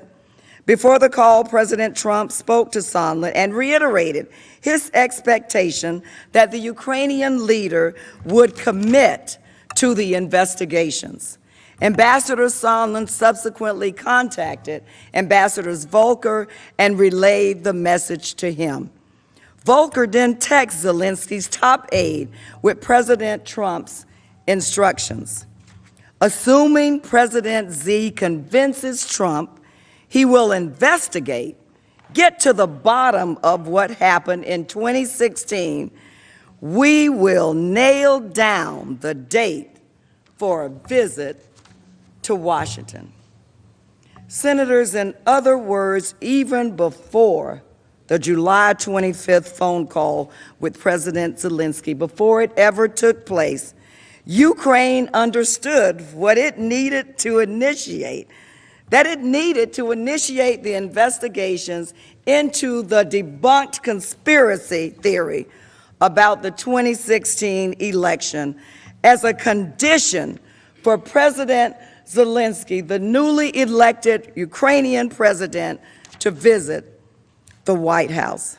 Ambassador Sondland testified that acting on President Trump's direct orders, he and Ambassador Volker prepped President Zelensky for the telephone call.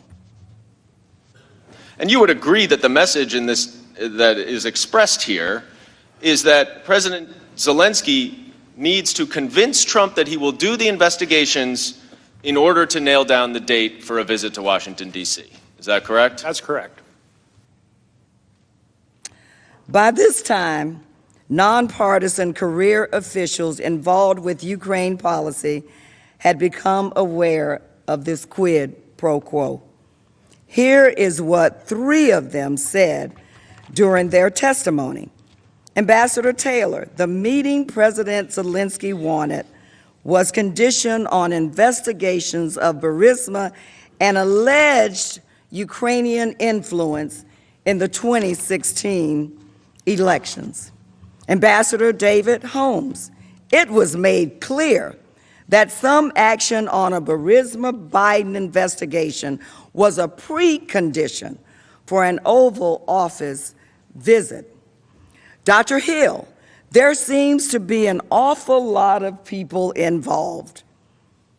You know, basically turning a White House meeting into some kind of asset that was dangled out to the Ukrainian government.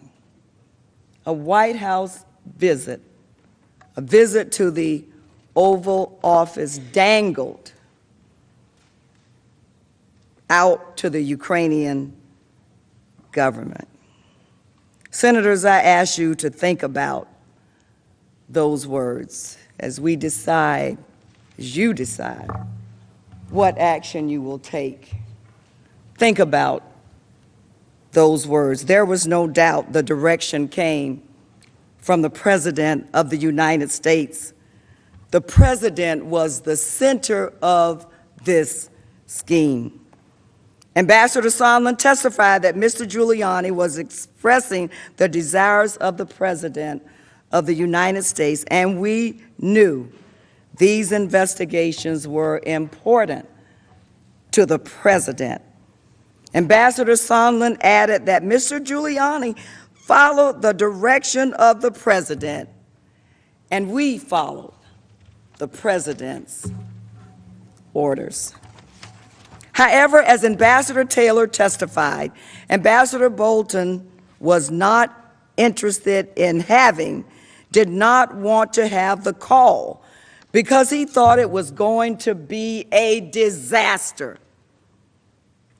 He thought that there could be some talk of investigations or even worse than that.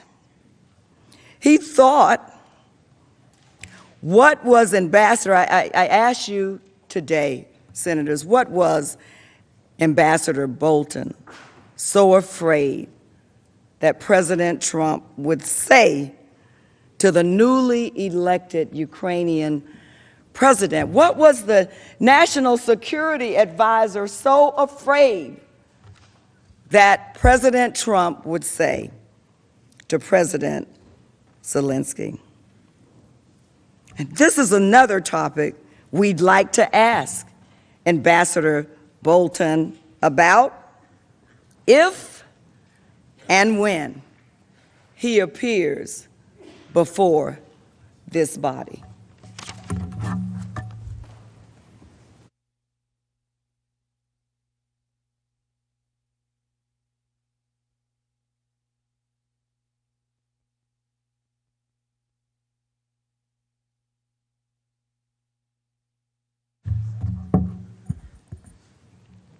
Mr. Chief Justice, distinguished members of the Senate, I thank you once again for your indulgence and for your courtesy as we all undertake our solemn constitutional responsibilities during this Senate trial.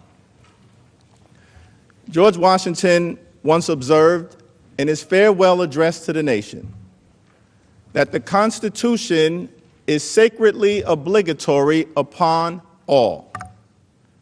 That means everyone. And in fact, that is what makes our great country so distinct from authoritarian regimes and enemies of democracy. Vladimir Putin is above the law in Russia. Erdogan is above the law in Turkey. Kim Jong-un is above the law in North Korea. But in the United States of America, no one is above the law, not even the President of the United States. That is what this moment is all about. As we all know, Congress is a separate and co-equal branch of government. We don't work for this president or any president. We, of course, work for the American people. We have a constitutional responsibility to serve as a check and balance on an out-of-control executive branch. That is not the Democratic Party playbook. That is not the Republican Party playbook. That is the playbook in a democratic republic. James Madison once observed in Federalist 51 that the Congress should serve as a rival to the executive branch. in my humble opinion, why would Madison use the word rival? It's because the framers of the Constitution, I think, did not want a king. They did not want a dictator. They did not want a monarch. They wanted a democracy. The Constitution is sacredly obligatory upon all. It is through that lens that we proceed today. For the next few moments, I would like to discuss President Trump's July 25th phone call with Ukraine's newly elected leader. The president claims that his call was perfect. Nothing can be further from the truth. The call is direct evidence of President Trump's solicitation of foreign interference in the 2020 election as part of a corrupt scheme. It is important, of course, to remember the context of this call. The new Ukrainian president, Vladimir Zelensky, was in a vulnerable position and viewed American and diplomatic military support as critical to his standing and to Ukraine's fragile future as a democracy. Equally significant, as outlined by my colleagues, America has a strong national security interest in supporting Ukraine against Russia's continued aggression. William Taylor, West Point graduate, Vietnam War hero, ambassador to Ukraine, appointed by Donald Trump, testified, Ukraine is a strategic partner of the United States, important for the security of our country as well as Europe. Lieutenant Colonel Alexander Vindman, National Security Council officer, Trump appointee, Purple Heart recipient, Iraq War veteran, testified a strong and independent Ukraine is critical to our national security interests. Ukraine remains under attack by Russian-backed separatists in Crimea. It is an ongoing hot war. Ukraine is a friend, Russia is a foe. Ukraine is a democracy, Russia is a dictatorship. The United States may very well be one of the only things standing between Russia and Ukraine being completely overrun as part of Vladimir Putin's continued aggression against the free world. That is why this Congress allocated $391 million in military and security aid to a vulnerable Ukraine on a bipartisan basis, because it is in America's national security interests. On the July 25th call, Mr. Trump could have endeavored to strengthen the relationship with this new Ukrainian leader. Instead, President Trump focused on securing a personal favor. He wanted Ukraine to conduct phony investigations designed to enhance his political standing and solicit foreign interference in the 2020 election. On a July 25th call, President Trump maligned a highly respected American ambassador known as an anti-corruption crusader. At the same time, he praised a corrupt former Ukrainian prosecutor. And on multiple occasions, President Trump directed Ukraine's new leader to speak with his personal lawyer, Rudolph Giuliani, on an official call. Mr. Giuliani is not a member of the Trump administration. For these and other reasons, the July 25th call warrants our close scrutiny. It presents significant and shocking evidence of President Trump's corrupt intent. The call lays bare the president's willingness to do whatever it takes, to get what he wants, even if his behavior undermines the national security interests of the United States of America. At the beginning of the call, President Zelensky mentioned U.S. military aid, and he states, "I would also like to thank you for your great support in the area of defense." The great support in the area of defense includes the security assistance passed by this Congress on a bipartisan basis that Donald Trump held up in violation of the law. Immediately after President Zelensky raised the issue of defense support, President Trump responded, "I would like you to do us a favor, though." These words will live in infamy. First, President Trump said to President Zelensky, as part of the two demands that he requested, "I would like you to find out what happened with this whole situation in Ukraine. They say CrowdStrike. I guess you have one of your wealthy people, the server, they say, Ukraine has it." President Trump continued, "I would like to have the Attorney General call you or your people, and I would like you to get to the bottom of it. As you saw yesterday, that whole nonsense ended with a very poor performance by a man named Robert Mueller, a Vietnam War hero, by the way. A very poor performance by a man named Robert Mueller, an incompetent performance. But they say a lot of it started with Ukraine. Whatever you can do, it's very important that you do it if that's possible." Who is the they referred to by President Trump, putting forth the baseless conspiracy theory that the Ukrainians, not the Russians, were behind the hack of the Democratic National Committee server in 2016? They means Russia. They means Putin. They are enemies of the United States. Not a single witness who testified before the House knew of any factual basis for President Trump's belief in the CrowdStrike Ukraine fairy tale.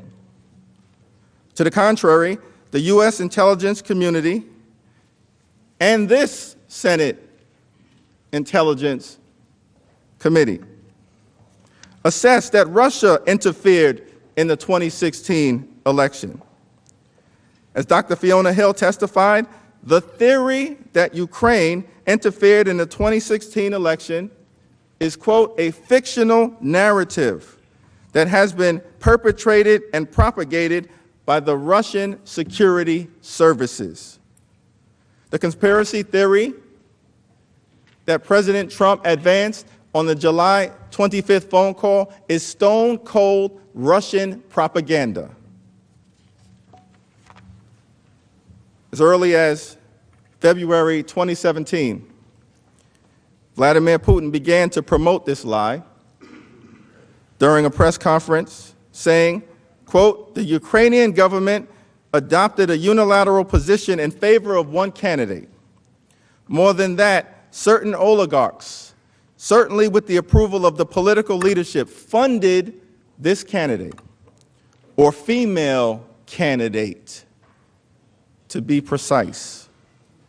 Those are the words of Vladimir Putin, a script apparently adopted by President Donald John Trump.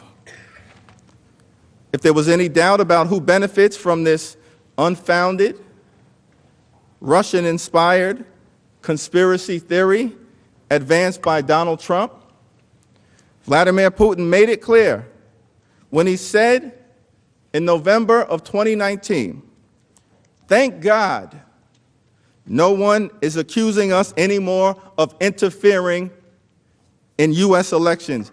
Now they're accusing Ukrainians. Unfortunately, this is not the first time President Trump tried to capitalize on Russian propaganda and misinformation for his own political benefit.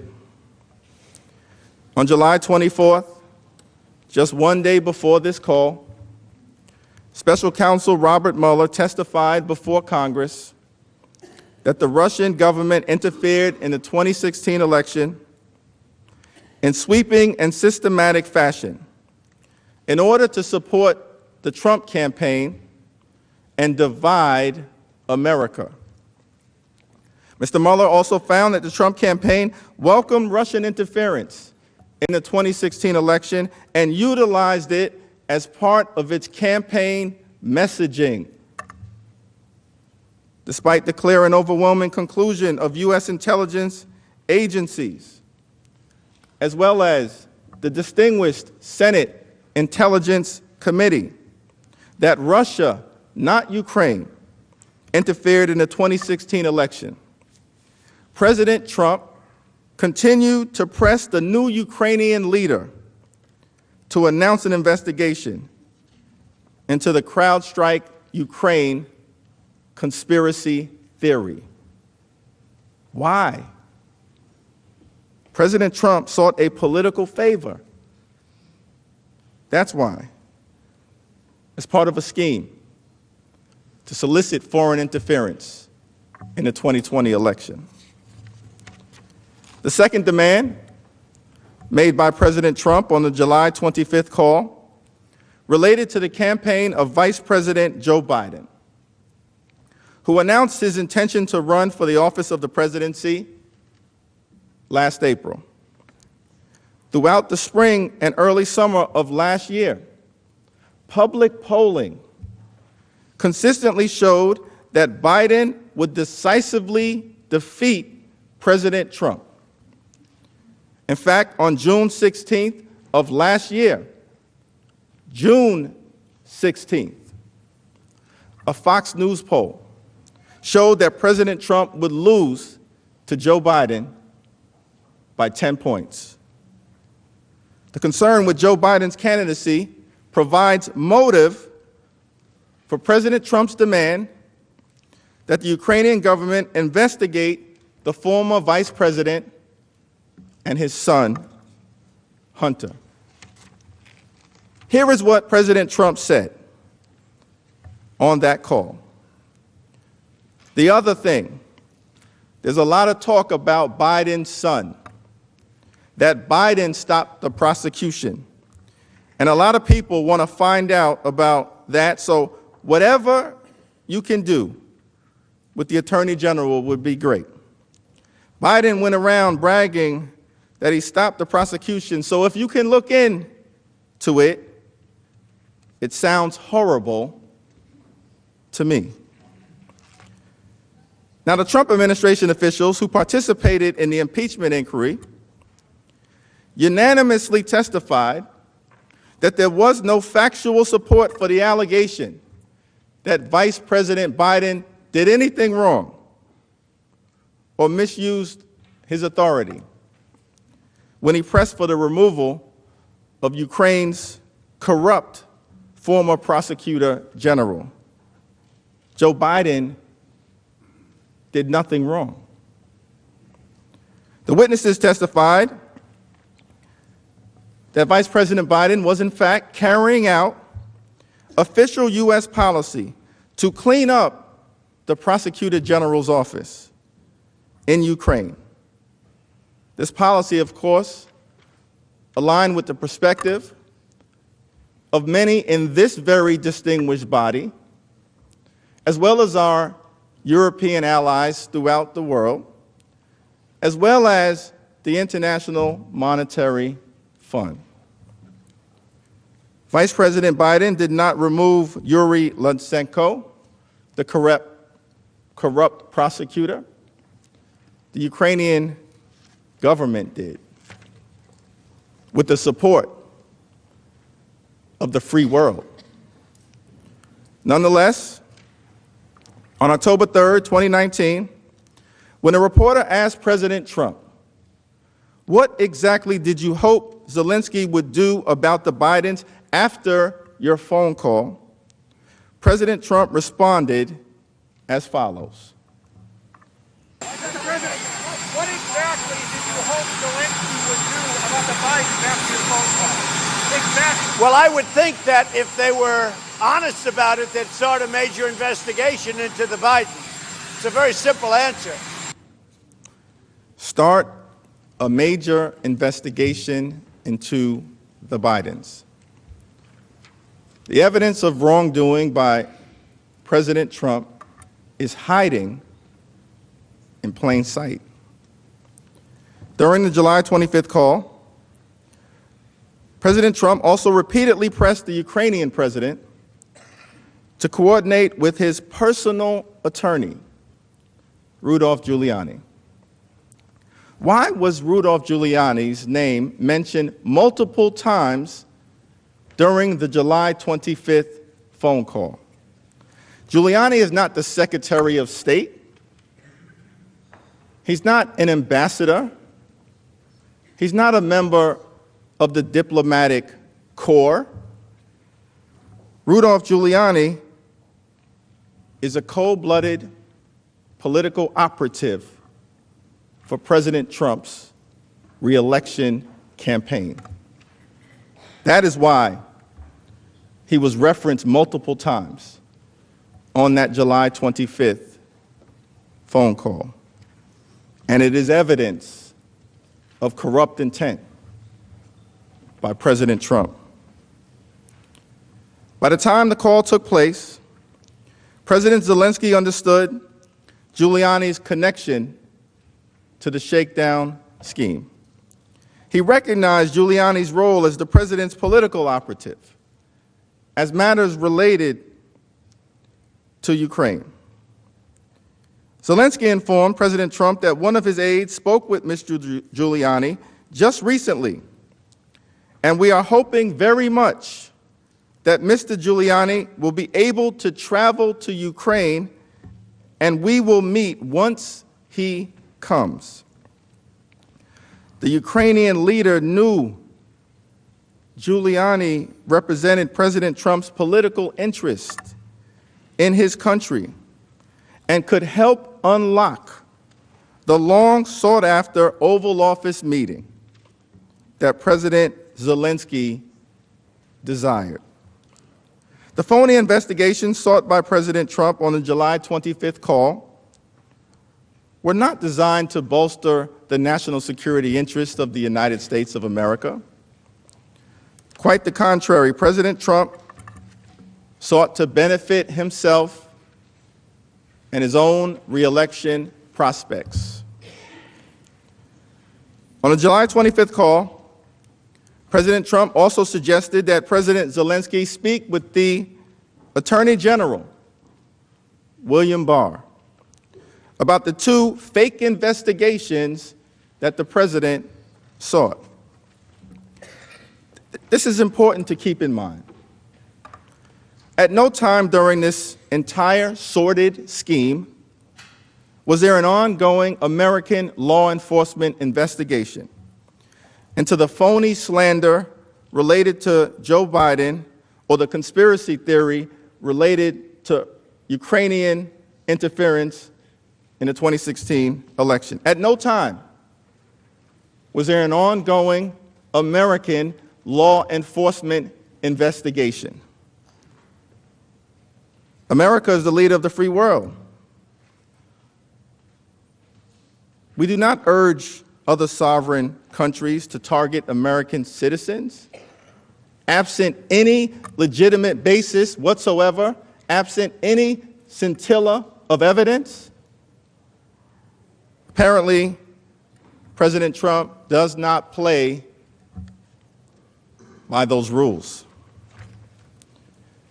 During the July 25th call, President Trump didn't raise legitimate corruption concerns as it relates to Ukraine.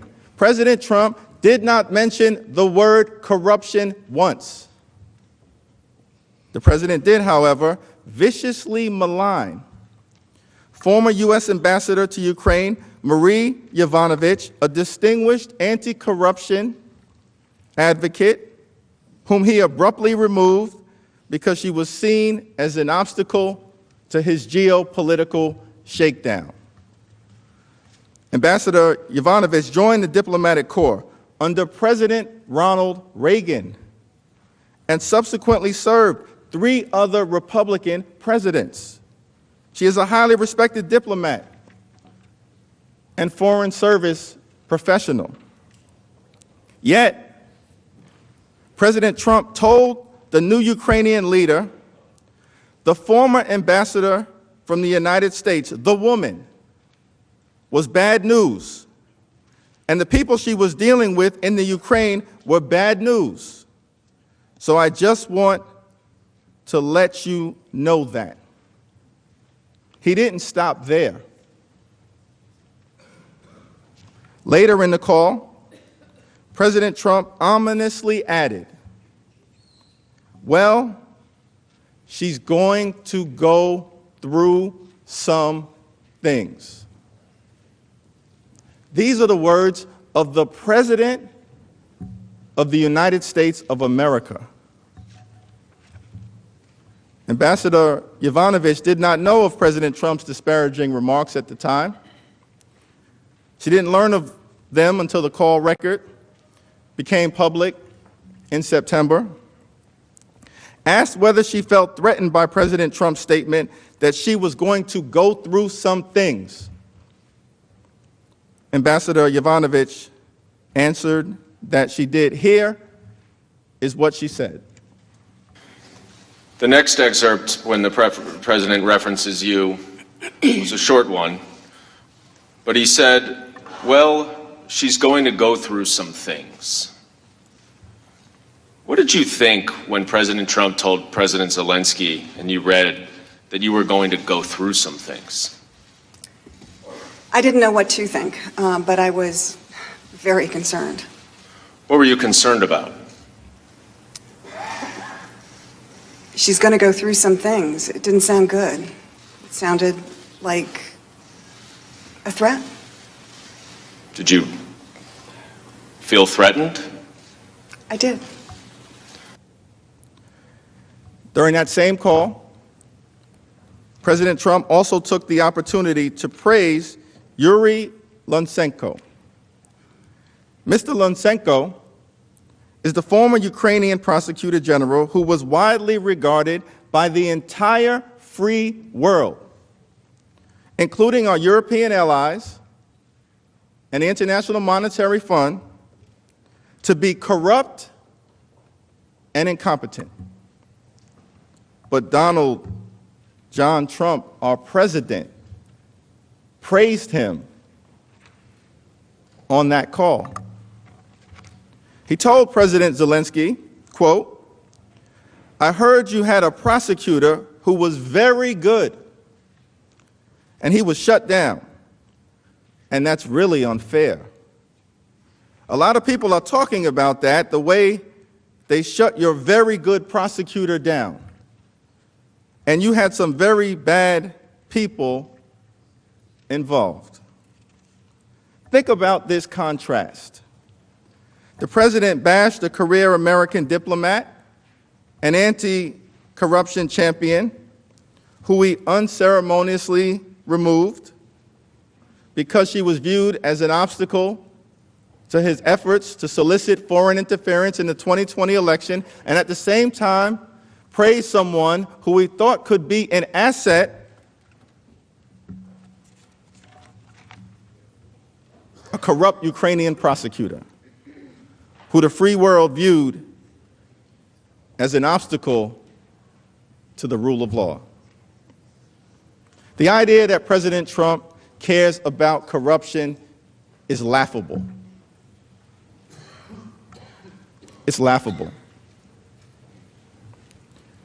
Plain reading of the rough transcript of the July 25th call also sheds light on the quid pro quo involving the Oval Office meeting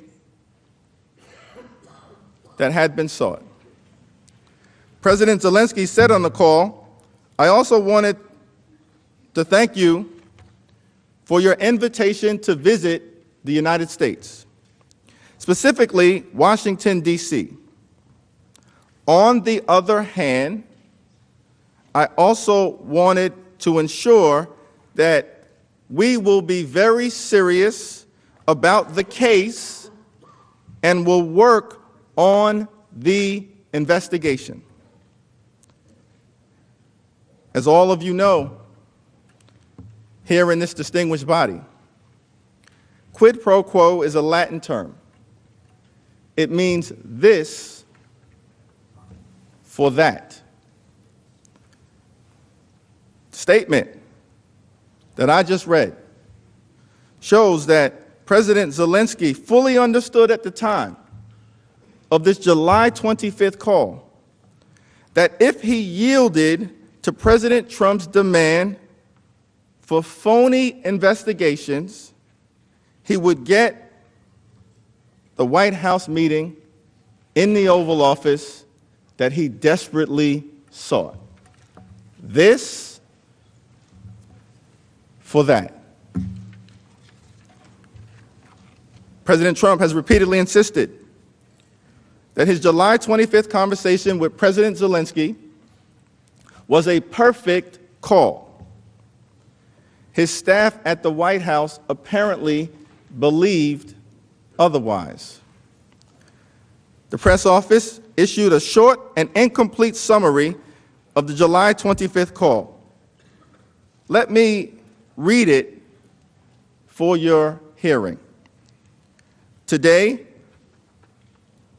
President Donald J. Trump spoke by telephone with President Vladimir Zelensky of Ukraine to congratulate him on his recent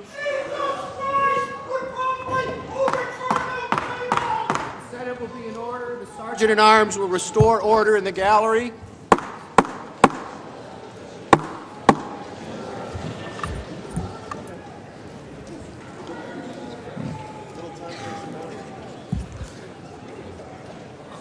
And the scripture says, "For the Lord loves justice and will not abandon his faithful ones." Official White House call readout, July 25th, 2019. Today, President Donald J. Trump spoke by telephone with President Vladimir Zelensky of Ukraine to congratulate him on his recent election. President Trump and President Zelensky discussed ways to strengthen the relationship between the United States and Ukraine, including energy and economic cooperation. Both leaders also expressed that they look forward to the opportunity to meet. That is the official White House call readout dated July 25th, 2019. The official readout provided to the American people omitted key elements of the president's conversation. Let's review. The official readout did not mention the phony investigations requested by President Trump. The official readout did not mention the Oval Office meeting sought by President Zelensky. The official readout did not mention President Trump's elevation of a debunked conspiracy theory promoted by Vladimir Putin about 2016 election interference. The official readout did not mention President Trump's demand that Ukraine investigate his domestic political rival, Joe Biden. The official readout did not mention that President Trump maligned and threatened Ambassador Yovanovitch. And the official readout did not mention that President Trump praised a corrupt former Ukrainian prosecutor. The complete conversation, however, between President Trump and President Zelensky that we just outlined offers powerful evidence that President Trump abused his power and solicited foreign interference in the 2016 election, the 2020 election. Several members of the president's staff listening in on the call immediately grew concerned. As he sat in the White House Situation Room listening to the conversation, Lieutenant Colonel Alexander Vindman realized that the president's demands of the Ukrainian leader were inappropriate and improper. He quickly recognized that as the president began referencing the Bidens and CrowdStrike, the call was diverging from the official National Security Council approved talking points that he helped prepare.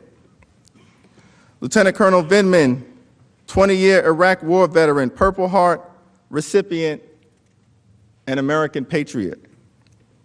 He testified in the context of the call that due to the unequal bargaining position of the two leaders and Ukraine's dependence on the United States, the favor that President Trump sought would have been perceived by President Zelensky as a demand. Lieutenant Colonel Vindman worried that the call would undermine U.S. national security interests, and he knew immediately that he had a duty to report the contents of the call to White House lawyers. I was concerned by the call. What I heard was inappropriate, and I reported my concerns to Mr. Eisenberg. It is improper for the President of the United States to demand a foreign government investigate a U.S. citizen and a political opponent. I was also clear that if Ukraine pursued an investigation, it was also clear that if Ukraine pursued an investigation into the 2016 elections, the Bidens and Burisma, it would be interpreted as a partisan play. This would undoubtedly result in Ukraine losing bipartisan support, undermining U.S. national security, and advancing Russia's strategic objectives in the region. Recounting the content of the call based on his detailed handwritten notes, Lieutenant Colonel Vindman told the lawyers that he believed it was wrong for President Trump to ask President Zelensky to investigate Vice President Biden. Other witnesses were also troubled by what they heard. Vice President Pence's advisor, Jennifer Williams, expressed concern that President Trump raised a domestic political matter on an official call with a foreign leader. She testified that the mention of investigations struck her as unusual and possibly political in nature. She said, "I guess for me, it shed some light on possible other motives behind a security assistance hold." Timothy Morrison, a former Republican congressional staffer who replaced Dr. Fiona Hill in July of 2019, also reported the call to National Security Council lawyers. After the call, President Trump continued to push the scheme forward. On July 26, the very next day, Ambassador Sondland and Ambassador Taylor met with President Zelensky and other Ukrainian officials in Kyiv. According to David Holmes, the Ukraine-based U.S. diplomat who served as the note-taker, the Ukrainian leader mentioned that President Trump had brought up some very sensitive issues during the July 25th call. Very sensitive issues. Ambassador Sondland then had a private meeting with Andrei Yermak, President Zelensky's top aide. The two men insisted that the meeting be one-on-one with no note-taker, perhaps due to the sensitive issues that might come up. Ambassador Sondland testified that he and President Zelensky's aide probably discussed the issue of investigations. After these key moments in Ukraine, Ambassador Sondland went to lunch with David Holmes and two other American officials. Mr. Holmes sat directly across from Ambassador Sondland, close enough to hear the details of an extraordinary telephone call between Mr. Sondland and President Trump.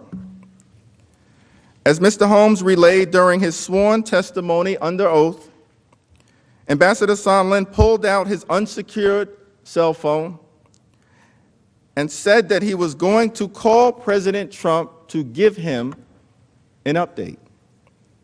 What happened next was shocking. While Ambassador Sondland's phone was not on speakerphone, I could hear the president's voice through the earpiece of the phone. The president's voice was loud and recognizable, and Ambassador Sondland held the phone away from his ear for a period of time, presumably because of the loud volume. I heard Ambassador Sondland greet the president and explain he was calling from Kyiv. I heard President Trump then clarify that Ambassador Sondland was in Ukraine. Ambassador Sondland replied yes, he was in Ukraine, and went on to state that President Zelensky, quote, loves your ass.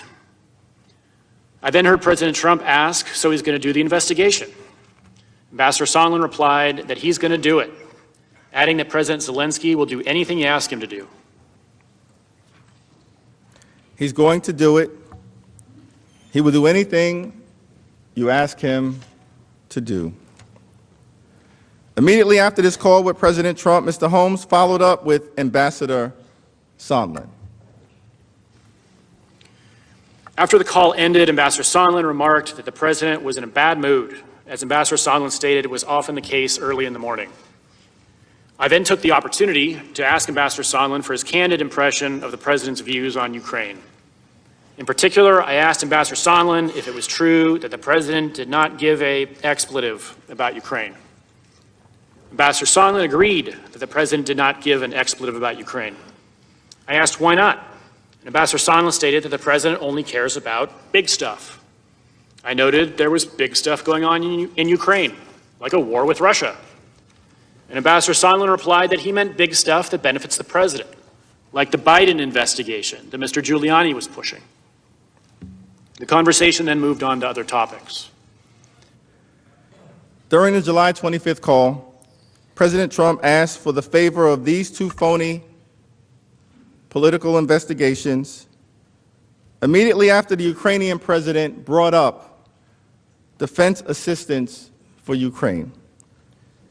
And the following day, Ambassador Sondland confirmed to President Trump that Ukraine would indeed initiate the investigations discussed on the call, which was the only thing President cared about with respect to Ukraine.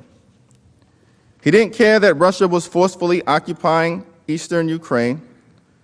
President Trump didn't care that thousands of Ukrainians apparently have died fighting for their democracy. He didn't seem to care that supporting Ukraine bolsters America's national security. But he cared about himself as it relates to the prospects of his reelection in 2020. In November, President Trump denied that he spoke to Ambassador Sondland on July 26, telling reporters, "I know nothing about that." But in his public testimony, Ambassador Sondland contradicted that assertion with official records he obtained from the White House. Ambassador Sondland further explained that Holmes' testimony refreshed his reelection about the July 26 call, which Ambassador Sondland had not originally described when he first appeared at a deposition before the House. Also, on July 26, shortly after our Kiev meetings, I spoke by phone with President Trump. The White House, which has finally shared certain call dates and times with my attorneys, confirms this. The call lasted 5 minutes. I remember I was at a restaurant in Kiev, and I have no reason to doubt that this conversation included the subject of investigations. Again, given Mr. Giuliani's demand that President Zelensky make a public statement about investigations, I knew that investigations were important to President Trump. President Trump said that his July 25th conversation was a perfect call. It was far from perfect. In a perfect call, the president would not demand a political favor from a vulnerable Ukraine under attack by a Russian foe. In a perfect call, the president would not demand that a foreign leader investigate a Russian-inspired conspiracy about the 2016 election.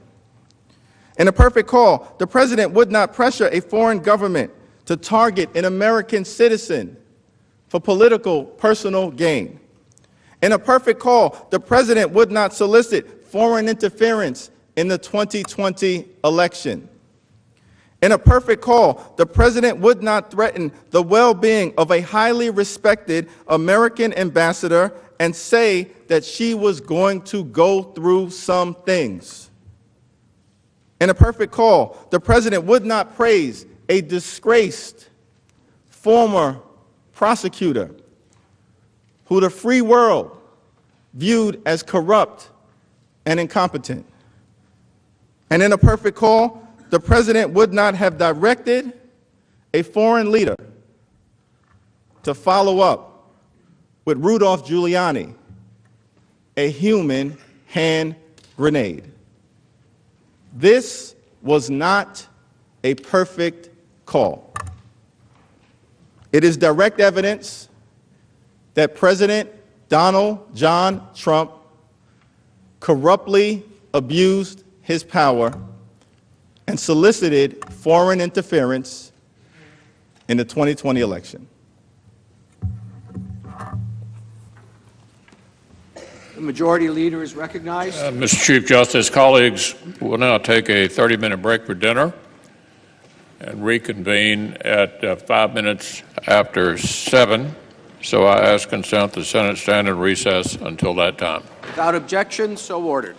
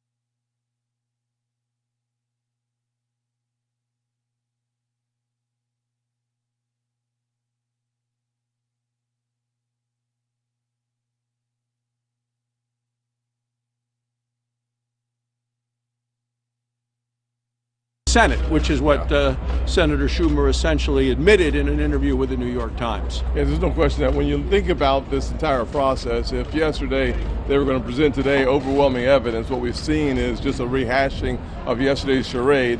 Therefore, the conclusion is a very simple one, that the goal of this entire process is not to remove the president from office, it's simply to remove certain Republican senators, Colorado, North Carolina, Iowa, Maine, and Arizona from office. And this is absolutely an opportunity for them to try to overtake the Senate. Senator, if you're concerned about not hearing anything new, why not agree to a subpoena for John Bolton or Mick Mulvaney, who could provide new information? I think the House still reserves the right to compel testimony, and they did not do it then. And if there are entire conversations around the fact that it'll take too long, they could have saved us a couple of months had they already done so. So I welcome Speaker Pelosi to compel Bolton or anyone else to come into the House and testify, and they've suggested that they may decide to continue the process anyways. And if you read the brief, that the House managers brought forward, 11 times it says the information is overwhelming.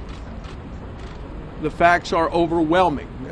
Nadler has said we could do this in 3 minutes, that it's a rock solid case. Present the case and let us vote. It doesn't seem, if the vote is on the impeachment of the President of the United States and the evidence is overwhelming, present it and ask us to vote. We ought to be able to make that decision. Right now we're going to hear from the managers. They're about 5.5, 6 hours into a 24-hour presentation. We'll then hear from the White House in their defense and then have 16 hours for questions.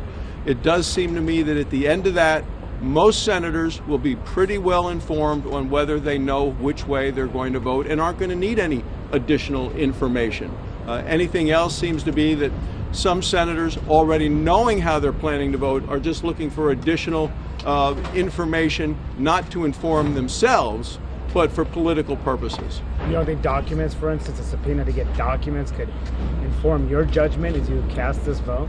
I look forward to having the entire case laid out by both sides. This is the first time we'll have an opportunity to hear the president's rebuttal of what they say are the facts from the House manager's perspective. So as we go through the process, it will provide us 16 hours after both sides have laid out their case. We'll then have a chance to ask the questions that we find pertinent to the investigation, and then at that point we'll have an opportunity to engage our colleagues on what they want to do next. What questions, if any, do you have? Well, I think it's really important for us to first focus on the fact that what we've seen so far is a reflection on the past, not a foreshadowing of the future. So when we listen to our House managers lay out their case, they continue to talk about what we think is in fact true, that the corruption in the Ukraine is clear. So the focus on 2016's election is exactly what we've heard. We've not heard any actual evidence about 2020. Thank you very much. Thanks. Alan.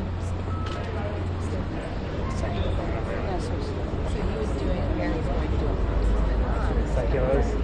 Because I just emailed him. I was like, he just walked by. Yeah. He walks by right now with photos. Right. And apparently he's coming back. I confirmed that with. But when? My wife said. Guys, wait, but Sherry, we're just clear just for the entrance, and then do what you need to do once you're at the mic. Yeah, perfect. I'll just keep going. Yes, no, I have no desire to get like this profile shot. Can you just back up a little? Sorry. Okay. So apparently secular. So yeah, as soon as we two get the Republican they're senators coming. came back. Once they're in, yeah. They don't want to do that. That's what they do. So I don't know if they want me. They're coming in half. Yeah, because I don't know when. So they should monitor secular on the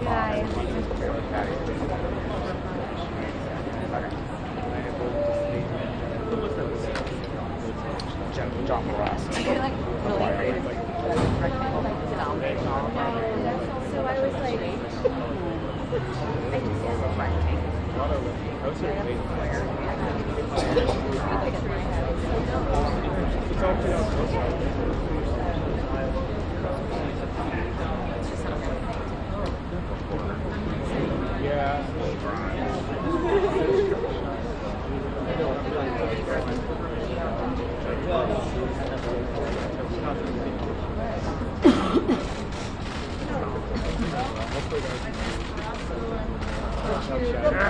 Cheryl. Left a little. Oh my God. Turn it whole. That way.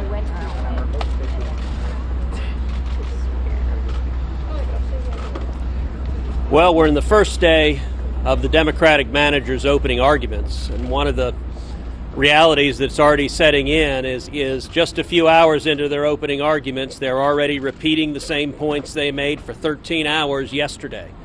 And I suspect the Democrats, through a fit yesterday, insisted they needed at least 3 full days to present the arguments. I think we're going to see an awful lot of repetition, making the same points over and over again. There were 2 things in particular today that I thought were highly notable. Number one, several of the Democratic managers made the case that Ukraine, denying Ukraine military aid, endangered lives, was a tremendous blow to American national security and was wrong. Even a moment of delaying military aid to Ukraine risked lives. There's an old saying that hypocrisy is the tribute vice pays to virtue. And this is a really powerful example, because if there is such a compelling national security interest to give military aid to Ukraine, then what do these House Democrats have to say about the years that Barack Obama refused to give lethal military aid to Ukraine? And in fact, I traveled to Ukraine in 2014, came back and urged Barack Obama to give lethal military aid to Ukraine. The Obama administration refused to do so. Instead, they sent blankets and MREs, but they wouldn't give lethal aid. On the other hand, the Trump administration has given Javelin missiles, has sold Javelin missiles that can take out Russian tanks. And so if the House manager's argument is correct, I guess the consequence is, under their argument, maybe they should have impeached Obama if not giving military aid to Ukraine was a deep threat to U.S. national security. A second point. I think the House managers made a very serious strategic error today. Adam Schiff's arguments to open the day today directly drew into question Hunter Biden and made not only his testimony relevant, which it already was, but it is now critical, because the House Democrats have built their entire case on the proposition that any investigation into Burisma and corruption was a sham, that it was completely debunked. The problem is there is very significant prima facie evidence of corruption. Hunter Biden, the son of the then sitting president, Joe Biden, was being paid $83,000 a month, $1 million a year. This is someone with no background in oil and gas, no experience. And at the same time, Joe Biden has publicly admitted that he threatened Ukraine. He withheld or threatened to withhold $1 billion of aid unless and until Ukraine fired the prosecutor that was potentially investigating the company on which his son served on the board. If the House manager's case is based on the allegations of corruption concerning Hunter Biden and Joe Biden being a sham, then it is directly relevant. And I got to say, the need for the Senate to hear the testimony of Hunter Biden and the need for the Senate to grant the White House lawyers the ability to take that testimony has become all the more relevant. One last observation. Yesterday, Representative Nadler threw up great indignation. And he said, out of hundreds of thousands of Ukrainian companies, how can it be that President Trump was just concerned with this one company, Burisma? Well, the obvious answer that the House managers ignore is Burisma was the only Ukrainian company that had the son of the vice president that had real prima facie indications of American corruption. We're not talking about some abstract interest in any sort of corruption that might exist in Ukraine, but if you have a sitting vice president making public policy decisions to benefit his family to the tune of $1 million a year, that raises a serious question of corruption, and a president not only is justified in asking for that to be investigated, but has a responsibility to see that that's investigated. And that was a question not about Ukrainian corruption, but a question about American corruption, and Ukraine being integral in helping investigate whether there was, in fact, American corruption. I think we're going to hear another 2.5 days of arguments from the House Democrats But the longer they talk at this point, the weaker the case is getting. Senator, you said that you will you force a vote to try to subpoena Hunter Biden? The decision on calling witnesses is a decision in the first instance for the parties and for the parties' counsels. And so the question on calling Hunter Biden is going to be a decision for President Trump's lawyers to make initially if they ask to call Hunter Biden. If they ask to call Hunter Biden, if they ask to call the whistleblower, if they ask to call other potentially relevant witnesses, then the Senate will have to make a decision whether to grant that request. I don't think the Senate should force the parties to call witnesses that their lawyers don't make the decision to call, but I do think the Senate has an obligation to conduct a fair trial. That means to respect due process. You know, it was striking. One of the talking points that the House managers are pushing is they keep saying fair trial, fair trial, fair trial. Yesterday, or actually today, Adam Schiff said, if a defendant is denied the right to call witnesses to prove his innocence, that's not a fair trial. Well, the problem is that is exactly what House Democrats did, where they put on prosecution witnesses. They refused to allow Hunter Biden to be called. Now, the House Democrats have now made Hunter Biden central to the question of the president's interest, and yet they did exactly what they said. The Senate will do a better job. We will conduct a fair trial, as has been demonstrated this week. We're giving the House Democrats full opportunity to present their case, but then due process mandates that the president is entitled to full opportunity to present his case, to present his defense, and I look forward to the Senate hearing that, the American people hearing that. Senator, thank you, guys.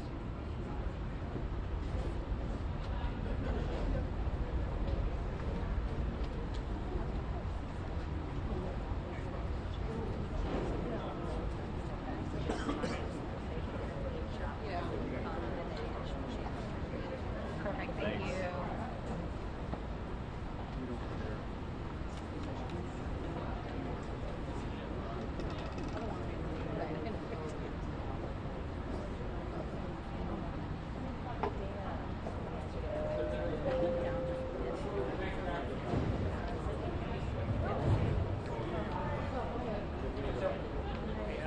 Yeah. Yes. Yeah. Is that good?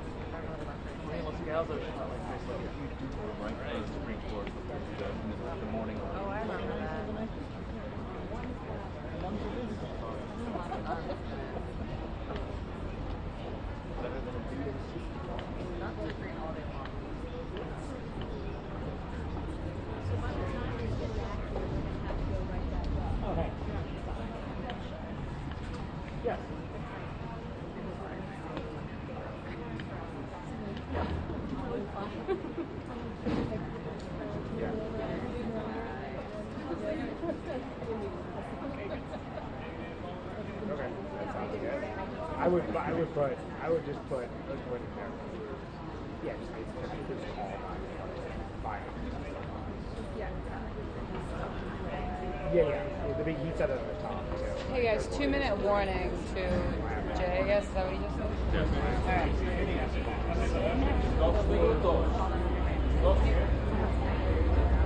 Yes. Thank you. Ready? All right. We're all gonna go a little left, more left. They're coming from this. Just for the down the stairs. You know they're coming from. You know they're coming from. Oh, they are. They already came down. Yeah. Unless they snuck back up. They no, are. they are. They're coming from that way. You're right here. All righty. Good. All right. I'm answering your questions. How about that? Is the president's defense team open to witnesses at this point, or are you ruling out calling witnesses? We don't. Our position has been consistent. They've got to meet a burden to do that. We don't think they will. This is going to be a decision that the Senate makes, but we're prepared for any way it goes. We're ready to go. I mean, we've been ready to go for, I've been ready to go for 33 days. So we're certainly ready to go now. We're glad at least the process started. Do you want to call Hunter Biden? We're not making any determinations on what witnesses we might call because we don't know yet their case. We're still hearing it. We'll see what happens. We don't even know if there will be witnesses. So we're just going to have to play that as it goes. What have you heard so far from House managers that as an attorney you immediately wanted to start rebutting? Well, I mean, what I heard this afternoon was that that the concern was, I mean, there was a whole presentation on this which I thought was odd, that the president did not meet with President Zelensky at the Oval Office. He instead met with him at the United Nations General Assembly, as if that's a ground for impeachment. And also the fact, what was the second one they said was the delegation sent to President Zelensky swearing in wasn't a high enough ranking delegation. I mean, we've had an hour and a half of that today so far. So, like I said, we haven't even started our case yet. They've just gotten theirs underway. Can you give us a summary of the case? No. Of course not. Do you feel that you need to make a case about the president's motivations for? Is it related? We're going to look. There's two parts of what we're going to do. We're going to respond, of course, to what the House managers have put forward, and we are going to make an affirmative case defending the president. Yes. The president said this morning he suggested that he may like to sit in his own trial, but that his counsel may recommend against that. This council might recommend against that. He should show up. No, that's not the way it works. I mean, no, presidents don't do that. Do you think the Democrats move too slowly? Will you pick up the pace? You tell me. Are they moving too slowly? I mean, here's the reality. They have 24 hours to put their case forward. Okay? It looks like they will take all 24 hours. We will make the determination on our presentation of the case based on what we're responding to and based on our affirmative case. I don't know if it's going to take 10 hours, 14 hours, 24 hours, or 6 hours. We're going to have to, listen, when you're in a proceeding like this, you have to be flexible, you have to be fluid. We're doing that. Next. Is it damaging to have the president be seen on TV? Okay, I'm sorry. Is it damaging to his motive to have the president on ABC saying he would accept operating? No, it's not. I mean, I understand what they're making it for an emotive purpose. It's a video that's been seen before. It was there was a lot more to that video than was seen. And the fact of the matter, none of that violates any laws or rules or regulations. Next. Has the president taken an active role here? Is he giving you guys notes as this is playing Well, out? A, I would never tell you if he was. B, he's been a little busy. How would you handle it if Bolton was called as a witness? How would I handle it? It would not be a decision I would make individually as the president's private counsel. The White House counsel obviously would be the primary there. As a former. Would we recommend executive privilege? I'm not going to look. Any witness like Mick Mulvaney? Well, I'm not going to say. Look, I mean, I had the whole discussion yesterday about executive privilege. I had the chairman of the Judiciary Committee, who's now a House manager, saying that executive privilege and other nonsense, as if the Constitution and the Supreme Court's decisions on executive privilege didn't exist. They do exist. We will apply them when appropriate. We'll determine that as the proceedings move forward. I got time. One more, last one. Senator Cruz was just here saying that Hunter Biden's testimony is critical and directly relevant. Do you agree with that? I'm not going to. I have tremendous respect for Senator Cruz. I am not going to comment on what testimony may or may not be relevant. I'll take one more. After the Chief Justice admonished both sides yesterday, is that going to change how you approach your defense? I have known John Roberts for a long time. I have appeared before John Roberts. I have been co-counsel with John Roberts. There was some emotion on the floor yesterday, but when they accused my client of lying, when they accuse the United States Senate of lying, when they've accused my colleagues of lying, and then the chairman of the House Judiciary Committee says the words executive privilege and other nonsense, it's going to evoke a reaction. That's all I'll say. Thank you, everybody.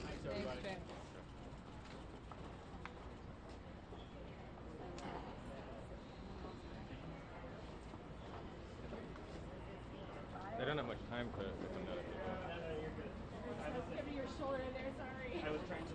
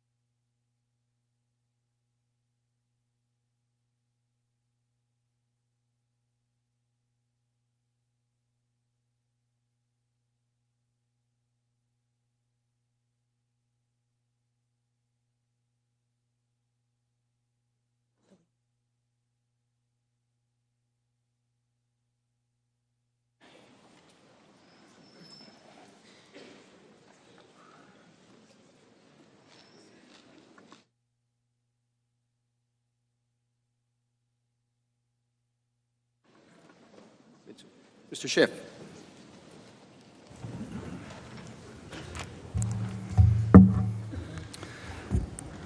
Thank you, Mr. Chief Justice. Just so senators have an idea of the evening, we expect to go about 2 to 2.5 hours. I'll make a presentation. Representative Lofgren from California will make a presentation. I'll make a final presentation, and then we will be done for the evening. As an encouraging voice told me, keep it up, but don't keep it up too long. So we will do our best not to keep it up too long. I'm going to turn now to the part of the chronology that picks up right after that July 25th call and walk through the increasingly explicit pressure campaign waged on Ukraine in order to get President Trump's deliverable, the investigations meant to tarnish his opponent and help his reelection. Now remember, by the end of July, Ukraine was aware of President Trump's requests for investigation to help his political efforts and had come to know that President Trump put a freeze on security assistance. So this is by the end of July. They also clearly understood that President Trump was withholding an Oval Office meeting until those investigations were announced. Both were very critical to Ukraine as a sign of U.S. support and as a matter of their national security. And their national security, of course, implicates our national security. In the weeks after the July 25th call, President Trump's hand-picked representatives escalated their efforts to get the public announcement of the investigations from Ukraine. So let's go through this step by step, because the 3 weeks following the July 25th call tell so much about this pressure scheme. Let's start with July 26. On July 26, so this is the day after the call, Ambassador Volker sends a text message to Giuliani. And that text message says, "Hi, Mr. Mayor. You may have heard the President had a great call with Ukrainian President yesterday. Exactly the right messages as we discussed. Please send dates when you will be in Madrid. I am seeing Yermak tomorrow morning. He will come to you in Madrid. Thanks for your help, Kurt." So here we are the day after that call.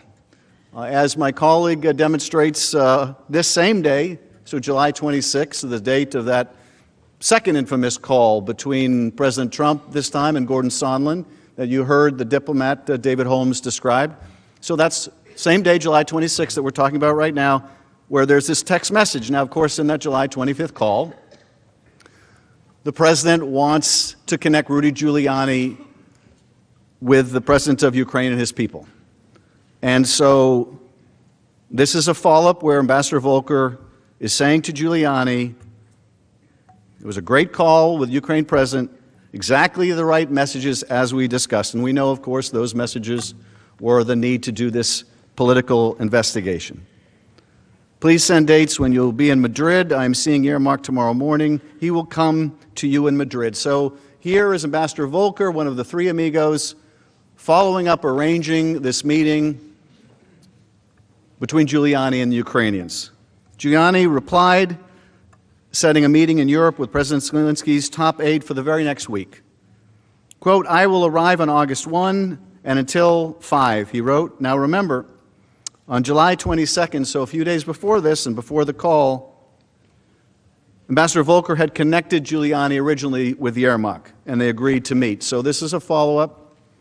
You have that arrangement being made by Volker and Giuliani before the call, then you have the call, and now you have the follow-up to arrange the meeting in Madrid.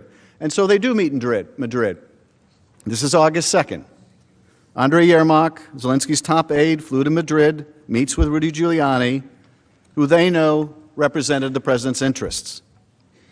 Both Giuliani and Yermak walk away from this meeting in Madrid, clearly understanding that a White House meeting is linked to Zelensky's announcement of the investigations. In separate conversations with Giuliani and Yermak after this Madrid meeting, Volker said he learned that Giuliani wanted the Ukrainians to issue a statement, including specific mentions of the two investigations that the President wanted. According to Ambassador Volker's testimony, Yermak told him that his meeting with Giuliani was very good, and immediately added that the Ukrainians asked for a White House meeting during the week of September 16th. Yermak presses Volker on the White House meeting date, saying that he was waiting for confirmation. Maybe you know the date. And this is a recurrent theme that we've seen through the text messages and other documents, and that is the recurrent request for this meeting, the pressing for this meeting by the Ukrainians because it was so important to them. Giuliani's objective was clear to Ambassadors Volker and Sondland, who took over communications with Yermak. Here's Ambassador Sondland. I first communicated with Mr. Giuliani in early August, several months later. Mr. Giuliani emphasized that the President wanted a public statement from President Zelensky committing Ukraine to look into the corruption issues. Mr. Giuliani specifically mentioned the 2016 election, including the DNC server, and Burisma as two topics of importance to the President.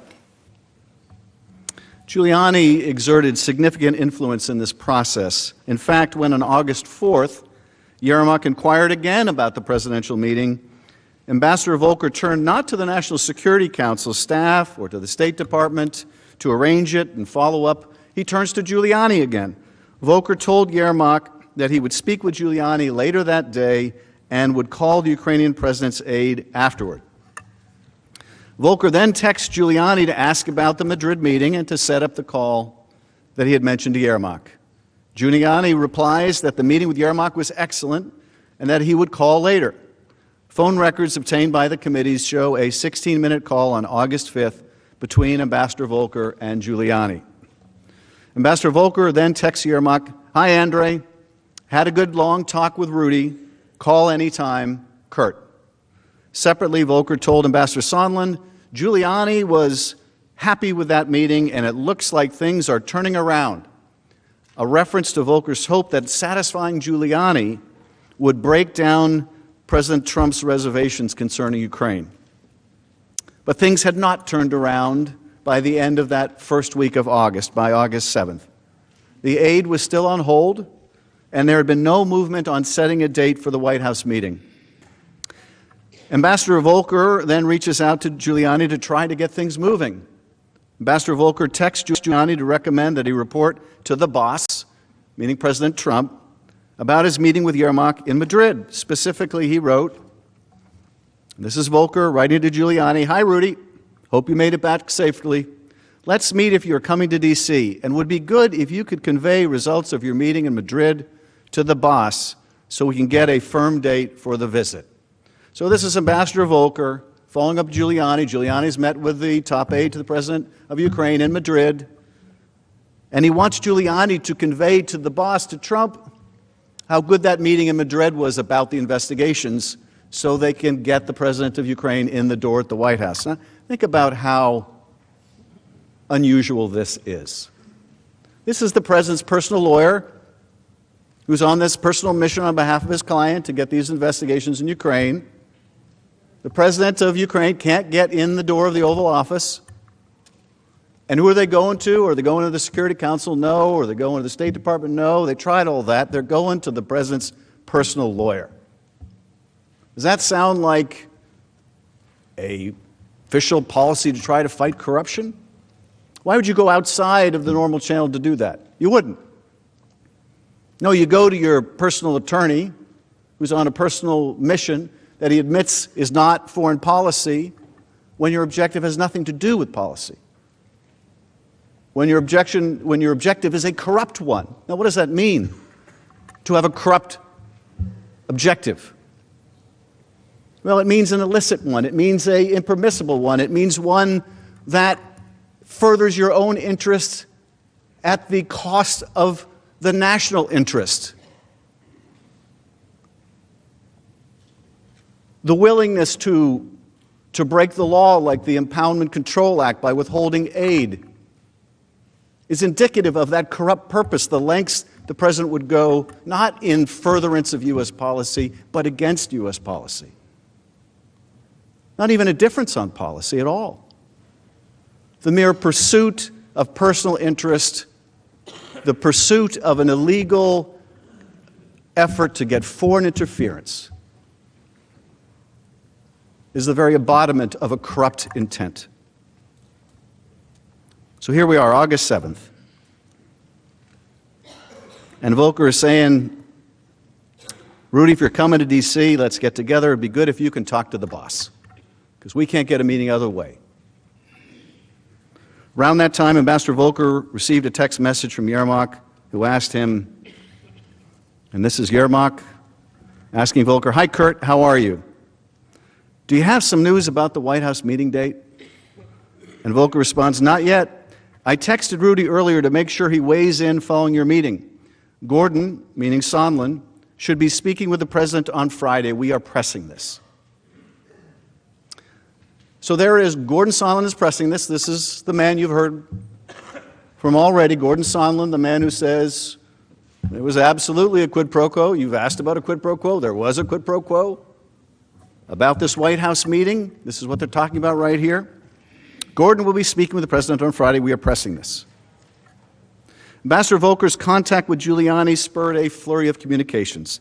The patterns of calls from August 8th strongly suggest Giuliani is attempting to call the White House to speak to a senior White House official, left a message, then had a 4-minute call with that official later that night.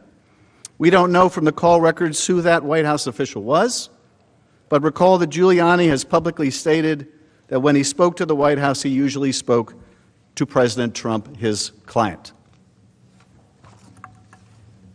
Also on August 8th, Yermak texts Volker that he had some news. Ambassador Volker replies that he can talk then, and Ambassador Volker updates Giuliani in a text the next day. Volker says to Giuliani in the text, "Hi, Mr. Mayor, I had a good chat with Yermak last night. He was pleased with your phone call. Mentioned," he's referring to President Zelensky here, "making a statement. Can we all get on the phone to make sure I advise," and here he's referring to President Zelensky, "correctly as to what he should be saying. Want to make sure we get this done right." So here, August 9th, there's an effort by Volker to make sure that they get the statement right about the investigations. Because if they can't get the statement right, he ain't going to get in the door of the Oval Office. It also makes clear who is exactly in charge of this, and that's Rudy Giuliani.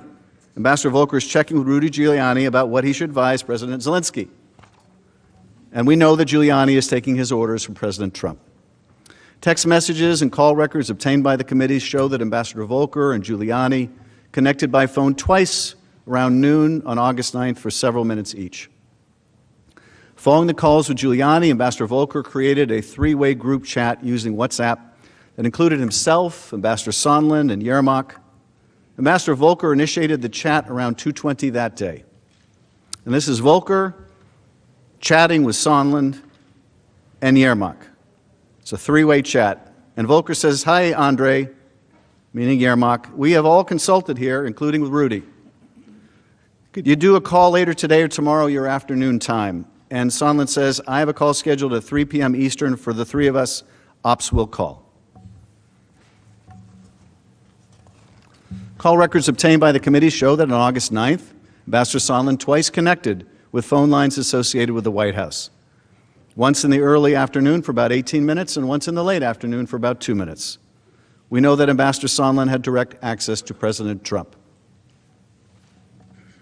After all this activity, Ambassador Sondland and Volker thought they had a breakthrough. Finally, a breakthrough.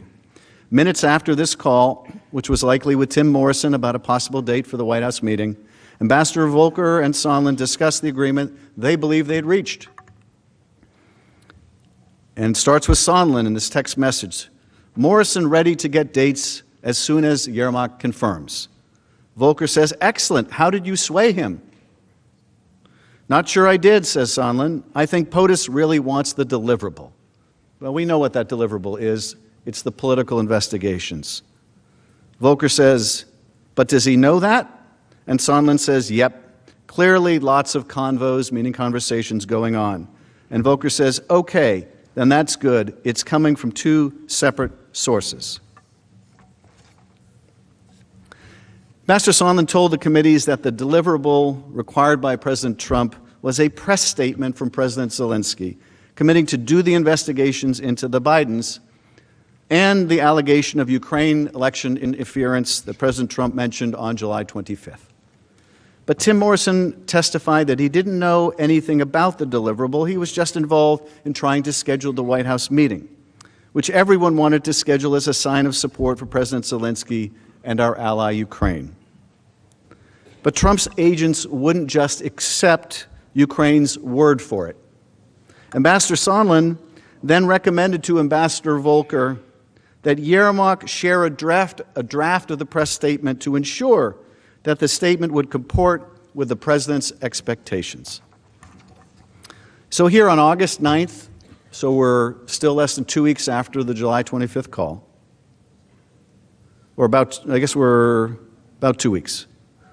Sondland says in this message, to avoid misunderstandings, might be helpful to ask Andre for a draft statement, parentheses embargoed, so that we can see exactly what they propose to cover. Even though Z, referring to Zelensky, does a live presser, they can still summarize in a brief statement. Thoughts? And Volker says, agree. At his deposition, Ambassador Sondland said that he suggested reviewing a written summary of the statement because he was concerned that President Zelensky would say whatever he would say on live television and it still wouldn't be good enough for Rudy / the president, unquote. Yermak, in turn, was concerned that the announcement would still not result in the coveted White House meeting. On August 10th, Yermak texted Volker attempting to schedule a White House meeting before the Ukrainian president made a public statement in support of the investigations into Burisma and the 2016 election. So you can see what's going on here. The president and his agent, Giuliani, they want this public statement of the investigations before they'll give a date. And the Ukrainians want a date before they have to commit to making public they're going to do the investigations. And so you've had this standoff where each is trying to get the deliverable first. But there's no debate about what the deliverable is on either side. There's no debate about the quid pro quo here. You give me this, I'll give you that. You give me the White House meeting, I'll give you the public announcement of the investigation into your political rival. No. You give me the announcement of the investigation into my rival, and then I'll give you the meeting. The only debate here is about which comes first. So August 10th, Yermak texts Volker, I think it's possible to make this declaration and mention all these things which we discussed yesterday, but it will be logic to do after we receive a confirmation of date. We inform about date of visit, about our expectations and our guarantees for future visit. Let's discuss it. Ambassador Volker responded that he agreed, but that first they would have to iron out a statement and use that to get a date after which President Zelensky would give the statement. The two decided to have a call the next day and to include Ambassador Sondland. Yermak texts Ambassador Volker, excellent. Once we have a date, we will call for a press briefing announcing upcoming visit and outlining vision for the reboot of U.S.-Ukraine relationship, including, among other things, Burisma and election meddling in the investigations. Yermak was also in direct contact with Ambassador Sondland regarding this revised approach. In fact, he sent Ambassador Sondland the same text message. Ambassador Sondland kept the leadership of the State Department in the loop. On August 10th, he told Ambassador Volker that he had reported to T. Ulrich Breckbull, counselor of the Department of State, who Sondland testified frequently consulted with Secretary Pompeo. Sondland wrote to Volker, I briefed Ulrich. All good. So Ulrich is in the loop. Sondland and Volker continued to pursue the statement from Zelensky on the investigations. The next day, Ambassador Sondland emails Breckbull and Lisa Kenna, the State Department's executive secretary, about efforts to secure a public statement and a big presser from President Zelensky. Sondland hoped it might, quote, make the boss happy enough to authorize an invitation. After first being evasive on the topic, Secretary Pompeo has subsequently acknowledged that he listened in on the July 25th call. Now, since he was on the call, Pompeo must have understood what would make the boss, that is the president, happy enough to schedule a White House meeting. Again, everyone was in the loop. On August 11th, Ambassador Volker sent Giuliani a text message. This is Volker to Giuliani. Hi, Rudy. We have heard back from Andre again. They are writing the statement now and will send it to us. Can you talk for 5 minutes before noon today? And Giuliani says, yes, just call. That's August 11th. On the next day, August 12th, Yermak sent Ambassador Volker an initial version of the draft statement by text. Notably, as we saw earlier, this statement from the Ukrainians doesn't explicitly mention Burisma, Biden, or 2016. Election investigations that the president has been seeking. So you can see what's going on here now. There was this game of chicken. You go first. No, we'll go first. You give us the date, we'll give you the statement. No, you give us the statement, we'll give you the date. And now, realizing, okay, they've got to give the statement first, Ukraine tries to give them a generic statement that doesn't really go into specifics about these investigations. And why? You can imagine why. Ukrainians don't want to have to go out in public and say they're going to do these investigations. Because they're not stupid. Because they understood this would pull them right into U.S. presidential politics. Because it was intended to. Which isn't in Ukraine's interest, it's not in our interest either. And Ukraine understood that.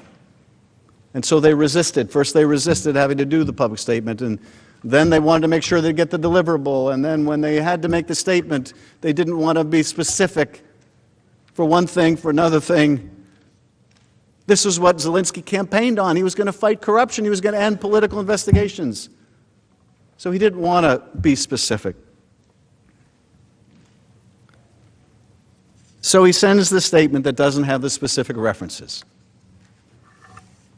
And Ambassador Volker explained during his testimony that was not what Giuliani was requesting, and it would not satisfy Giuliani or Donald Trump. Now, presumably, if the president was interested in corruption, that statement would have been enough. But all he was interested in was an investigation or an announcement of an investigation into his rival and this debunked theory about 2016.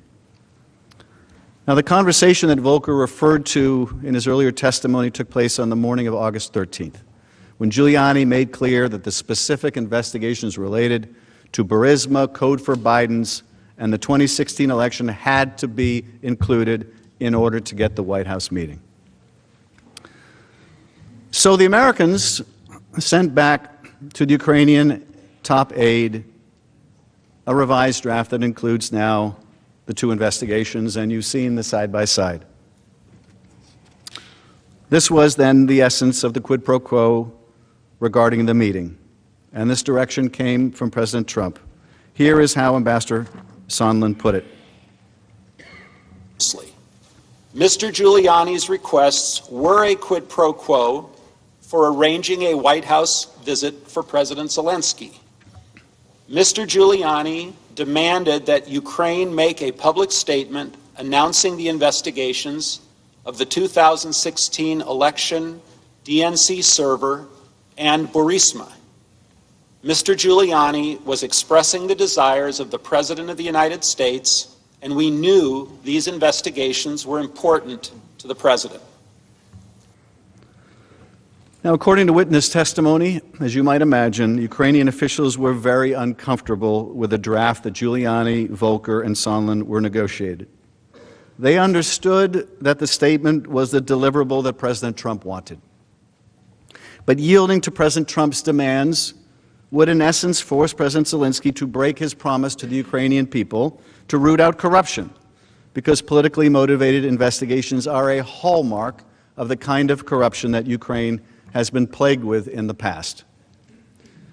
Mr. Yermak tried to get some confirmation that the requested investigations were legitimate.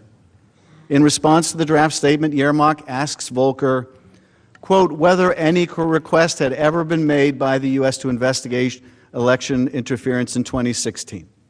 In other words, whether any request had been made by any official U.S. law enforcement agency through formal channels, as you would expect if it were a legitimate request. Ambassador Volker tried to find a satisfactory answer. On August 15th, Volker's assistant asked Deputy Assistant Secretary George Kent whether there was any precedent for such a request for investigations. At his deposition, Kent testified that, if you're asking me, have we ever gone to the Ukrainians and asked them to investigate or prosecute individuals for political reasons? The answer is, I hope we haven't, and we shouldn't, because that goes against everything that we are trying to promote in the post-Soviet states for the last 28 years, which is the promotion of the rule of law. The next day, we're now on August 16th. In a conversation with Ambassador Bill Taylor, the U.S. ambassador in Kyiv, and Ambassador Taylor stepped in when Ambassador Yovanovitch was pushed out, Taylor, quote, amplified the same theme and told Kent that, quote, Yermak was very uncomfortable with the idea of investigations and suggested it should be done officially and put in writing. As a result, it became clear to Kent in mid-August that Ukraine was being pressured to conduct politically motivated investigations. Kent told Ambassador Taylor, that's wrong, and we shouldn't be doing it as a matter of U.S. policy. Ambassador Volker claimed that he stopped pursuing the statement from the Ukrainians around this time because of the concerns raised by Zelensky's aide. At his deposition, and despite all of his efforts to secure a statement announcing these very specific political investigations desired by the President, Ambassador Volker testified that he agreed with Yermak's concerns and advised him that making those specific references was not a good idea because making those statements might look like it would play into our domestic politics. Without specific references to the politically damaging investigations that Trump demanded, the agreement just wouldn't work. Ukraine did not release the statement, and in turn, the White House meeting was not scheduled. As it turns out, Ambassador Sondland and Volker did not achieve the breakthrough after all. Now let's go into what finally breaks the logjam, because that involves the military aid. With efforts to trade a White House meeting for a press statement announcing the investigations temporarily scuttled, Sondland and Volker go back to the drawing board. On August 19th, Ambassador Sondland told Volker that he drove the larger issue home with Yermak, President Zelensky's top aide, particularly that this was now bigger than a White House meeting, bigger than just a White House meeting, and was about the relationship per se. The relationship per se, not just about the meeting anymore. It's about everything. It's about everything. By this time in late August, the hold and security assistance had been in place for more than a month, and there was still no credible explanation offered by the White House, despite some, like Ambassador Sondland, repeatedly asking. There were no interagency meetings since July 31st, and the Defense Department had withdrawn its assurances that it could even comply with the law, which indeed it couldn't. Every agency in the administration opposed the hold. As the Government Accountability Office confirmed, concerned DOD and OMB officials had been right that the President's holding of the aid was an unlawful act, but President Trump was not budging. At the same time, despite the persistent efforts of numerous people, President Trump refused to schedule the coveted White House visit for President Zelensky until the investigations were announced that would benefit his campaign. Here is what Ambassador Sondland said about the hold on funds and its link to the politically motivated investigations in Ukraine. In the absence of any credible explanation for the suspension of aid, I later came to believe that the resumption of security aid would not occur until there was a public statement from Ukraine committing to the investigations of the 2016 elections and Burisma, as Mr. Giuliani had demanded. From the embassy in Kyiv, David Holmes reached the same conclusion, a conclusion as simple as 2 + 2 = 4. Mr. Holmes, you have testified that by late August you had a clear impression that the security assistance hold was somehow connected to the investigations that President Trump wanted. How did you conclude that? How did you reach that clear conclusion? Sir, we've been hearing about the investigation since March, months before, and we've been. President Zelensky had received a congratulatory letter from the president saying he'd be pleased to meet him following his inauguration in May. And we hadn't been able to get that meeting, and then the security hold came up with no explanation. And I'd be surprised if any of the Ukrainians, you said earlier, we discussed earlier, sophisticated people, when they received no explanation for why that hold was in place, they wouldn't have drawn that conclusion. Because the investigations were still being pursued? Correct. And the hold was still remaining without explanation? Correct. So this, to you, was the only logical conclusion that you could reach? Correct. Sort of like 2 + 2 = 4? Exactly. Sondland explained the predicament he believed he faced with a hold on aid to Ukraine. As my other State Department colleagues have testified, this security aid was critical to Ukraine's defense and should not have been delayed. I expressed this view to many during this period, but my goal at the time was to do what was necessary to get the aid released, to break the logjam. I believe that the public statement we had been discussing for weeks was essential to advancing that goal. I really regret that the Ukrainians were placed in that predicament, but I do not regret doing what I could to try to break the logjam and to solve the problem. On August 22nd, Ambassador Sondland tried to break that logjam, as he put it, regarding both the security assistance hold and the White House meeting. Ambassador Sondland described those efforts in his public testimony. Let's listen to him again. In preparation for the September 1 Warsaw meeting, I asked Secretary Pompeo whether a face-to-face conversation between Trump and Zelensky would help to break the logjam. And this was when President Trump was still intending to travel to Warsaw. Specifically, on August 22nd, I emailed Secretary Pompeo directly, copying Secretary Kenna. I wrote, and this is my email to Secretary Pompeo, should we block time in Warsaw for a short pull-aside for POTUS to meet Zelensky? I would ask Zelensky to look him in the eye and tell him that once Ukraine's new justice folks are in place in mid-September, that Zelensky should be able to move forward publicly and with confidence on those issues of importance to POTUS in the U.S.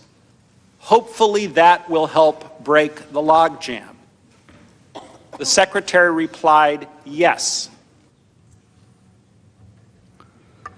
Sondland also explained that both he and Secretary Pompeo understood that issues of importance to the President were the 2 sham investigations the President wanted to help his re-election efforts, and that reference to the logjam meant both the security assistance and the White House meeting.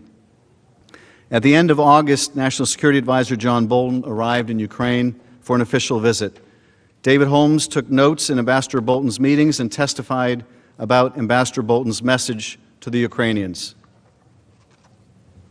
Shortly thereafter, on August 27th, Ambassador Bolton visited Ukraine and brought welcome news that President Trump had agreed to meet President Zelensky on September 1st in Warsaw. Ambassador Bolton further indicated that the hold on security assistance would not be lifted prior to the Warsaw meeting, where it would hang on whether President Zelensky was able to, quote, favorably impress President Trump. Let's think about that for a minute. Unless you have something further to say. Let's think about that for a minute. Bolton further indicated that the hold on security assistance would not be lifted prior to the Warsaw meeting, where it would hang on whether President Zelensky was able to favorably impress President Trump. Well, what do you think would favorably impress President Trump? What were the only two things that President Trump asked of President Zelensky? What were the two things that Rudy Giuliani was asking of President Zelensky and his top aides? What would favorably impress Donald Trump? Would Donald Trump be favorably impressed if President Zelensky were to tell him about this new corruption court or new legislation in the Rada, or how negotiations with the Russians were going, or how they're bringing about defense reform? Had any of those things ever come up in any of these text messages, any of these emails, any of these phone calls, any of these conversations? Of course not. Of course not. There was only one thing that was going to favorably impress President Trump in Warsaw, and that is if Zelensky told him to his face, I'm going to do these political investigations. I don't want to do them. You know I don't want to do them. I've resisted doing them, but I'm at war with Russia, and I can't wait anymore. I can't wait anymore. I'm sure that would have impressed Donald Trump. But the meeting between the two presidents never happened in Warsaw. President Trump canceled the trip at the last moment. Before Bolton left Kyiv, Ambassador Taylor asked for a private meeting. Ambassador Taylor explained that he was extremely concerned about the hold on security assistance. He described the meeting to us during his testimony. Near the end of Ambassador Bolton's visit, I asked to meet him privately, during which I expressed to him my serious concern about the withholding of military assistance to Ukraine while the Ukrainians were defending their country from Russian aggression. Ambassador Bolton recommended that I send a first-person cable to Secretary Pompeo directly, relaying my concerns. Now, in the State Department, sending a first-person cable is an extraordinary step. State Department cables are ordinarily written in the third person. As Ambassador Taylor testified at his deposition, sending a first-person cable gets attention because there are not many first-person cables that come in. In fact, in his decades of service in the diplomatic corps, he had never written a single one until now. Taylor sent that cable on August 29th. Would you like me to read that to you right now? I would like to read it to you right now, except I don't have it, because the State Department wouldn't provide it. But if you'd like me to read it to you, we can do something about that. We can insist on getting that from the State Department. If you'd like to know what John Bolton had in mind when he thought that Zelensky could favorably impress the president in Warsaw, we can find that out too, just for the asking, and a document called a subpoena. So Taylor sends that cable August 29th. The State Department did not provide that cable to us in response to the subpoena. But witnesses who reviewed it described it as a powerful message that described the folly of withholding military aid from Ukraine at a time when it was facing incursion from Russian forces in eastern Ukraine. That cable also sought to explain that U.S. assistance to Ukraine was vital to U.S. national security as well. Now, why don't they want us to see that cable? Why don't they want us to see that cable? Maybe they don't want you to see that cable because that cable from a Vietnam veteran describes just how essential that military assistance was, not just to Ukraine. Maybe they don't want you to see that cable because it describes just how important that military assistance is to us. To us. President's Council would love you to believe this is just about Ukraine. You don't need to care about Ukraine. Who cares about Ukraine? How many people can find Ukraine on the map? Why should we care about Ukraine? Well, we should care about Ukraine. They're an ally of ours. If it matters to us, we should care about the fact that in 1994, when we asked them to give up their nuclear weapons that they had inherited from the Soviet Union, and they didn't want to give them up, and we were worried about proliferation, We said, hey, if you give them up, which you don't want to do because you're worried the Russians might invade, if you give them up, we will help assure your territorial integrity. We made that commitment. I hope we care about that. I hope we care about that because they did give them up. And you know what? Just what they feared took place. The Russians moved across their border, and they remain occupying part of Ukraine. That's the word of America we gave. And we're breaking that word. Why? For help with a political campaign? Ambassador Taylor was exactly right. That's crazy. It's worse than crazy. It's repulsive. It's repugnant. It breaks our word.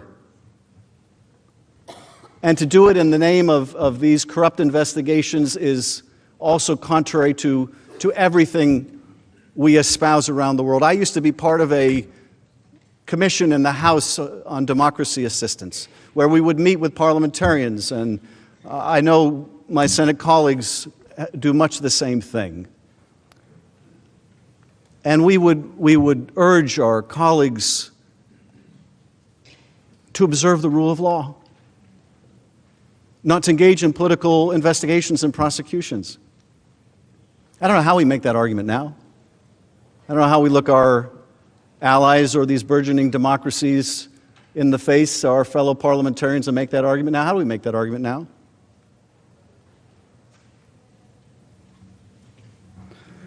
Now, testimony indicated that Secretary Pompeo eventually carried that cable into the White House. But there's no evidence that those national security concerns that they don't want you to see were able to outweigh the president's personal interest in his getting foreign help in his re-election campaign. There's no evidence at all. Now we get to August 28th. Politico was the first to publicly report that President Trump had implemented a hold on nearly $400 million of U.S. military assistance to Ukraine that had been appropriated by Congress. Now that the worst-kept secret was public, Ukrainian officials immediately expressed their alarm and concern to their American counterparts. As witnesses explained, the Ukrainians had two serious concerns. One, of course, was the aid itself, which was vital to their ability to fight off Russia.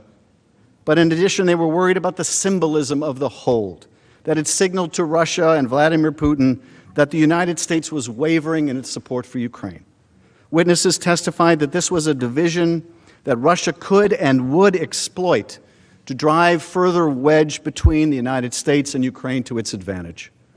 The second concern was likely why Ukrainian officials had wanted the hold to remain a secret in the first place, because it would add to the negative impact to Ukraine if the hold itself became public. It was bad enough that the President of the United States put a hold on their aid. It was going to be far worse if it became public, as indeed it did. Andrei Yermak, the same Zelensky aide, sent Ambassador Volker a link to the Politico story, and then texted, "Need to talk with you."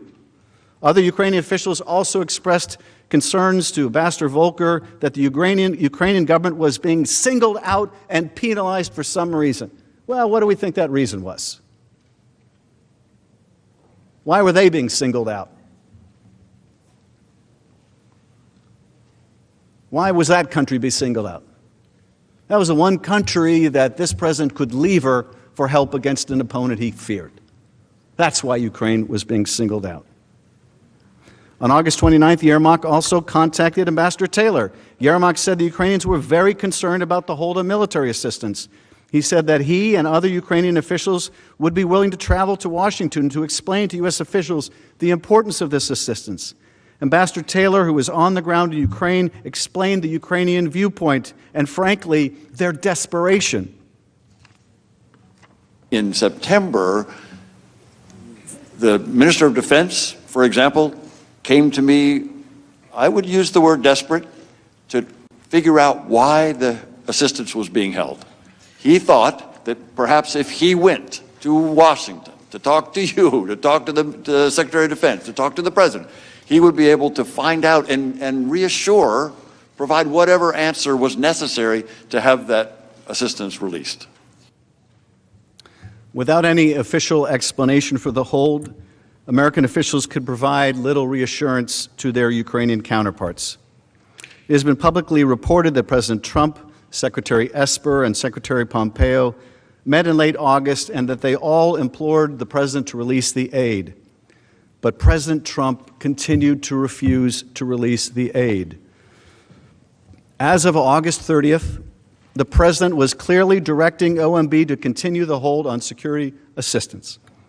In documents reviewed by Just Security but withheld from the Congress by OMB on the president's instructions, OMB official Michael Duffy emailed DOD Controller Elaine McCusker that there is, quote, clear direction from POTUS to continue the hold. So here we are, August 30th. A month after that July 25th call. Aid still being withheld.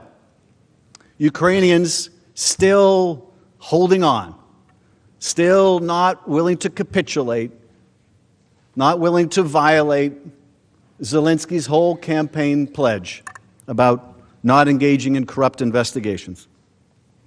That same day, August 30th, Republican Senator Ron Johnson spoke with Ambassador Sondland to express his concern about President Trump's decision to withhold military assistance to Ukraine. Senator Johnson described that call in an interview with the Wall Street Journal. According to Senator Johnson, Ambassador Sondland told him that if Ukraine would commit to, quote, get to the bottom of what happened in 2016, if President Trump has that confidence, then he'll release the military spending. Senator Johnson added, at that suggestion, I winced.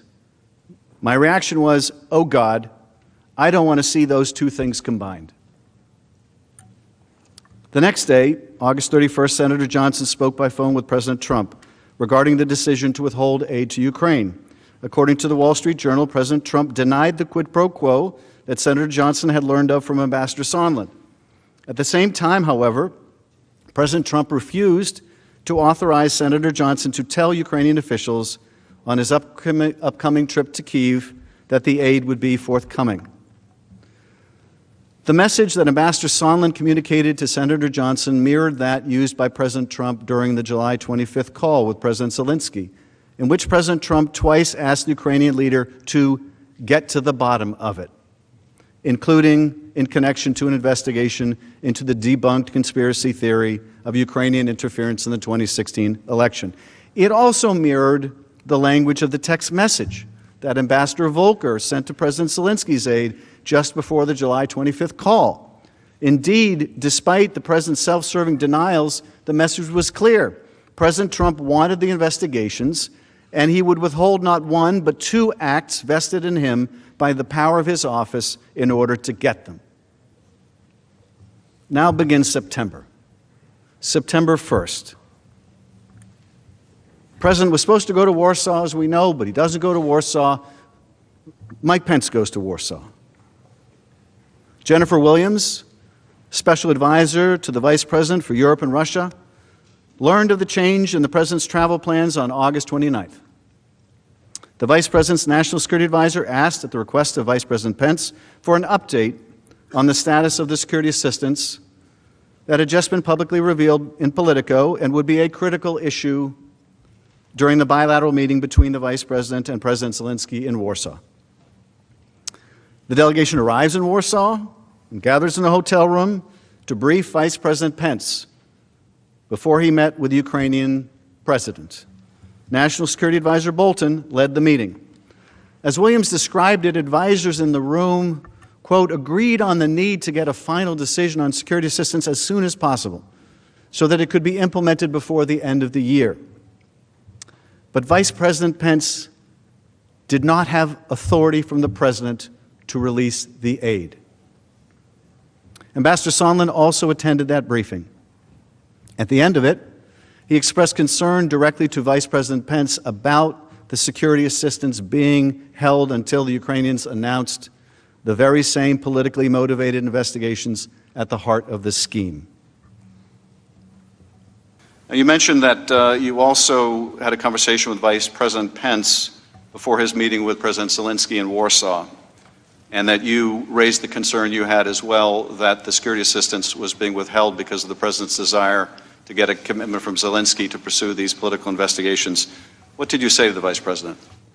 I was in a briefing with several people, and I just spoke up and I said, it appears that everything is stalled until this statement gets made, words to that effect, and that's what I believe to be the case based on the work that the three of us had been doing, Volker, Perry, and myself. And the vice president nodded like, he heard what I said, and that was pretty much it, as I recall. Everyone was in the loop. Ambassador Sondland testified that Vice President Pence was neither surprised nor dismayed by the description of this quid pro quo. At the beginning of the bilateral meeting between President Zelensky and Vice President Pence, as expected, the first question from President Zelensky related to the status of the security assistance. As Vice President Pence's aide, Jennifer Williams, testified, President Zelensky explained that just equally with the financial and physical value of the assistance, that it was the symbolic nature of that assistance that really was the show of U.S. support for Ukraine and for Ukraine's sovereignty and territorial integrity. Later that day, Vice President Pence spoke to the President about his meeting with President Zelensky. But the hold on security assistance remained in place well after Vice President Pence returned from Warsaw. And after the Warsaw meeting with Vice President Pence, Ambassador Sondland quickly pulled aside Andrei Yermak, Zelensky's top aide, and informed him that the aid would not be forthcoming until Ukraine publicly announced the two investigations that President Trump wanted. So here we are. After the meeting, right after the meeting, they're still in Warsaw, and Zelensky pulls aside his Ukrainian counterpart, Yermak, and explains the aid is not coming until the investigations are announced. Based on my previous communication with Secretary Pompeo, I felt comfortable sharing my concerns with Mr. Yermak. It was a very, very brief pull-aside conversation that happened within a few seconds. I told Mr. Yermak that I believed that the resumption of U.S. aid would likely not occur until Ukraine took some kind of action on the public statement that we had been discussing for many weeks. Let's let that sink in for a minute, too. You've heard my colleagues at the other table say, Ukrainians felt no pressure. There's no evidence they felt any pressure. Of course, we've already had testimony about how they did feel pressure and they didn't want to be drawn into this political campaign. And you saw over and over in these text messages and emails, no, you go first. You announce, no, you go first. And we're supposed to believe they felt no pressure. And there it is. It breaks out in the open. The military aid is being withheld. And there's a connection between the holding of the military aid and these investigations. And the first thing they're asking about, they send the copy of the article, what's happening with this aid? They're ready to come to D.C. to plead for the aid. They go to Warsaw. They meet with the vice president. It's the first question is the aid. And what happens after that meeting? Now, that's a big meeting, by the way, with the vice president, the Ukrainian delegation. It's not like in front of all those people, the vice president is going to bring it up. And so Sondland goes up to his counterpart right after that on the sidelines of that meeting, and he says, basically, you ain't getting the money until you do the investigations. And we're to believe they felt no pressure? Folks, they're at war. They're at war, and they're being told you're not getting $400 million in aid you need unless you do what the president wants, and what the president wants are these two investigations. If you don't believe that's pressure, that's $400 million worth of pressure. I got a bridge I want to sell you. It's hard for us to put ourselves in the Ukrainians' position. I mean, imagine the eastern third of our country were occupied by an enemy force. And we're beholden to another country for military aid. and they're saying you're not going to get it until you do what we want, do you think we'd feel pressured? I think we'd feel pressured. And that's exactly the situation the Ukrainians were in now. You've heard the other councils say before, well, but they say they don't feel pressure. Like they're going to admit they were being shaken down by the President of the United States. You think they feel pressure now? You should see what kind of pressure they feel if they admitted that.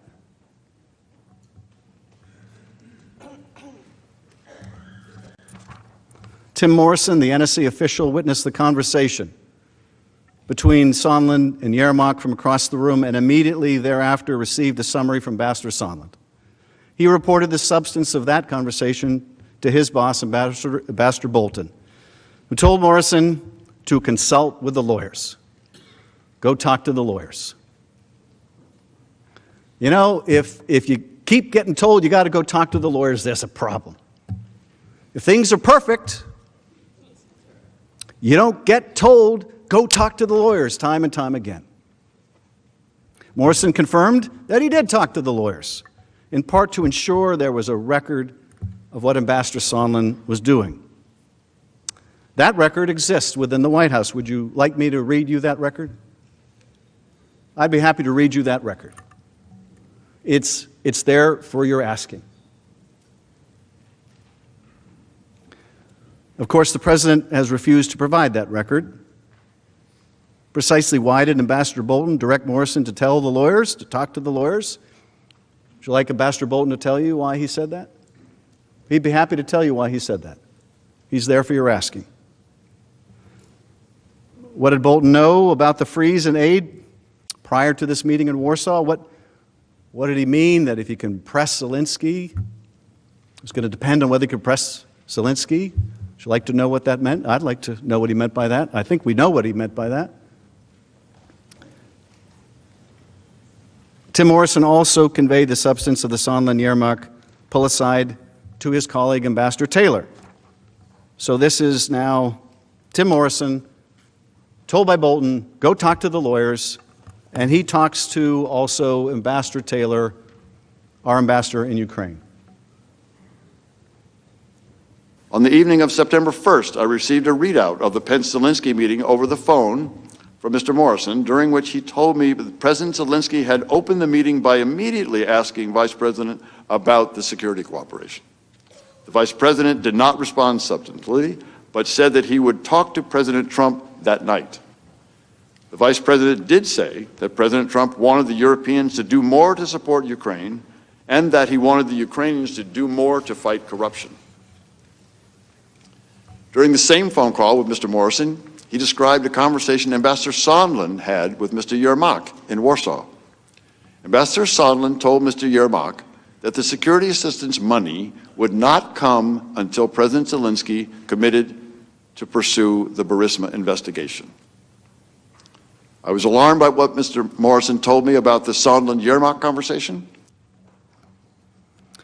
Ambassador Taylor then explained why he was so alarmed by this turn. Let's hear that as well. You said previously that you were alarmed to learn this. Why were you alarmed? It's one thing to try to leverage a meeting in the White House. It's another thing, I thought, to leverage security assistance to a country at war, dependent on both the security assistance and the demonstration of support. It was much more alarming. The White House meeting was one thing, security assistance was much more alarming. Upon learning from Mr. Morrison that the military aid may be conditioned on Ukraine publicly announcing these two investigations, Ambassador Taylor sends an urgent text message to Ambassador Sondland asking, are we now saying that security assistance and White House meeting are conditioned on investigations? And the response by Ambassador Sondland, call me. Well, you know what that means, right? You get a text message that's putting it in black and white. Are we saying security assistance and the White House meeting are conditioned on investigations? Call me. In other words, don't put this in writing. Call me. Ambassador Taylor did in fact call Sondland. Informed by notes he took at the time of the call, he summarized that conversation as follows. During that phone call, Ambassador Sondland told me that President Trump had told him that he wants President Zelensky to state publicly that Ukraine will investigate Burisma and alleged Ukrainian interference in the 2016 election. Ambassador Sondland also told me that he now recognized that he had made a mistake by earlier telling Ukrainian officials that only a White House meeting with President Zelensky was dependent on a public announcement of the investigations. In fact, Ambassador Sondland said, everything was dependent on such an announcement, including security assistance. He said that President Trump wanted President Zelensky in a public box by making a public statement about ordering such investigations. Ambassador Taylor testified that his contemporaneous notes of the call reflect that Sondland used the phrase public box to describe President Trump's desire to ensure that the initiation of his desired investigations was announced publicly. A private commitment was not good enough. The State Department has Ambassador Taylor's extensive notes, and of course, we would like to show them to you to corroborate his testimony. But pursuant to the President's instructions, the State Department will not turn them over. You might recall from the tape yesterday, Ambassador Taylor said, they'll be shortly coming, I'm told. Well, somebody countermanded that instructions. Who do we think that was? But you should see them. If you have any question about what Sondland told Ambassador Taylor, if the President's counsel tries to create any confusion about what Sondland told Taylor about his conversation with the President, and look, Sondland had one recollection in his deposition and another recollection in the first hearing and another recollection in the declaration. You want to know exactly what happened in that conversation when it was fresh in Sondland's mind and he told Taylor about it and Taylor wrote it in its notes. You're going to want Taylor's notes. In any courtroom in America holding a fair trial, you would want to see contemporaneous notes. This Senate should be no different. Demand those notes. Demand to see the truth. We're not afraid of those notes. We haven't seen them. We haven't seen them. Maybe those notes say something completely different. Maybe those notes say no quid pro quo. Maybe those notes say it's a perfect call. I'd like to see them. I'm willing to trust Ambassador Taylor's testimony and his recollection. I'd like to see them. I'd like to show them to you. They're yours for the asking. On September 25th, the Washington Post editorial board reported concerns that President Trump was withholding military assistance for Ukraine in a White House meeting in order to force President Zelensky to announce investigations of Vice President Biden and purported Ukrainian interference in the U.S. election. The Post editorial board wrote, "We're reliably told that the President has a second and more venal agenda. He is attempting to force Mr. Zelensky to intervene in the 2020 presidential election by launching an investigation of the leading Democratic candidate, Joe Biden. Mr. Trump is not just soliciting Ukraine's help with his presidential campaign. He is using U.S. military aid the country desperately needs in an attempt to extort it." So that's September 25th. President on notice, scheme discovered. September 5th. September 7th, the evidence shows President Trump has a call with Ambassador Sondland, where the President made the corrupt bargain for military aid in the White House meeting even more explicit. On September 7th, Ambassador Sondland spoke to President Trump on the telephone. After that conversation, Ambassador Sondland called Tim Morrison to update him on that conversation. Unlike Sondland, who testified that he never took notes, Morrison took notes of the conversation and recalled it during his public testimony. Let's listen. Now, a few days later, on September 7th, you spoke again to Ambassador Sondland, who told you that he had just gotten off the phone with President Trump. Isn't that right? That sounds correct, yes. What did Ambassador Sondland tell you that President Trump said to him? If I recall this conversation correctly, this was where Ambassador Sondland related that there was no quid pro quo, but President Zelensky had to make the statement and that he had to want to do it. And by that point, did you understand that the statement related to the Biden and 2016 investigations? I think I did, yes. And that was essentially a condition for the security assistance to be released? I understood that that's what Ambassador Sondland believed. After speaking with President Trump? That's what he represented.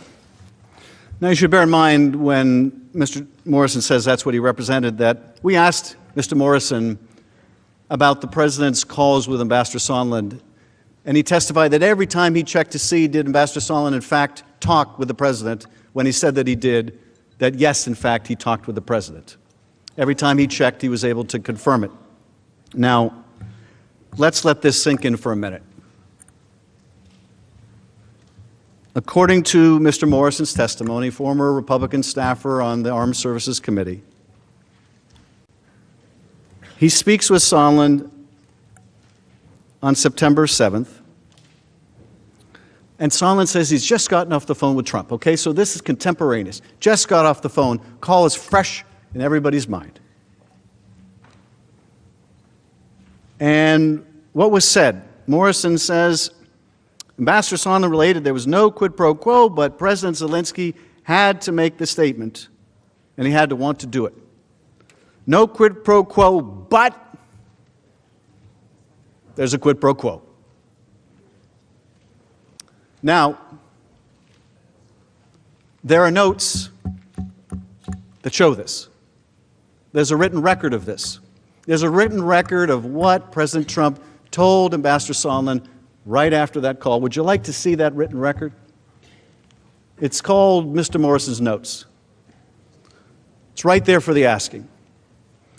If these fine lawyers over here want to persuade you that call didn't happen or it wasn't said or all he said was no quid pro quo, he never said, but you have to go to the mic and you have to want to do it. Well, there's a good way to find out what happened on that call because it's in writing. Is there any question why they're withholding this from Congress? Is there any question about that? They didn't claim, well, Mr. Morrison didn't claim absolute immunity, and Mr. Sondland didn't claim absolute immunity. There's no absolute immunity over these notes, no executive privilege over these notes. The notes have already been described, the conversations have already been released. There's no even plausible, arguable, invented even excuse for withholding these notes. Wouldn't you like to see them? I can tell you in any courtroom in America you'd get to see them. This should be no different. Wouldn't be any different in a fair trial anywhere in America.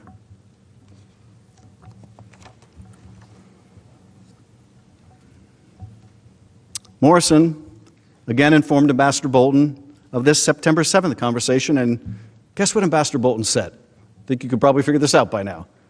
Go talk to the lawyers. Go talk to the lawyers.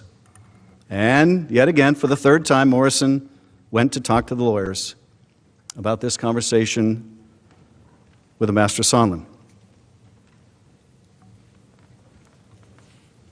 Morrison also called Ambassador Taylor to inform him about the conversation, and we have the testimony from Ambassador Taylor about their conversation, which is also based on his contemporaneous notes. Let's look at the conversation now between Mr. Morrison and Ambassador Taylor.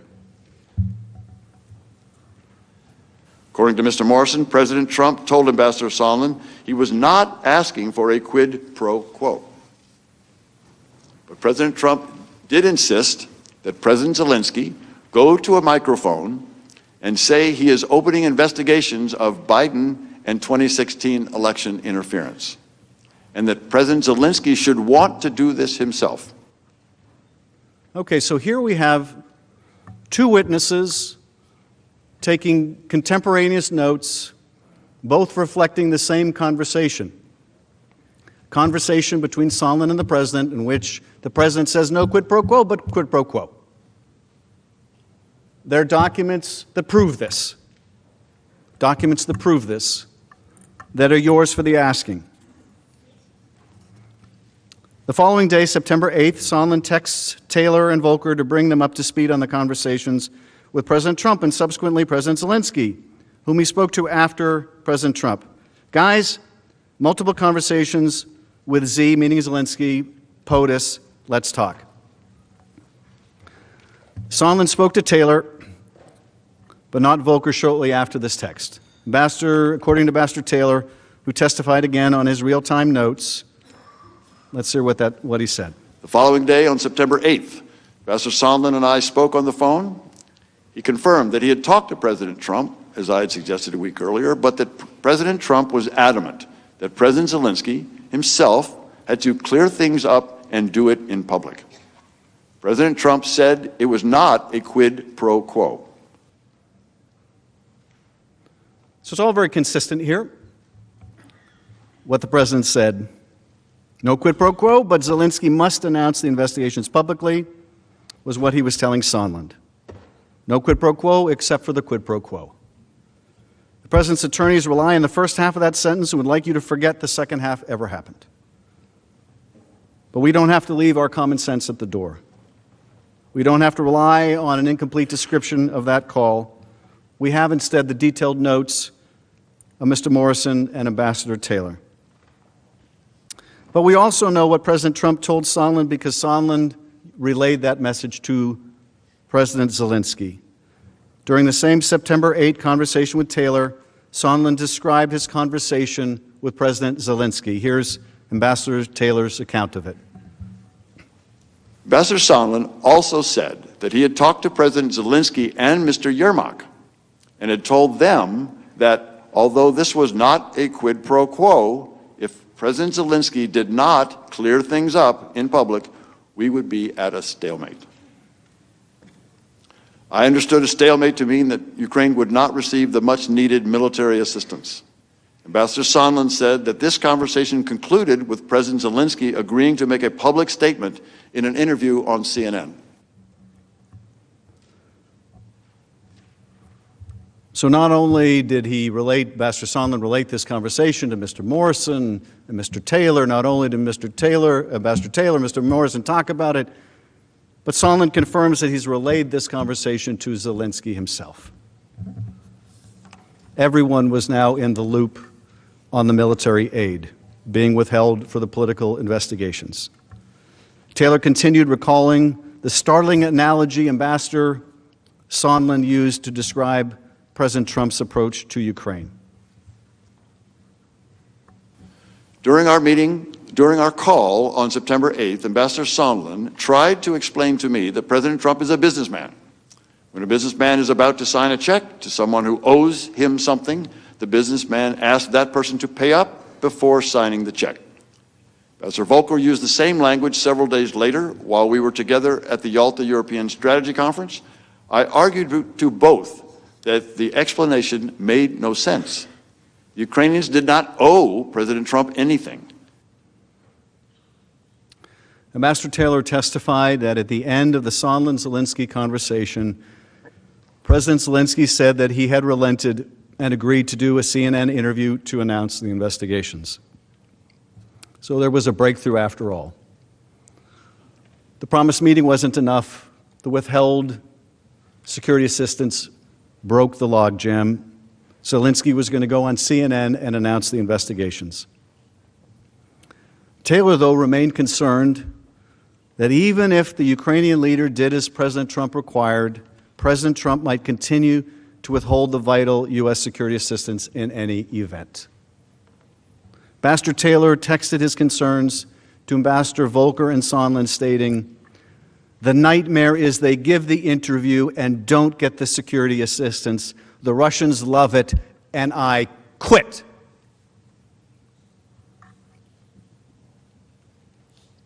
I mean, that's quite telling, too.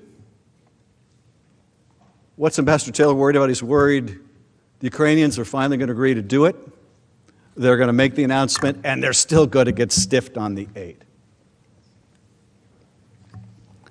At his deposition, Ambassador Taylor elaborated, the nightmare is the scenario where President Zelensky goes out in public, makes an announcement that he's going to investigate Burisma and the interference in the 2016 election. Maybe, among other things, he might put that in some series of investigations, but the nightmare was he would mention those two, take all the heat from that, get himself in big trouble in this country, meaning Ukraine, or this country, meaning the United States, and probably in this country as well, meaning both, I guess, and the security assistance would not be released. That was the nightmare. If it were to happen, Taylor's testified he would quit. Early in the morning in Europe on September 9th, which was 12:47 a.m. in Washington, D.C., Ambassador Taylor reiterated his concerns about the President's quid pro quo for security assistance in another series of text messages with Ambassadors Volker and Sondland. So here are the September 9th text messages. Taylor texts to Sondland, the message to the Ukrainians, parentheses, and Russians, we send with a decision on security assistance is key. With the hold, we have already shaken their faith in us. Thus, my nightmare scenario. And Taylor goes on and says, counting on you to be right about this interview, Gordon, meaning if they do it, you darn well better come through with the military aid. And Sondland says, Bill, I never said I was right. I said we are where we are and believe we have identified the best pathway forward. Let's hope it works.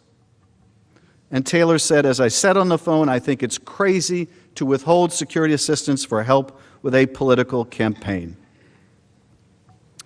Ambassador Taylor testified about what he meant. He said that to withhold that assistance for no good reason other than help with a political campaign made no sense. It was counterproductive to all of what we've been trying to do. It was illogical. It could not be explained. It was crazy. In response to Ambassador Taylor's text message, Sondland replies at about 5 a.m. in Washington. So the message from Taylor goes out at 12:47 a.m. The message back from Sondland comes at 5 a.m., so it looks like it may be 5 hours later. So Taylor has texted at 12:47 a.m., as I said on the phone, I think it's crazy to withhold security assistance for help with a political campaign. There he is again, putting it in writing, for crying out loud. Hadn't Sondland said to call him about this stuff? And so 5 hours later, you get this really interesting message from Sondland. Bill, I believe you're incorrect about President Trump's intentions. The President has been crystal clear. No quid pro quos of any kind. The President is trying to evaluate whether Ukraine is truly going to adopt the transparency and reforms that President Zelensky promised during his campaign. I suggest we stop the back and forth by text. In other words, can you please stop putting this in writing? Congress may read this one day. If you still have concerns, I recommend you give Lisa Kenna or S a call to discuss them directly. Thanks. Now, as you can see, Ambassador Sondland's subsequent testimony revealed that this text and other denials of a quid pro quo were intentionally false and simply designed to provide a written record of a false explanation that could later be used to conceal wrongdoing. The text message says there were no quid pro quos of any kind. But you've seen his testimony. He swore under oath. He was crystal clear when he said there was a quid pro quo for the White House meeting, and he subsequently testified there was a quid pro quo for the security assistance as well, as confirmed by President Trump's direction to him on September 7th. Sondland's recollection of his conversation with President Trump, as I mentioned, has evolved over time. Initially, in his deposition, he testified that the conversation with the President occurred between Taylor's text of September 9th at 12:47 Washington time and his response at 5 a.m. He recalled very little of the conversation at that time other than his belief that his text message reflected President Trump's response. Subsequently, though, and again, this is one of the reasons why you do depositions in closed session, subsequently, after the opening statements of the testimony of Ambassador Taylor and Mr. Morrison were released, which described in overlapping and painful detail Sondland's conversation with President Trump on September 7th, Ambassador Sondland submitted an addendum to his deposition testimony, which in relevant part said this. Finally, as of this writing, I cannot specifically recall if I had one or two phone calls with President Trump in the September 6 to 9 timeframe. Despite repeated requests to the White House and the State Department, I have not been granted access to all of the phone records, and I would like to review those phone records along with any other notes and other documents that may exist to determine if I can provide a more complete testimony to assist Congress. However, although I have no specific recollection of phone calls during this period with Mr. Taylor, Ambassador Taylor, Mr. Morrison, I have no reason to question the substance of their recollection about my September 1 conversation with Mr. Yermak. During his public testimony, Ambassador Sondland purported to remember more of this conversation with President Trump. Although he still couldn't, or maintained he couldn't remember if it was on September 7th or September 9th. And according to his testimony, President Trump did not specifically say there was a quid pro quo. But when Sondland simply asked the president what he wanted from Ukraine, President Trump immediately brought up a quid pro quo. According to Sondland, President Trump said, I want nothing, I want no quid pro quo, I want Zelensky to do the right thing. And I said, what does that mean? And he said, I want him to do what he ran on. In his subsequent testimony, Ambassador Sondland explained that President Trump's reference to what he ran on was a nod to rooting out corruption. Here, however, corruption like Burisma has become code for the investigations that President Trump has sought. So you've got Ambassador Sondland's emerging recollection. But what you've got is actually written notes taken at the time that he does not contest. Written notes of Ambassador Taylor and Mr. Morrison. Notes which I believe will reflect quite clearly the understanding of dirt for dollars that was confirmed by this telephone call with President Trump. Well, you weren't dissuaded then, right? Because you still thought that the aid was conditioned on the public announcement of the investigations after speaking to President Trump. By September 8th, I was absolutely convinced it was. And President Trump did not dissuade you of that in the conversation that you acknowledged you had with him. I don't ever recall, because that would have changed my entire calculus. If President Trump had told me directly, I'm not... That's not what I'm asking, Ambassador Sondland. I'm just saying, you still believed that the security assistance was conditioned on the investigation after you spoke to President Trump. Yes or no? From a time frame standpoint, yes. Okay, so here we have Sondland saying that whatever his recollection may be about that call, he was still very clear what the president wanted, and he was very clear there was a quid pro quo. That is consistent, obviously, with what Mr. Morrison has had to say and Ambassador Taylor. In other words, he didn't believe President Trump's denial of a quid pro quo, and neither should you. Sondland's understanding was further confirmed by President Trump's own chief of staff. On October 17, at a press briefing in the White House, Mick Mulvaney admitted that President Trump withheld the essential military aid for Ukraine as leverage to pressure Ukraine to investigate the conspiracy theory that Ukraine had interfered in the 2016 election. So those were the driving factors. Did he also mention to me in the past the corruption related to the DNC server? Absolutely, no question about that. But that's it, and that's why we held up the money. When pressed that he had just convinced of the very quid pro quo that President Trump had been denying, Mulvaney doubled down. Let's listen to that. But to be clear, what you just described is a quid pro quo. It is funding will not flow unless the investigation into the Democratic server happens as well. We do that all the time with foreign policy.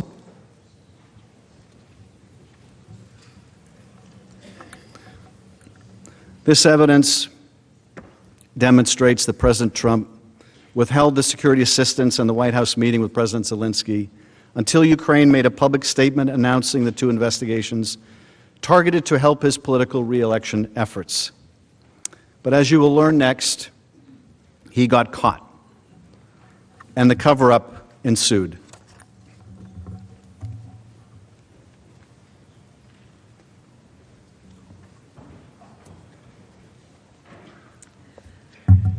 Chief Justice. And Senators, thank you for your patience. This is a lot of information, but you have a very important obligation, and that is ultimately to decide whether the President committed impeachable offenses.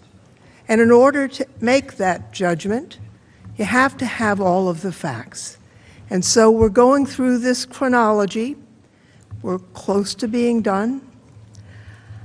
But it's important to know that while all of this material was going on, these deals were being made, there were other forces at work. Even before the President's freeze on U.S. military assistance to Ukraine became public on August 28th, members of both houses of Congress began to express concern. On August 9th, the Democratic leadership of the House and Senate Appropriations Committee wrote to the OMB and the White House warning that a hold on assistance might constitute an illegal impoundment of funds. They urged the Trump administration to follow the law and obligate the funding. When the news of the frozen aid broke on August 28th, congressional scrutiny of President Trump's decision increased. On September 3rd, a group of senators, both Republicans and Democrats, including Senator Jeanne Shaheen, Senator Rob Portman, Senator Dick Durbin, Senator Ron Johnson, Senator Richard Blumenthal, sent a letter to acting White House Chief of Staff Mick Mulvaney expressing, and I quote, deep concerns that the administration is considering not obligating the Ukraine Security Initiative funds for 2019. 2 days later, as has been mentioned, on September 5th, a Washington Post editorial expressed concern that President Trump was withholding military assistance to Ukraine in order to pressure President Zelensky to announce these investigations. That was the first public report linking the frozen security aid to the investigations that Mr. Giuliani had been publicly pressing for, and that President Trump, as we've heard, had privately urged President Zelensky to conduct on the July 25th call. That same day, Senators Murphy and Johnson met with President Zelensky in Kiev. Ambassador Taylor went with them, and he testified, Mr. Taylor testified, that President Zelensky's, quote, first question to the senators was about withheld security assistance. Ambassador Taylor testified that both senators, quote, stressed that bipartisan support for Ukraine in Washington was Ukraine's most important strategic asset, and that President Zelensky should not jeopardize that bipartisan support by getting drawn into U.S. domestic politics. Now, Senator Johnson and Senator Murphy later submitted letters where they explained that they sought to reassure President Zelensky that there was bipartisan support in Congress for providing Ukraine with military assistance, and that they would continue to urge President Trump to lift the hold. Here is what they said in that letter. Senator Murphy said, Senator Johnson and I assured Zelensky that Congress wanted to continue this funding and would press Trump to release it immediately. And Senator Johnson in the letter said, I explained that I'd tried to persuade the president to authorize me to announce the hold was released, but that I was unsuccessful. Now, as news of the president's hold on military assistance to Ukraine became public at the end of August, Congress, the press, the public started to pay more attention to President Trump's activities with Ukraine.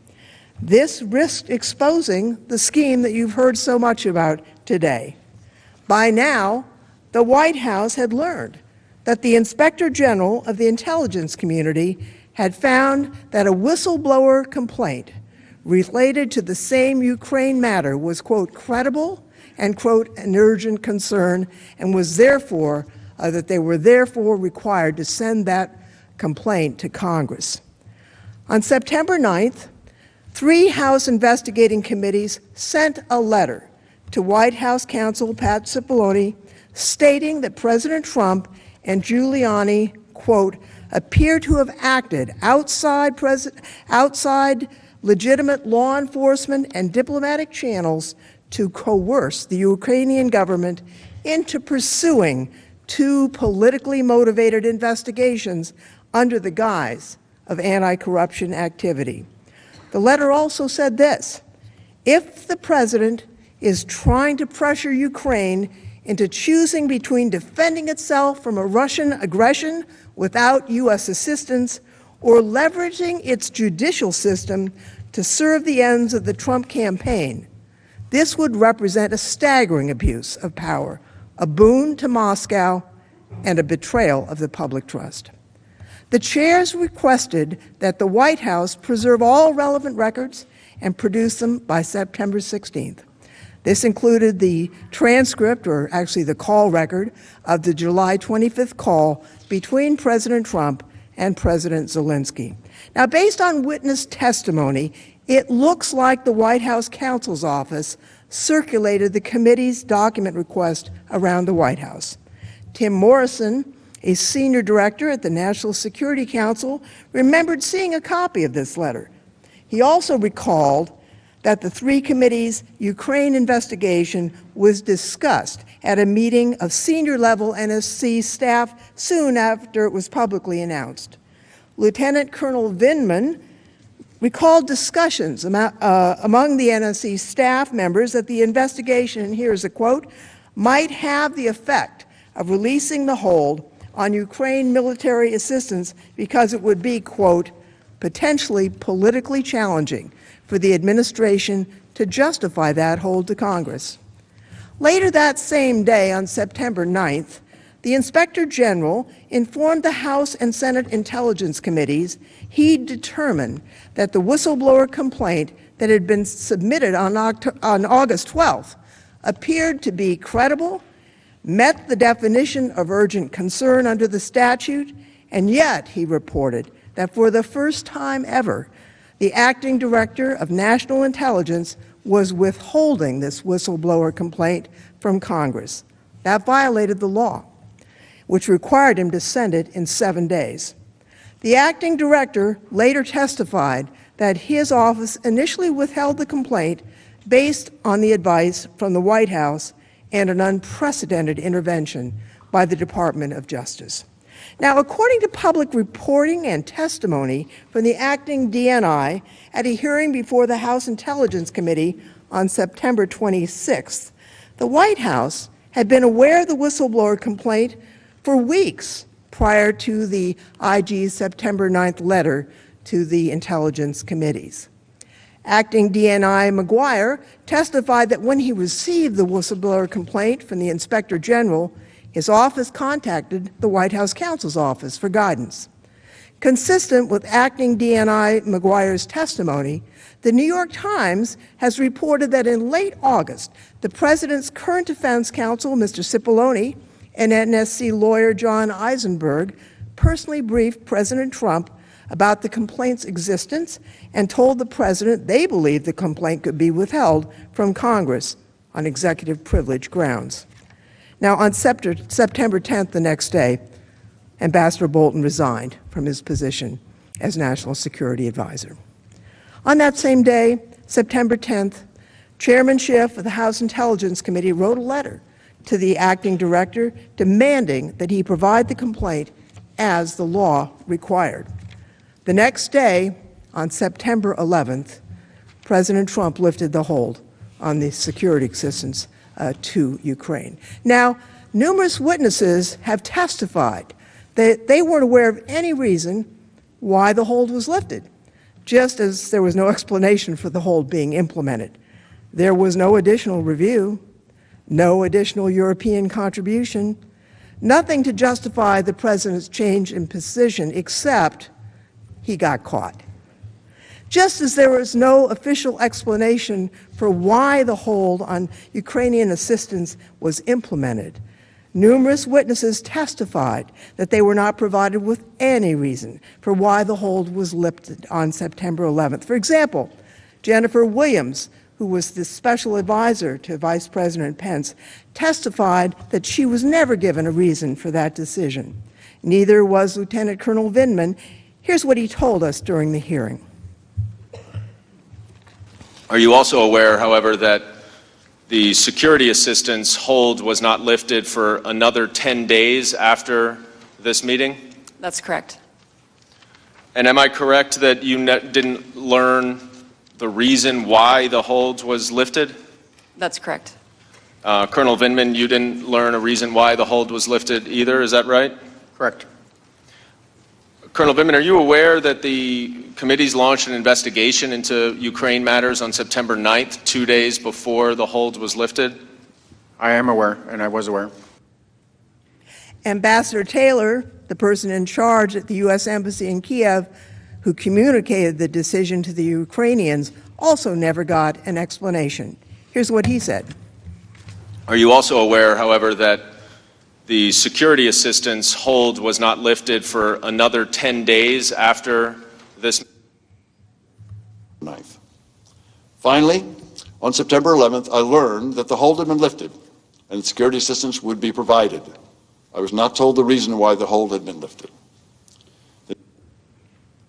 Mark Sandy, a career officer at OMB, testified he only learned of a possible rationale for the hold in early September after the acting DNI had informed the White House about the whistleblower complaint. Now, Sandy testified that sometime in early September, he received an email from his boss, Michael Duffy. Approximately 2 months after the hold had been placed, the email, quote, attributed the hold to the president's concern about other countries not contributing more to Ukraine and requested, quote, information about what additional countries were contributing to Ukraine. This was a different explanation than OMB had provided at the July 26th interagency meeting. That referenced concerns about corruption. Lieutenant Colonel testified that none of the facts on the ground about Ukrainian efforts to combat corruption or other countries' contribution to Ukraine had changed before President Trump lifted the hold. According to a press report, after Congress began investigating President Trump's scheme, the White House counsel's office opened an internal investigation relating to the July 25th call. The following slides provide excerpts from a report in the Washington Post. As part of that internal investigation, White House lawyers reportedly gathered and reviewed hundreds of documents that reveal extensive efforts to generate an after-the-fact justification for the hold on military assistance for Ukraine that had been ordered by the president. These documents reportedly include, quote, early August email exchanges between Acting Chief of Staff Mick Mulvaney and White House budget officials seeking to provide an explanation for withholding the funds after the president had already ordered a hold in mid-July on the nearly $400 million in security assistance. The Washington Post article also reported that, and this is a quote, emails show OMB Director Vaught and OMB staffers arguing that withholding the aid was legal while officials at the National Security Council and State Department protested. OMB lawyers said that it was legal to withhold the aid as long as they deemed it a temporary hold. You should be able to see these documents, but the White House has withheld them from Congress. So the House can't verify the news report, but you could. You could do that if you could see these documents. You should subpoena them, and there's no reason not to see all the relevant documents. Now, the lengthy delay created by President Trump's hold prevented the Department of Defense from spending all congressionally appropriated funds by the end of the fiscal year, as we've mentioned before. That meant the funds were going to expire on September 30th because, as we know, unused funds do not roll over to the next fiscal year. This confirmed the fears expressed by Cooper, Sandy, and others, concerns that were discussed within the relevant agencies in late July and throughout August. Ultimately, $35 million of Ukraine military assistance, that's 14% of the DoD funds, remained unspent by the end of the fiscal year in order to make sure that Ukraine did not permanently lose the $35 million of critical military assistance that had been frozen by the White House.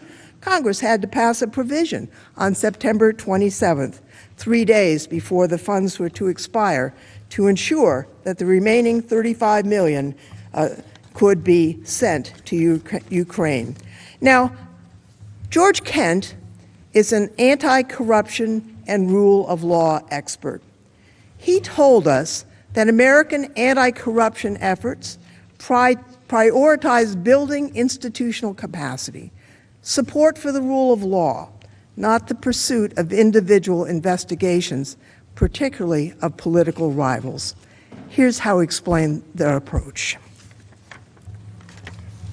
U.S. efforts to counter corruption in Ukraine focus on building institutional capacity so that the Ukrainian government has the ability to go after corruption and effectively investigate, prosecute, and judge alleged criminal activities using appropriate institutional mechanisms. That is, to create and follow the rule of law. That means that if there are criminal nexuses for activity in the United States, U.S. law enforcement should pursue the case. If we think there's been a criminal act overseas that violates U.S. law, we have the institutional mechanisms to address that. It could be through the Justice Department and FBI agents assigned overseas, or through treaty mechanisms, such as the Mutual Legal Assistance Treaty. As a general principle, I do not believe the United States should ask other countries to engage in selective, politically associated investigations or prosecutions against opponents of those in power, because such selective actions undermine the rule of law, regardless of the country. Now, David Holmes concurred during his testimony. Holmes also compared the official approach that we believe in, that we promulgate across the world, with what the President and Mr. Giuliani actually were doing. Sure. So our long-standing policy is to encourage them to establish and build rule of law institutions that are capable and that are independent and that can actually pursue credible allegations. That's our policy. We've been doing that for quite some time with some success. So focusing on particular cases, including particular cases where there is a interest of the president's, it's just not part of what we've done. It's hard to explain why we would do that. Unfortunately, we do know the explanation.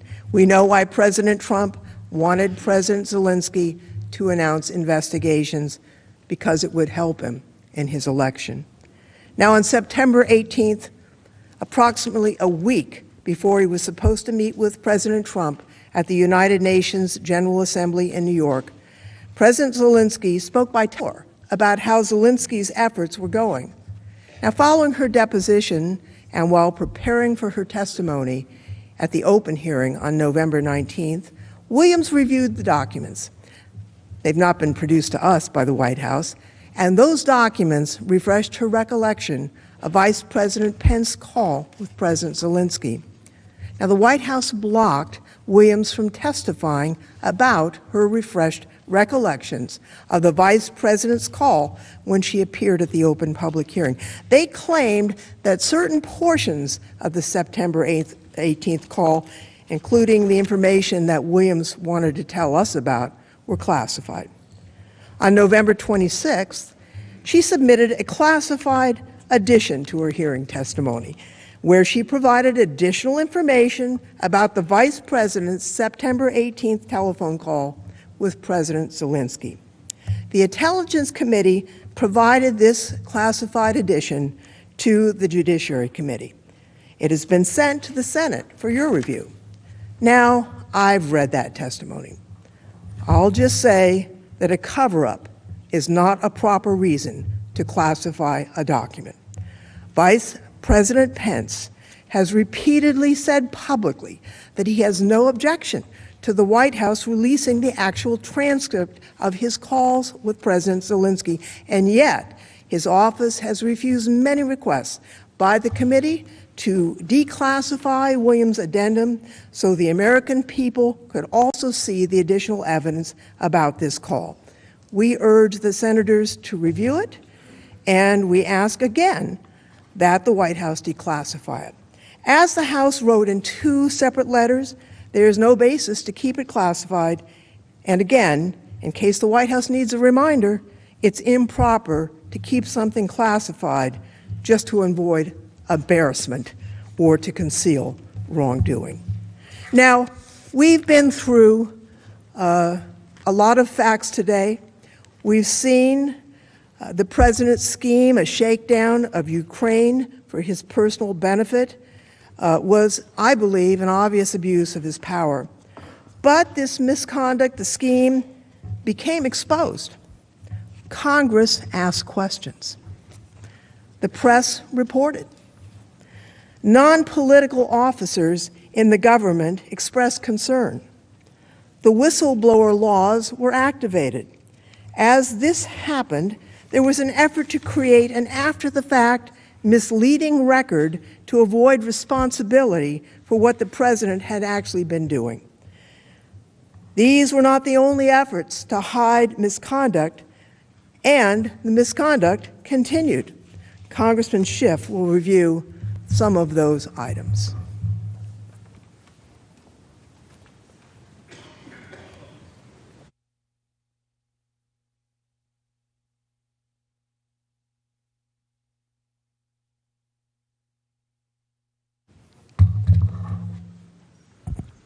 So we have about 20 minutes left in the presentation tonight. I'd like to now go through with you the President's efforts to hide this corrupt scheme, even as it continued well into the fall of last year.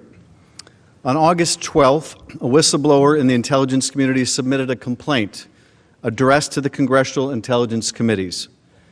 This explosive document stated that President Trump had solicited foreign interference from Ukraine to assist in his 2020 re-election bid.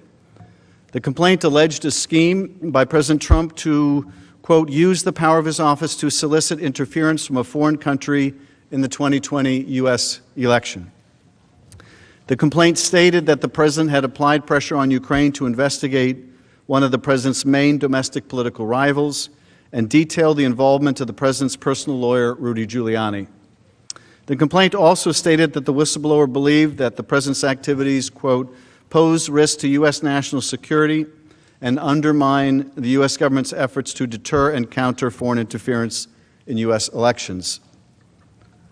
Under the law, the whistleblower was required to file the complaint with the Inspector General of the intelligence community, which was then required to vet and assess the complaint and determine if it warranted reporting to the intelligence committees.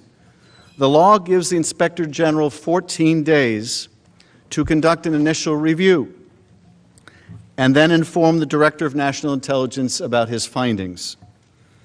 On August 26, the Inspector General sent the whistleblower complaint and the Inspector General's preliminary determination to the Acting Director of National Intelligence. The Inspector General wrote that based on his review of the complaint, its allegations constituted an urgent concern and appeared credible under the statute. The Inspector General confirmed that the whistleblower acted lawfully in bringing the complaint and credibly raised a legitimate concern that should be communicated to the intelligence committees of Congress. The Director of National Intelligence quickly informed the White House about the complaint. Under the law, the Acting Director of National Intelligence was required to forward the complaint and the Inspector General's determination to the Congressional Intelligence Committees no later than 7 days after he received it. The legal requirement is extremely clear. Upon receipt of the transmittal from the ICIG, that is the Inspector General of the Intelligence Community, the Director shall, within 7 calendar days of such receipt, forward such transmittal to the Congressional Intelligence Committees together with any comments the Director considers appropriate. Yet, despite the clear letter of the law, the White House mobilized to keep the information in the whistleblower complaint from Congress, including by inviting the Department of Justice to render an opinion as to whether the complaint could be withheld from Congress. The statutory deadline of September 2nd, when the Director of National Intelligence was required to turn it over to Congress, came and went, and the complaint remained hidden from Congress. Finally, on September 9th, a full week after the complaint was required to be sent to Congress, and once again, an urgent concern, the Inspector General, 1 week after it was required to be sent to Congress, the Inspector General wrote to the leaders of the intelligence committees to inform them that the Director of National Intelligence was withholding a whistleblower complaint in direct contravention of past practice and the law. On September 24th, Speaker of the House Nancy Pelosi announced that the House of Representatives is moving forward with an official impeachment inquiry. The next day, the House of Representatives passed a resolution calling on the Trump administration to provide the whistleblower's complaint immediately to the Congressional Intelligence Committees. Later that day, the White House publicly released the summary of the July 25th call between President Trump and President Zelensky, and permitted the acting Director of National Intelligence to provide the whistleblower's complaint and related documents to the Congressional Intelligence Committees. The President himself was happy to discuss the motivations for the scheme in public. That day, in a joint press availability with President Zelensky at the United Nations General Assembly, President Trump reiterated that he wanted Ukraine to investigate the Bidens. To do more on Joe Biden and investigate. No, I want him to do whatever he can. This was not his fault. He wasn't there. He's just been here recently. But whatever he can do in terms of corruption, because the corruption's massive. Now, when Biden's son walks away with millions of dollars from Ukraine and he knows nothing, and they're paying him millions of dollars, that's corruption. Finally, the day after President Trump explained to the public that he wanted Ukraine to investigate former Vice President Biden, on the morning of September 26th, the Intelligence Committee publicly released declassified redactions of two documents, the whistleblower's August 12th complaint and the Inspector General's August 26th transmittal to the Acting Director of National Intelligence. Even after the impeachment inquiry into the Ukraine matter began, President Trump and his proxy, Rudy Giuliani, have continued to publicly urge President Zelensky to launch an investigation of Vice President Biden and alleged 2016 election interference by Ukraine. On September 30, during his remarks at the swearing-in of the new Labor Secretary, President Trump stated, Now, the new president of Ukraine ran on the basis of no corruption. That's how he got elected. And I believe that he really means it. But there was a lot of corruption having to do with the 2016 election against us. And we want to get to the bottom of it, and it's very important that we do. Thank you very much. So here he is, this meeting at the United Nations, September 30, and he's still pursuing this bogus CrowdStrike conspiracy theory with the president of Ukraine. On October 2nd, in a public press availability, President Trump discussed the July 25th call with President Zelensky and stated the conversation was perfect, it couldn't have been nicer. He then linked his notion of corruption with the Biden investigation.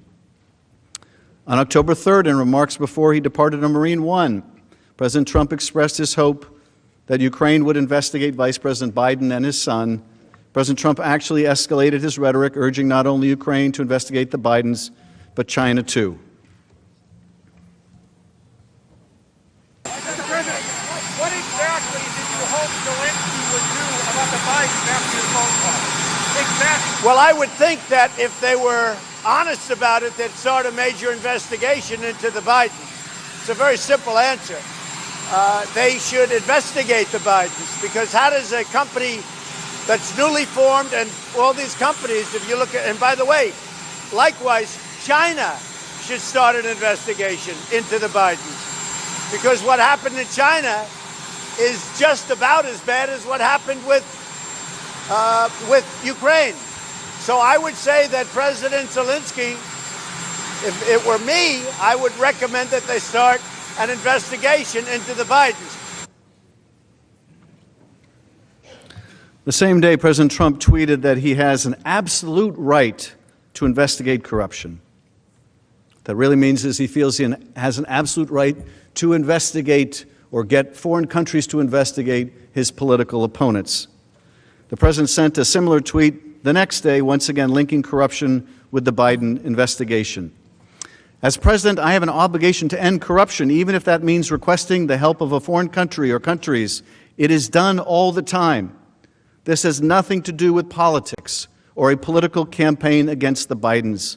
This does have to do with corruption. Give him credit for being so obvious. This has nothing to do with politics or a political campaign against the Bidens, but you got to investigate the Bidens. I guess that's just a coincidence.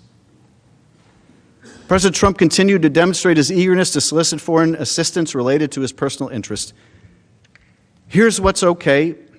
He said, if we feel there's corruption, like I feel there was in the 2016 campaign, there was tremendous corruption against me. If we feel there's corruption, we have a right to go to a foreign country. President Trump added that asking President Xi of China to investigate the Bidens is certainly something we can start thinking about. Even last month, the president and Giuliani's scheme continued. During the first week of December, Giuliani traveled to Budapest, Kyiv, and Vienna to meet with the former Ukrainian government officials as part of a continuing effort to dig up political dirt on Vice President Biden and advance the theory that Ukraine interfered in the 2016 election. Asked about his interviews of foreign Ukrainian prosecutors, Giuliani told the New York Times that he was acting on behalf of his client, President Trump. Quote, like a good lawyer, I am gathering evidence to defend my client against the false charges being leveled against him. Indeed, evidence obtained by the House from Giuliani's associate confirms that he had been representing himself in as early as May 2019 as President Trump's personal lawyer, doing Donald J. Trump's personal bidding in his dealings with Ukraine. This letter, May 10th, 2019, from Giuliani to Zelensky, says, among other things, however, I have a more specific request. In my capacity as personal counsel to President Trump and with his knowledge and consent, I request a meeting with you on this upcoming Monday, May 13th, or Tuesday, May 14th. I will need no more than a half an hour of your time, and I will be accompanied by my colleague, Victoria Tensing, a distinguished American attorney who is very familiar with this matter. Please have your office let me know what time or times are convenient for you, and Victoria and I will be there. So this is evidence recently obtained showing his effort to get that meeting in May with Zelensky. Giuliani told the Wall Street Journal that when he returned to New York from this most recent trip on December 7th, President Trump called him as his plane was still taxiing down the runway. What did you get? He said, President Trump asked. More than you can imagine, Giuliani replied. Giuliani claimed that he was putting his findings into a 20-page report that the president had asked him to brief the Attorney General and the Republicans in Congress.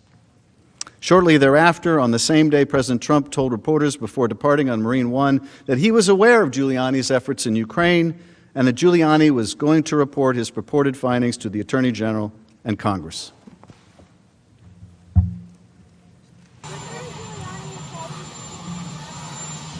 Well, I just know he came back from someplace and he's going to make a report, I think, to the Attorney General and to Congress. He says he has a lot of good information. I have not spoken to him about that information, but Rudy, as you know, has been one of the great crime fighters of the last 50 years. And he did get back from Europe just recently, and I know he has not told me what he's found, but I think he wants to go before Congress and say, and also to the Attorney General and the Department of Justice, I hear he's found plenty. Yeah. 3 days after that, those remarks on December 10th, Giuliani confirmed to the Washington Post that President Trump had asked him to brief the Justice Department and Republican senators on his, quote, findings, unquote, from his trip to Ukraine. Giuliani stated, "He wants me to do it. I'm working on pulling it together and hope to have it done by the end of the week." That Friday, December 13th, Giuliani reportedly met with President Trump at the White House. And on December 17th, Giuliani confirmed to CNN that President Trump has been very supportive of his efforts to dig up dirt on Vice President Biden in Ukraine and that they are on the same page. The following day, on December 18, 2019, the House of Representatives approved the 2 articles of impeachment you are considering in this trial. Since the House voted on these articles, evidence has continued to come to light related to the President's corrupt scheme. Among other things, Freedom of Information Act lawsuits, press reporting, and documents provided to Congressman Rudy Giuliani associate Lev Parnas further corroborate what we already know about the President's scheme. As Giuliani again said on December 17th, President Trump has been, quote, very supportive, unquote, of his efforts to dig up dirt on Vice President Biden, and they are, quote, on the same page. Parnas further corroborated what we already know about President Trump's scheme, that he was responsible for withholding military aid and sustaining that hold, and that his personal attorney, Mr. Giuliani, was working at the direction of President Trump himself.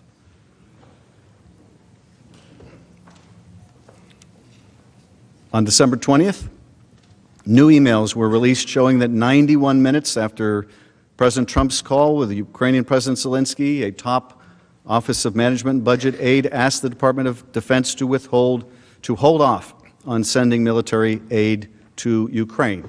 So those were new documents that came on December 20th. On December 29th, revelations emerged from OMB Director and Acting Chief of Staff Mick Mulvaney's role about that role in the delay of aid and efforts by lawyers at OMB, the Department of Justice, and the White House to justify the delay and the alarm that the delay caused within the administration. Those records just became available on December 29th. On January 2nd, newly unredacted Pentagon emails which raised serious concerns by Trump administration officials about the legality of the President's hold on aid became available. On January 6th, former Trump National Security Advisor John Bolton announced that he would comply with a Senate subpoena compelling his testimony. His lawyers stated that he has new relevant information. On January 13th, reports emerged that the Russian government hacked the Ukrainian gas company Burisma, almost certainly in an effort to find information about Vice President Joe Biden's son in order to weaponize that information against Mr. Biden and in favor of Mr. Trump, just as Russia did against Secretary Clinton in favor of then-candidate Trump in 2016. That brings us up to January 13th of this year. Last week, House committees received new evidence from Lev Parnas that further demonstrates that the President was a central player in this scheme to pressure Ukraine for his political gain. And also last week, the Government Accountability Office found that President Trump violated the law when he withheld that aid. Last night, we had a further development when more redacted emails from the Office of Management and Budget were produced. I think Representative Crow showed you these. These are among the documents that were just released. I'm sure that if we could read under those redactions, it would be a very perfect email. But you have to ask, what is being redacted here? What is so important to keep confidential during the course of an impeachment inquiry? As you can see, right up until last night, evidence continues to be produced. The truth is going to come out. Indeed, the truth has already come out, but more and more of it will. More emails are going to come out. More witnesses are going to come forward. They're going to have more relevant information to share. And the only question is, do you want to hear it now? Do you want to know the full truth now? Do you want to know just who was in the loop? Sounds like everyone was in the loop. You want to know how broad this scheme was? We have the evidence to prove that President Trump ordered the aid withheld. He did so to coerce Ukraine to help his re-election campaign. He withheld a White House meeting to coerce the same sham investigations. We can and will prove President Trump guilty of this conduct and of obstructing the investigation into his misconduct. But you and the American people should know who else was involved in this scheme. You should want the whole truth to come out. You should want to know about every player in this sordid business. It isn't within your power to do so. And I would urge you, even if you're prepared to vote to convict and impeach and remove this president, to find out the full truth about how far this corruption goes. Because I think the public has a right to know. Now, yesterday we made the case for why you should hear this additional evidence and testimony. This morning I introduced you to the broad sweep of the president's conduct. And then during the course of today, we walked you through a factual chronology in real time about how this plot unfolded. And during that factual chronology today, you saw that in March of this year, Giuliani began that smear campaign against Ambassador Yovanovitch in order to get her fired by President Trump, something he would later admit was necessary to get her out of the way because she was going to be in the way of these two investigations.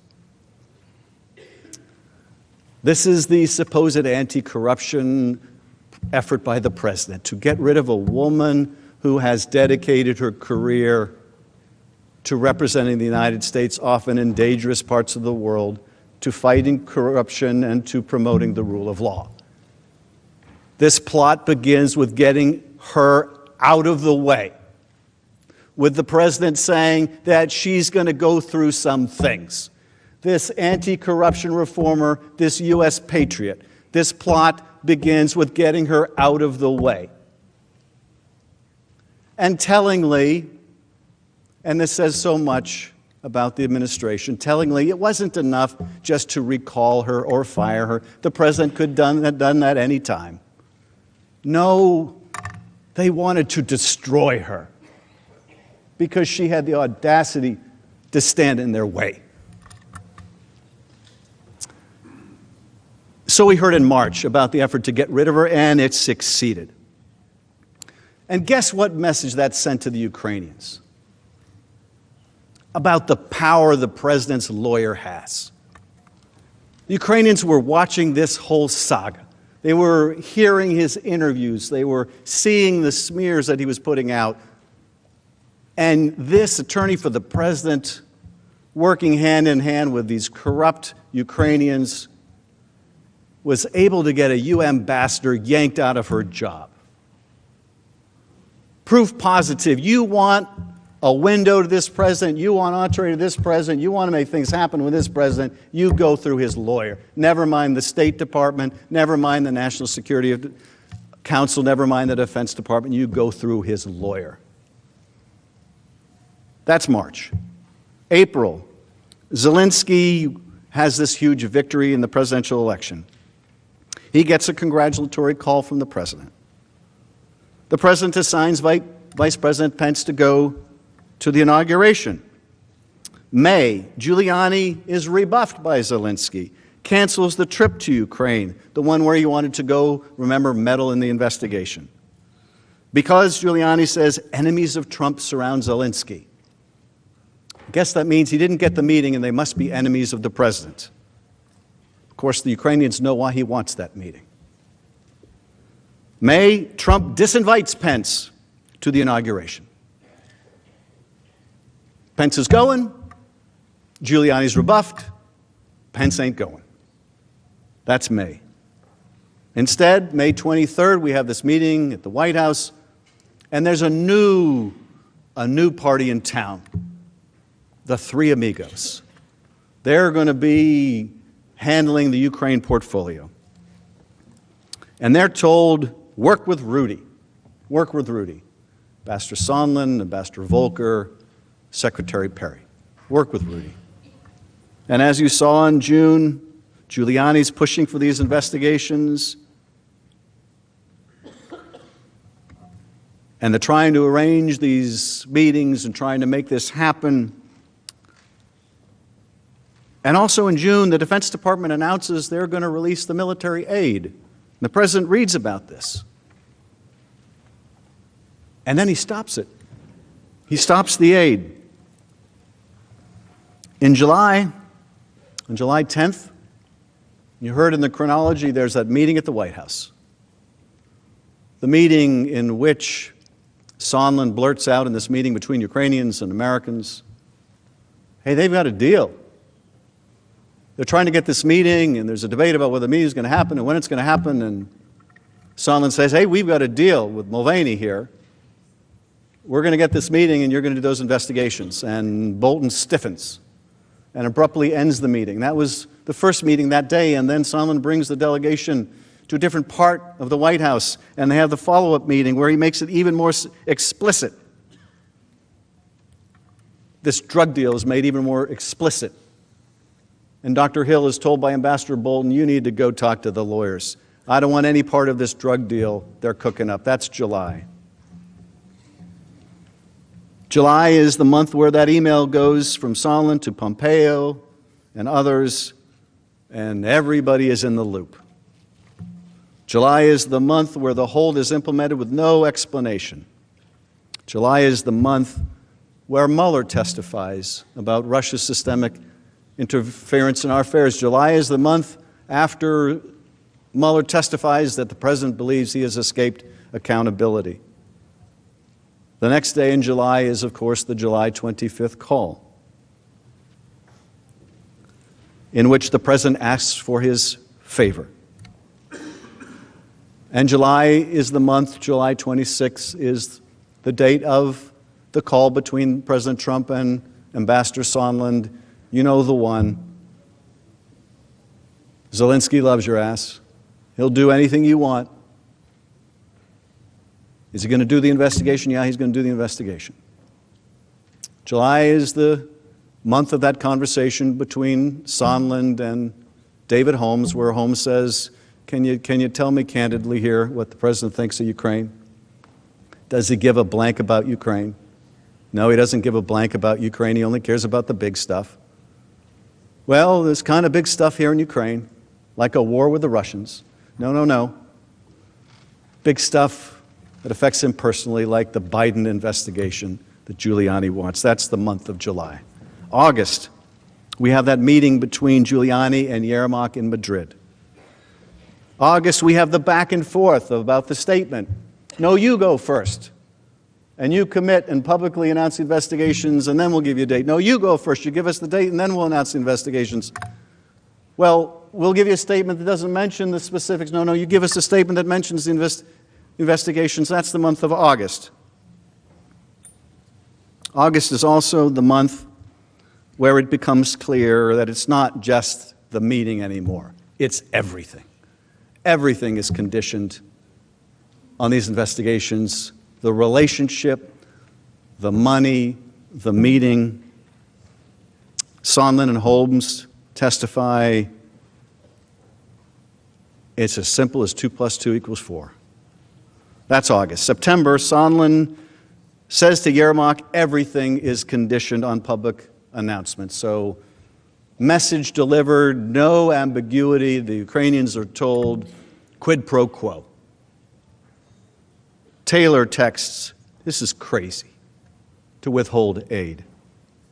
September's the month, September 7th in particular, Trump and Sondland talk on the phone, and the president has that conversation where he says, no quid pro quo, except here's the quid pro quo. Zelensky's got to go to the mic, and what's more, he should want to do it. September is also the month where the investigations begin in Congress. September's the month where after those investigations begin, after the president knows he's been caught, the aid is finally released. And September is the month where Pence and Zelensky are on the phone, and Jennifer Williams has classified information to share with you that I hope you will take a look at because it is relevant to these issues. That's September. October, Trump admits, yes, if it wasn't obvious enough, he wants Ukraine to investigate his political opponent. October is the month where he invites another nation, China, to investigate his opponent.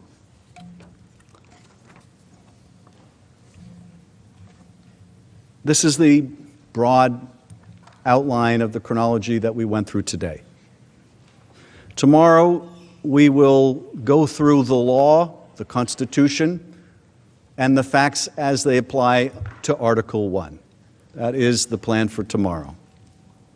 We've introduced the case, we've gone through the chronology, and tomorrow we will apply the facts to the law as it pertains to the President's abuse of power.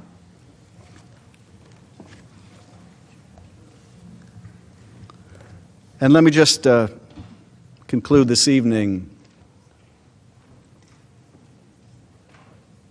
by remarking again on what brought us here. What brought us here is that some courageous people came forward. Courageous people that risked their entire careers. And one of the things that's been so striking to me about that as I watch these witnesses like Maria Yovanovitch and Ambassador Taylor and David Holmes and others, Dr. Hill, is how much these dedicated officials were willing to risk their career, the beginning of their career, or the middle of their career, or late in their career, when they had everything to lose. But people senior to them who have every advantage, who sit in positions of power, lack that same basic commitment,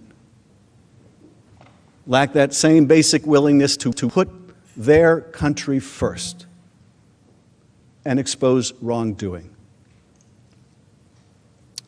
Why is it that Colonel Vindman, who worked for Fiona Hill, who worked for John Bolton and Dr. Kupperman, why is it that they were willing to stick their neck out and answer lawful subpoenas when their bosses wouldn't? I don't know that I can answer that question, but I just can tell you I have such admiration for the fact they did. I think, and I think this is some form of cosmic justice, that this ambassador that was so ruthlessly smeared is now a hero for her courage. There is justice in that. But what will really vindicate that leap of faith that she took is if we show the same courage. They risked everything, their careers. And yes, I know what you're asked to decide may risk yours too. But if they could show the courage, so can we. I yield back.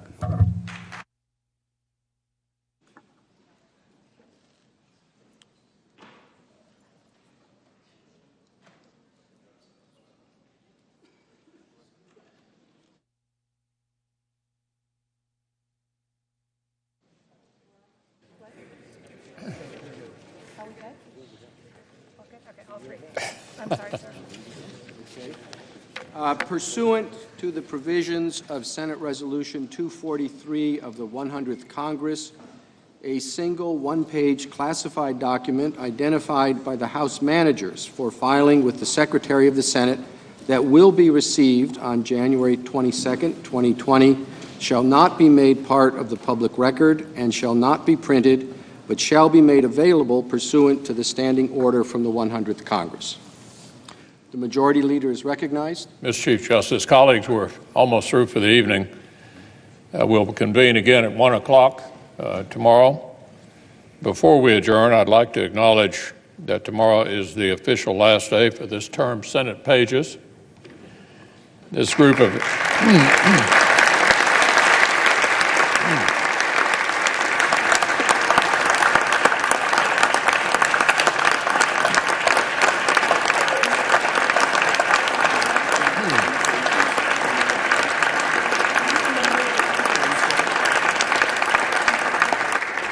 in addition to witnessing this unusual event that we're all experiencing, they're studying for their final exams as well, and we wish them well as they head off back to boring normal high school. Mr. Leader, let me just add my thanks and gratitude for all of us. It is rare, particularly these days, when 100 senators from both sides of the aisle of every political persuasion get up and give someone a standing ovation. But you deserve it. Thank you for your good work, and we hope you have beautiful and successful lives.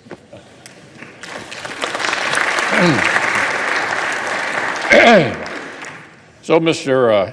Chief Justice, I ask unanimous consent that on Tuesday, January the 28th, from 10 a.m. to 11 a.m., while the Senate is sitting as a court of impeachment, and that notwithstanding the Senate's adjournment, the Senate can receive House messages and executive matters, committees be authorized to report legislation and executive matters, and senators be allowed to submit statements for the record, bills, resolutions, and co-sponsor requests, and where applicable, the Secretary of the Senate, on behalf of the presiding officer, be permitted to refer such matters. Without objection, so ordered. Finally, I ask unanimous consent that the trial adjourn until 1 p.m. Thursday, January 23rd, and this also constitute the adjournment of the Senate. Without objection, so ordered.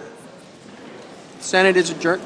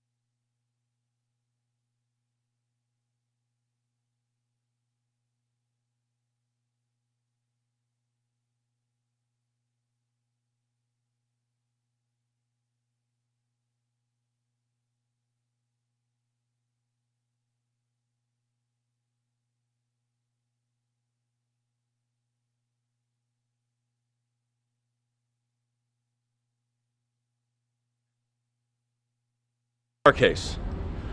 I'm not going to give you time frames on the case, on how long it will take to do ours, but I will tell you this. We will be putting on both an affirmative case in defense of the president, but also pointing out some of the errors in the case that they've presented. Are you prepared for moderates to kind of come out and say they want to see the memo, like the Taylor memo to Pompeo and situations like that? Are you? When it's look, these are questions, first of all, that the Senate has to address.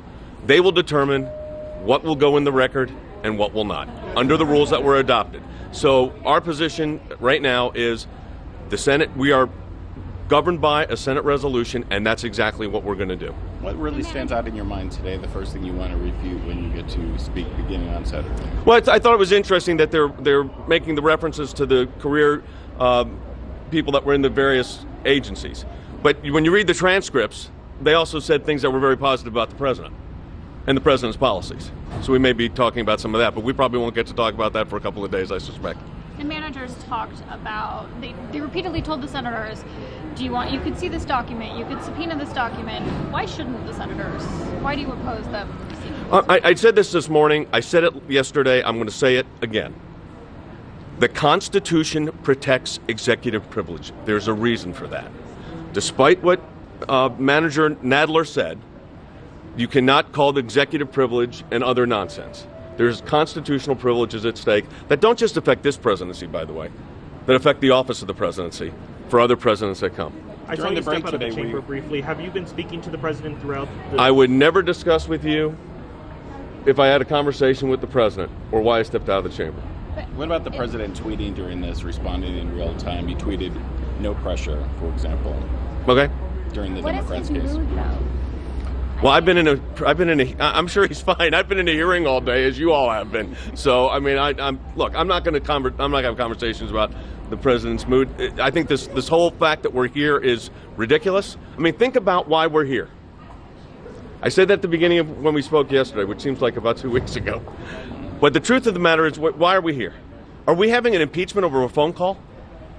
Or has this been a 3-year attempt to take down a president that was duly elected by the American people? And we're doing this with 10 months to go to a general election. Pretty dangerous for our republic, in my view. Why not make a motion to dismiss if this doesn't get changed? Because I want to let them try their case, and we want to try our case. Because we believe that, without a question, the president will be acquitted. There is not a doubt. All right, one more. Are you ruling out a motion to dismiss at any point I during don't. the trial? Those of you that know me know I don't rule out anything. Nothing is ruled out. But at this point, the way the procedures are set up. The way the procedures are set up at this point, here's what I believe is going to happen. It looks like they're going to spend tomorrow and Friday, and then I suspect we'll start on Saturday, and then we'll go probably another day or two. But who knows? I mean, we've got to make that determination with our team. And then what do you think happens after that? Then there's questions. 2 days of that.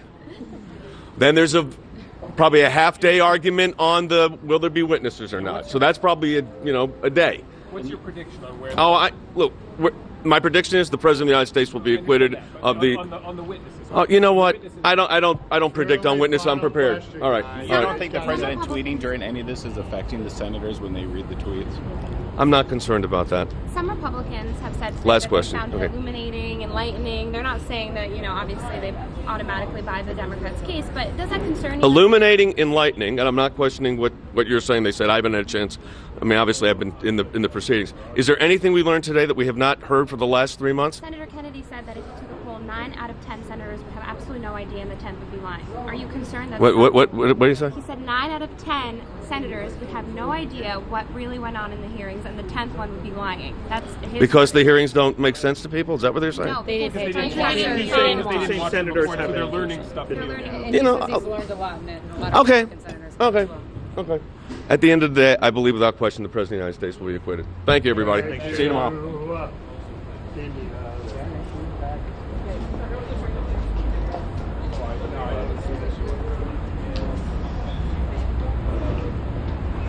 I'm really worried.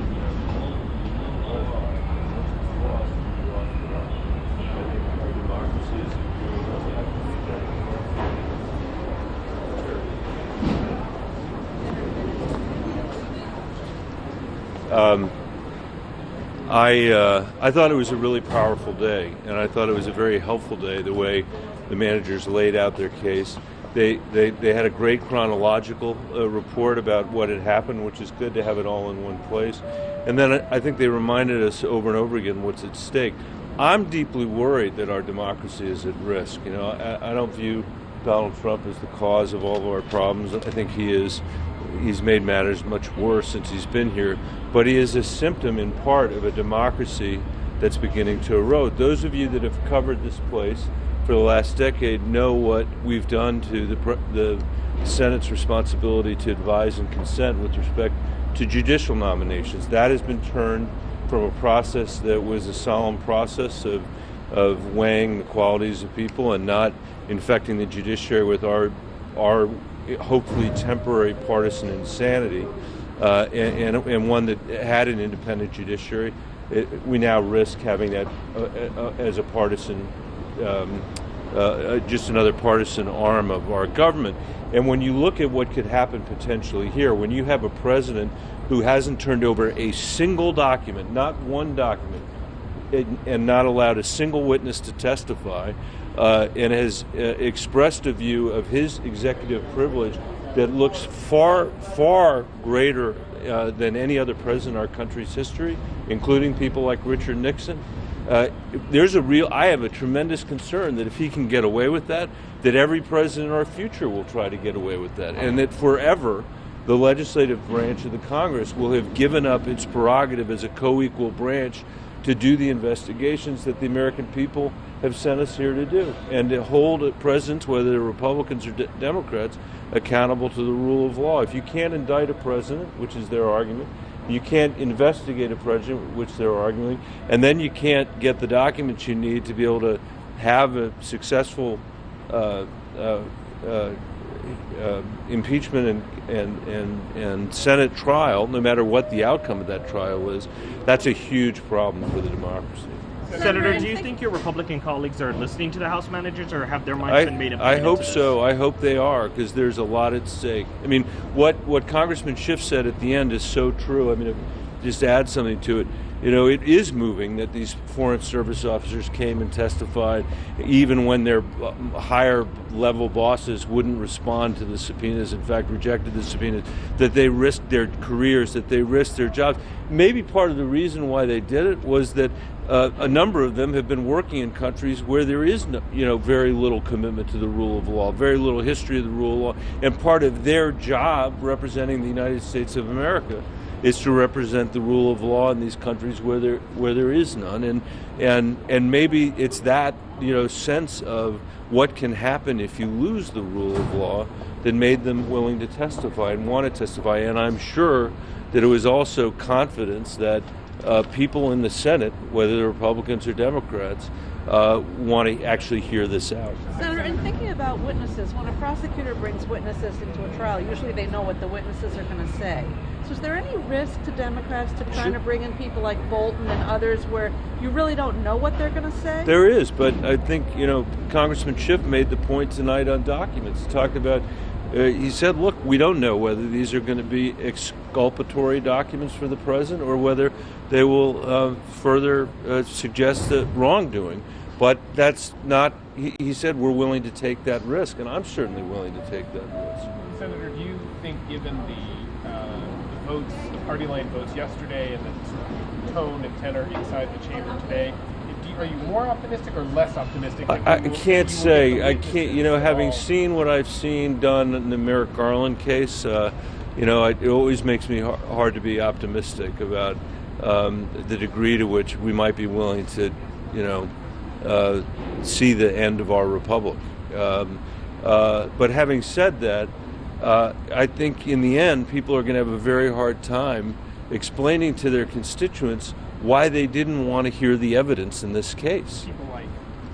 People like members of the Senate, any members of the Senate, members of the Senate. And so what I hope the votes were yesterday were a vote that reflected a loyalty that they wanted to give to their majority leader at the outset of the case. I think it was a completely illegitimate set of rules that he put forward. I mean, when you look, they tried to compare it to the Clinton trial. Clinton trial had 90,000 documents at this time. At this time, they had 90,000 documents. And we have had zero documents. They had almost countless witnesses. We've had a few that are people that have been willing to testify. And let me say this also. I mean, every single newspaper in America, I hope, is covering what's going on here and seeing this as, I think, an opportunity for us all to be fighting for democracy, to be fighting for sunlight, to make sure that a president can't just stiff-arm the American people. After all, this isn't, in the end, about the Senate. It's about the American people and what they're entitled to be able to know in this democracy. What do you think it'll take to change the dynamic that we saw yesterday, where it felt like it was just a 53-47? I don't know. I hope that it will be a public outcry that will say, with the public calling into their members of the Senate and saying, don't come home and tell us that you didn't listen to the evidence. We probably don't even want, don't come home and tell us you didn't listen to the evidence. You got to listen to the evidence. No other trial in American history would have been run the way this is currently being run, and that doesn't mean it can't change. I mean, the good news is we can change the rules of the Senate, and I think we will, or I hope we will.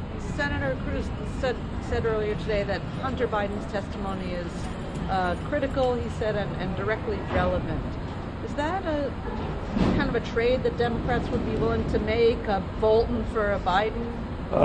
I certainly have no interest in making that trade. I mean, I don't have any idea what the Biden's feeling about it is, but unlike every other witness that the House managers have referred to and every single document that they've referred to, which actually are relevant, it's hard for me to see how Hunter Biden could shed any relevant light on anything that we've heard over the last 2 days. I mean, Senator Cruz can say that, but it's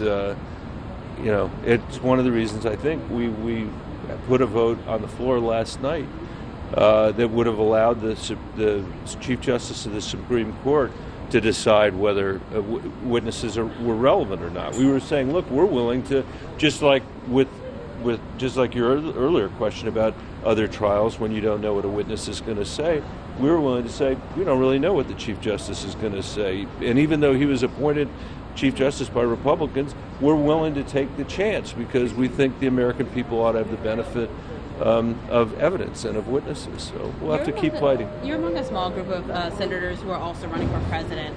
Can you talk to me a little bit about balancing the two roles as a candidate and as a senator? I think, obviously none of us that are running for president picked this timing, and I choose not to worry about it because it's outside my control. I've got great people working in Iowa and New Hampshire. I assume, unless the schedule changes, I'll be up in New Hampshire on Sunday, and we're going to keep plugging away. But there are 100 people in America that have the privilege of serving in this jury pool, and I think every single one of us is going to take that seriously. I hope that's true.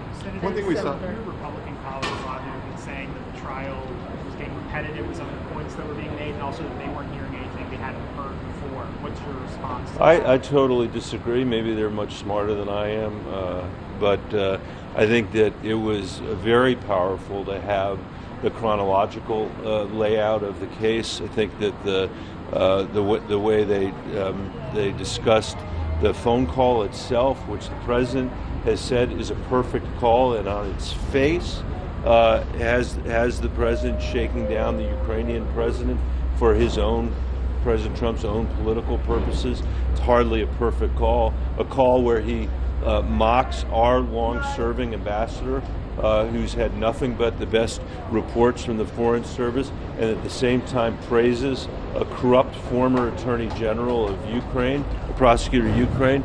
I mean, hardly a perfect call, but thought the way they laid out the president's public statements, continuing to invite Ukraine to interfere in our election, to invite China to interfere in our election. It's helpful to have that stuff in one place. Some of these things you lose sight because every day, there's just more and more and more of the reality TV show that's Donald Trump. This is not a reality TV show that's going on up here.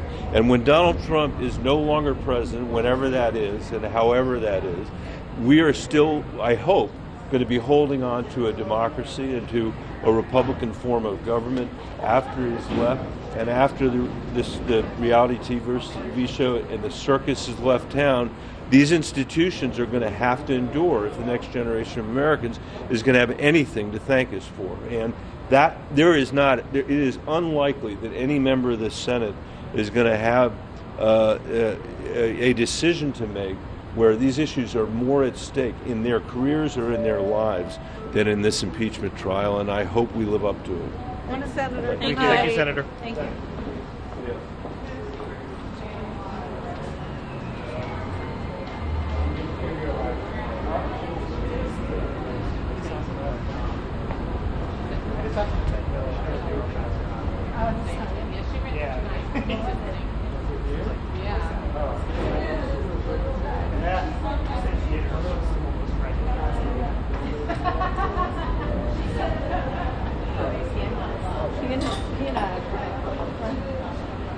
I think that's it. Yeah. I saw someone already.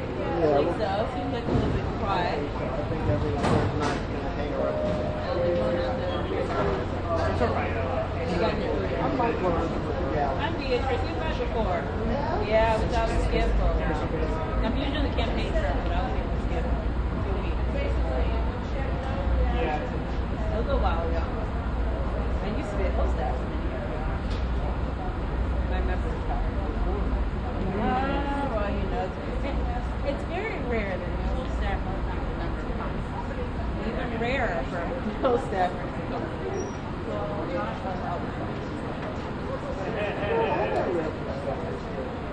They don't go there.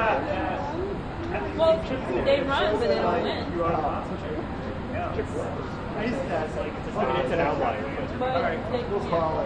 Okay. Good behavior by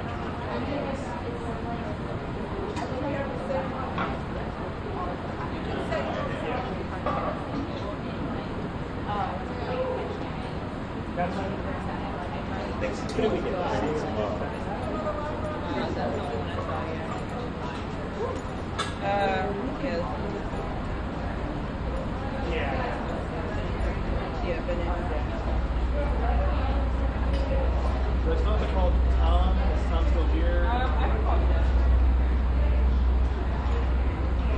Yeah, just you and over the rest of the politics. I don't know. Right? Yeah. So, make sure that they know that it's coming down. Yeah. So let them know the gallery. Yeah.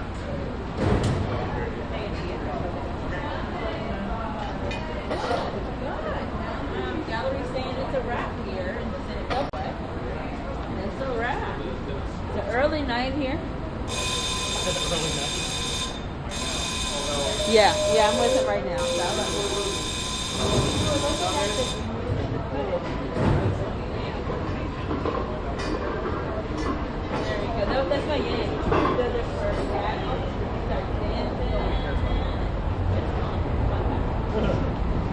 All right. We'll see you tomorrow.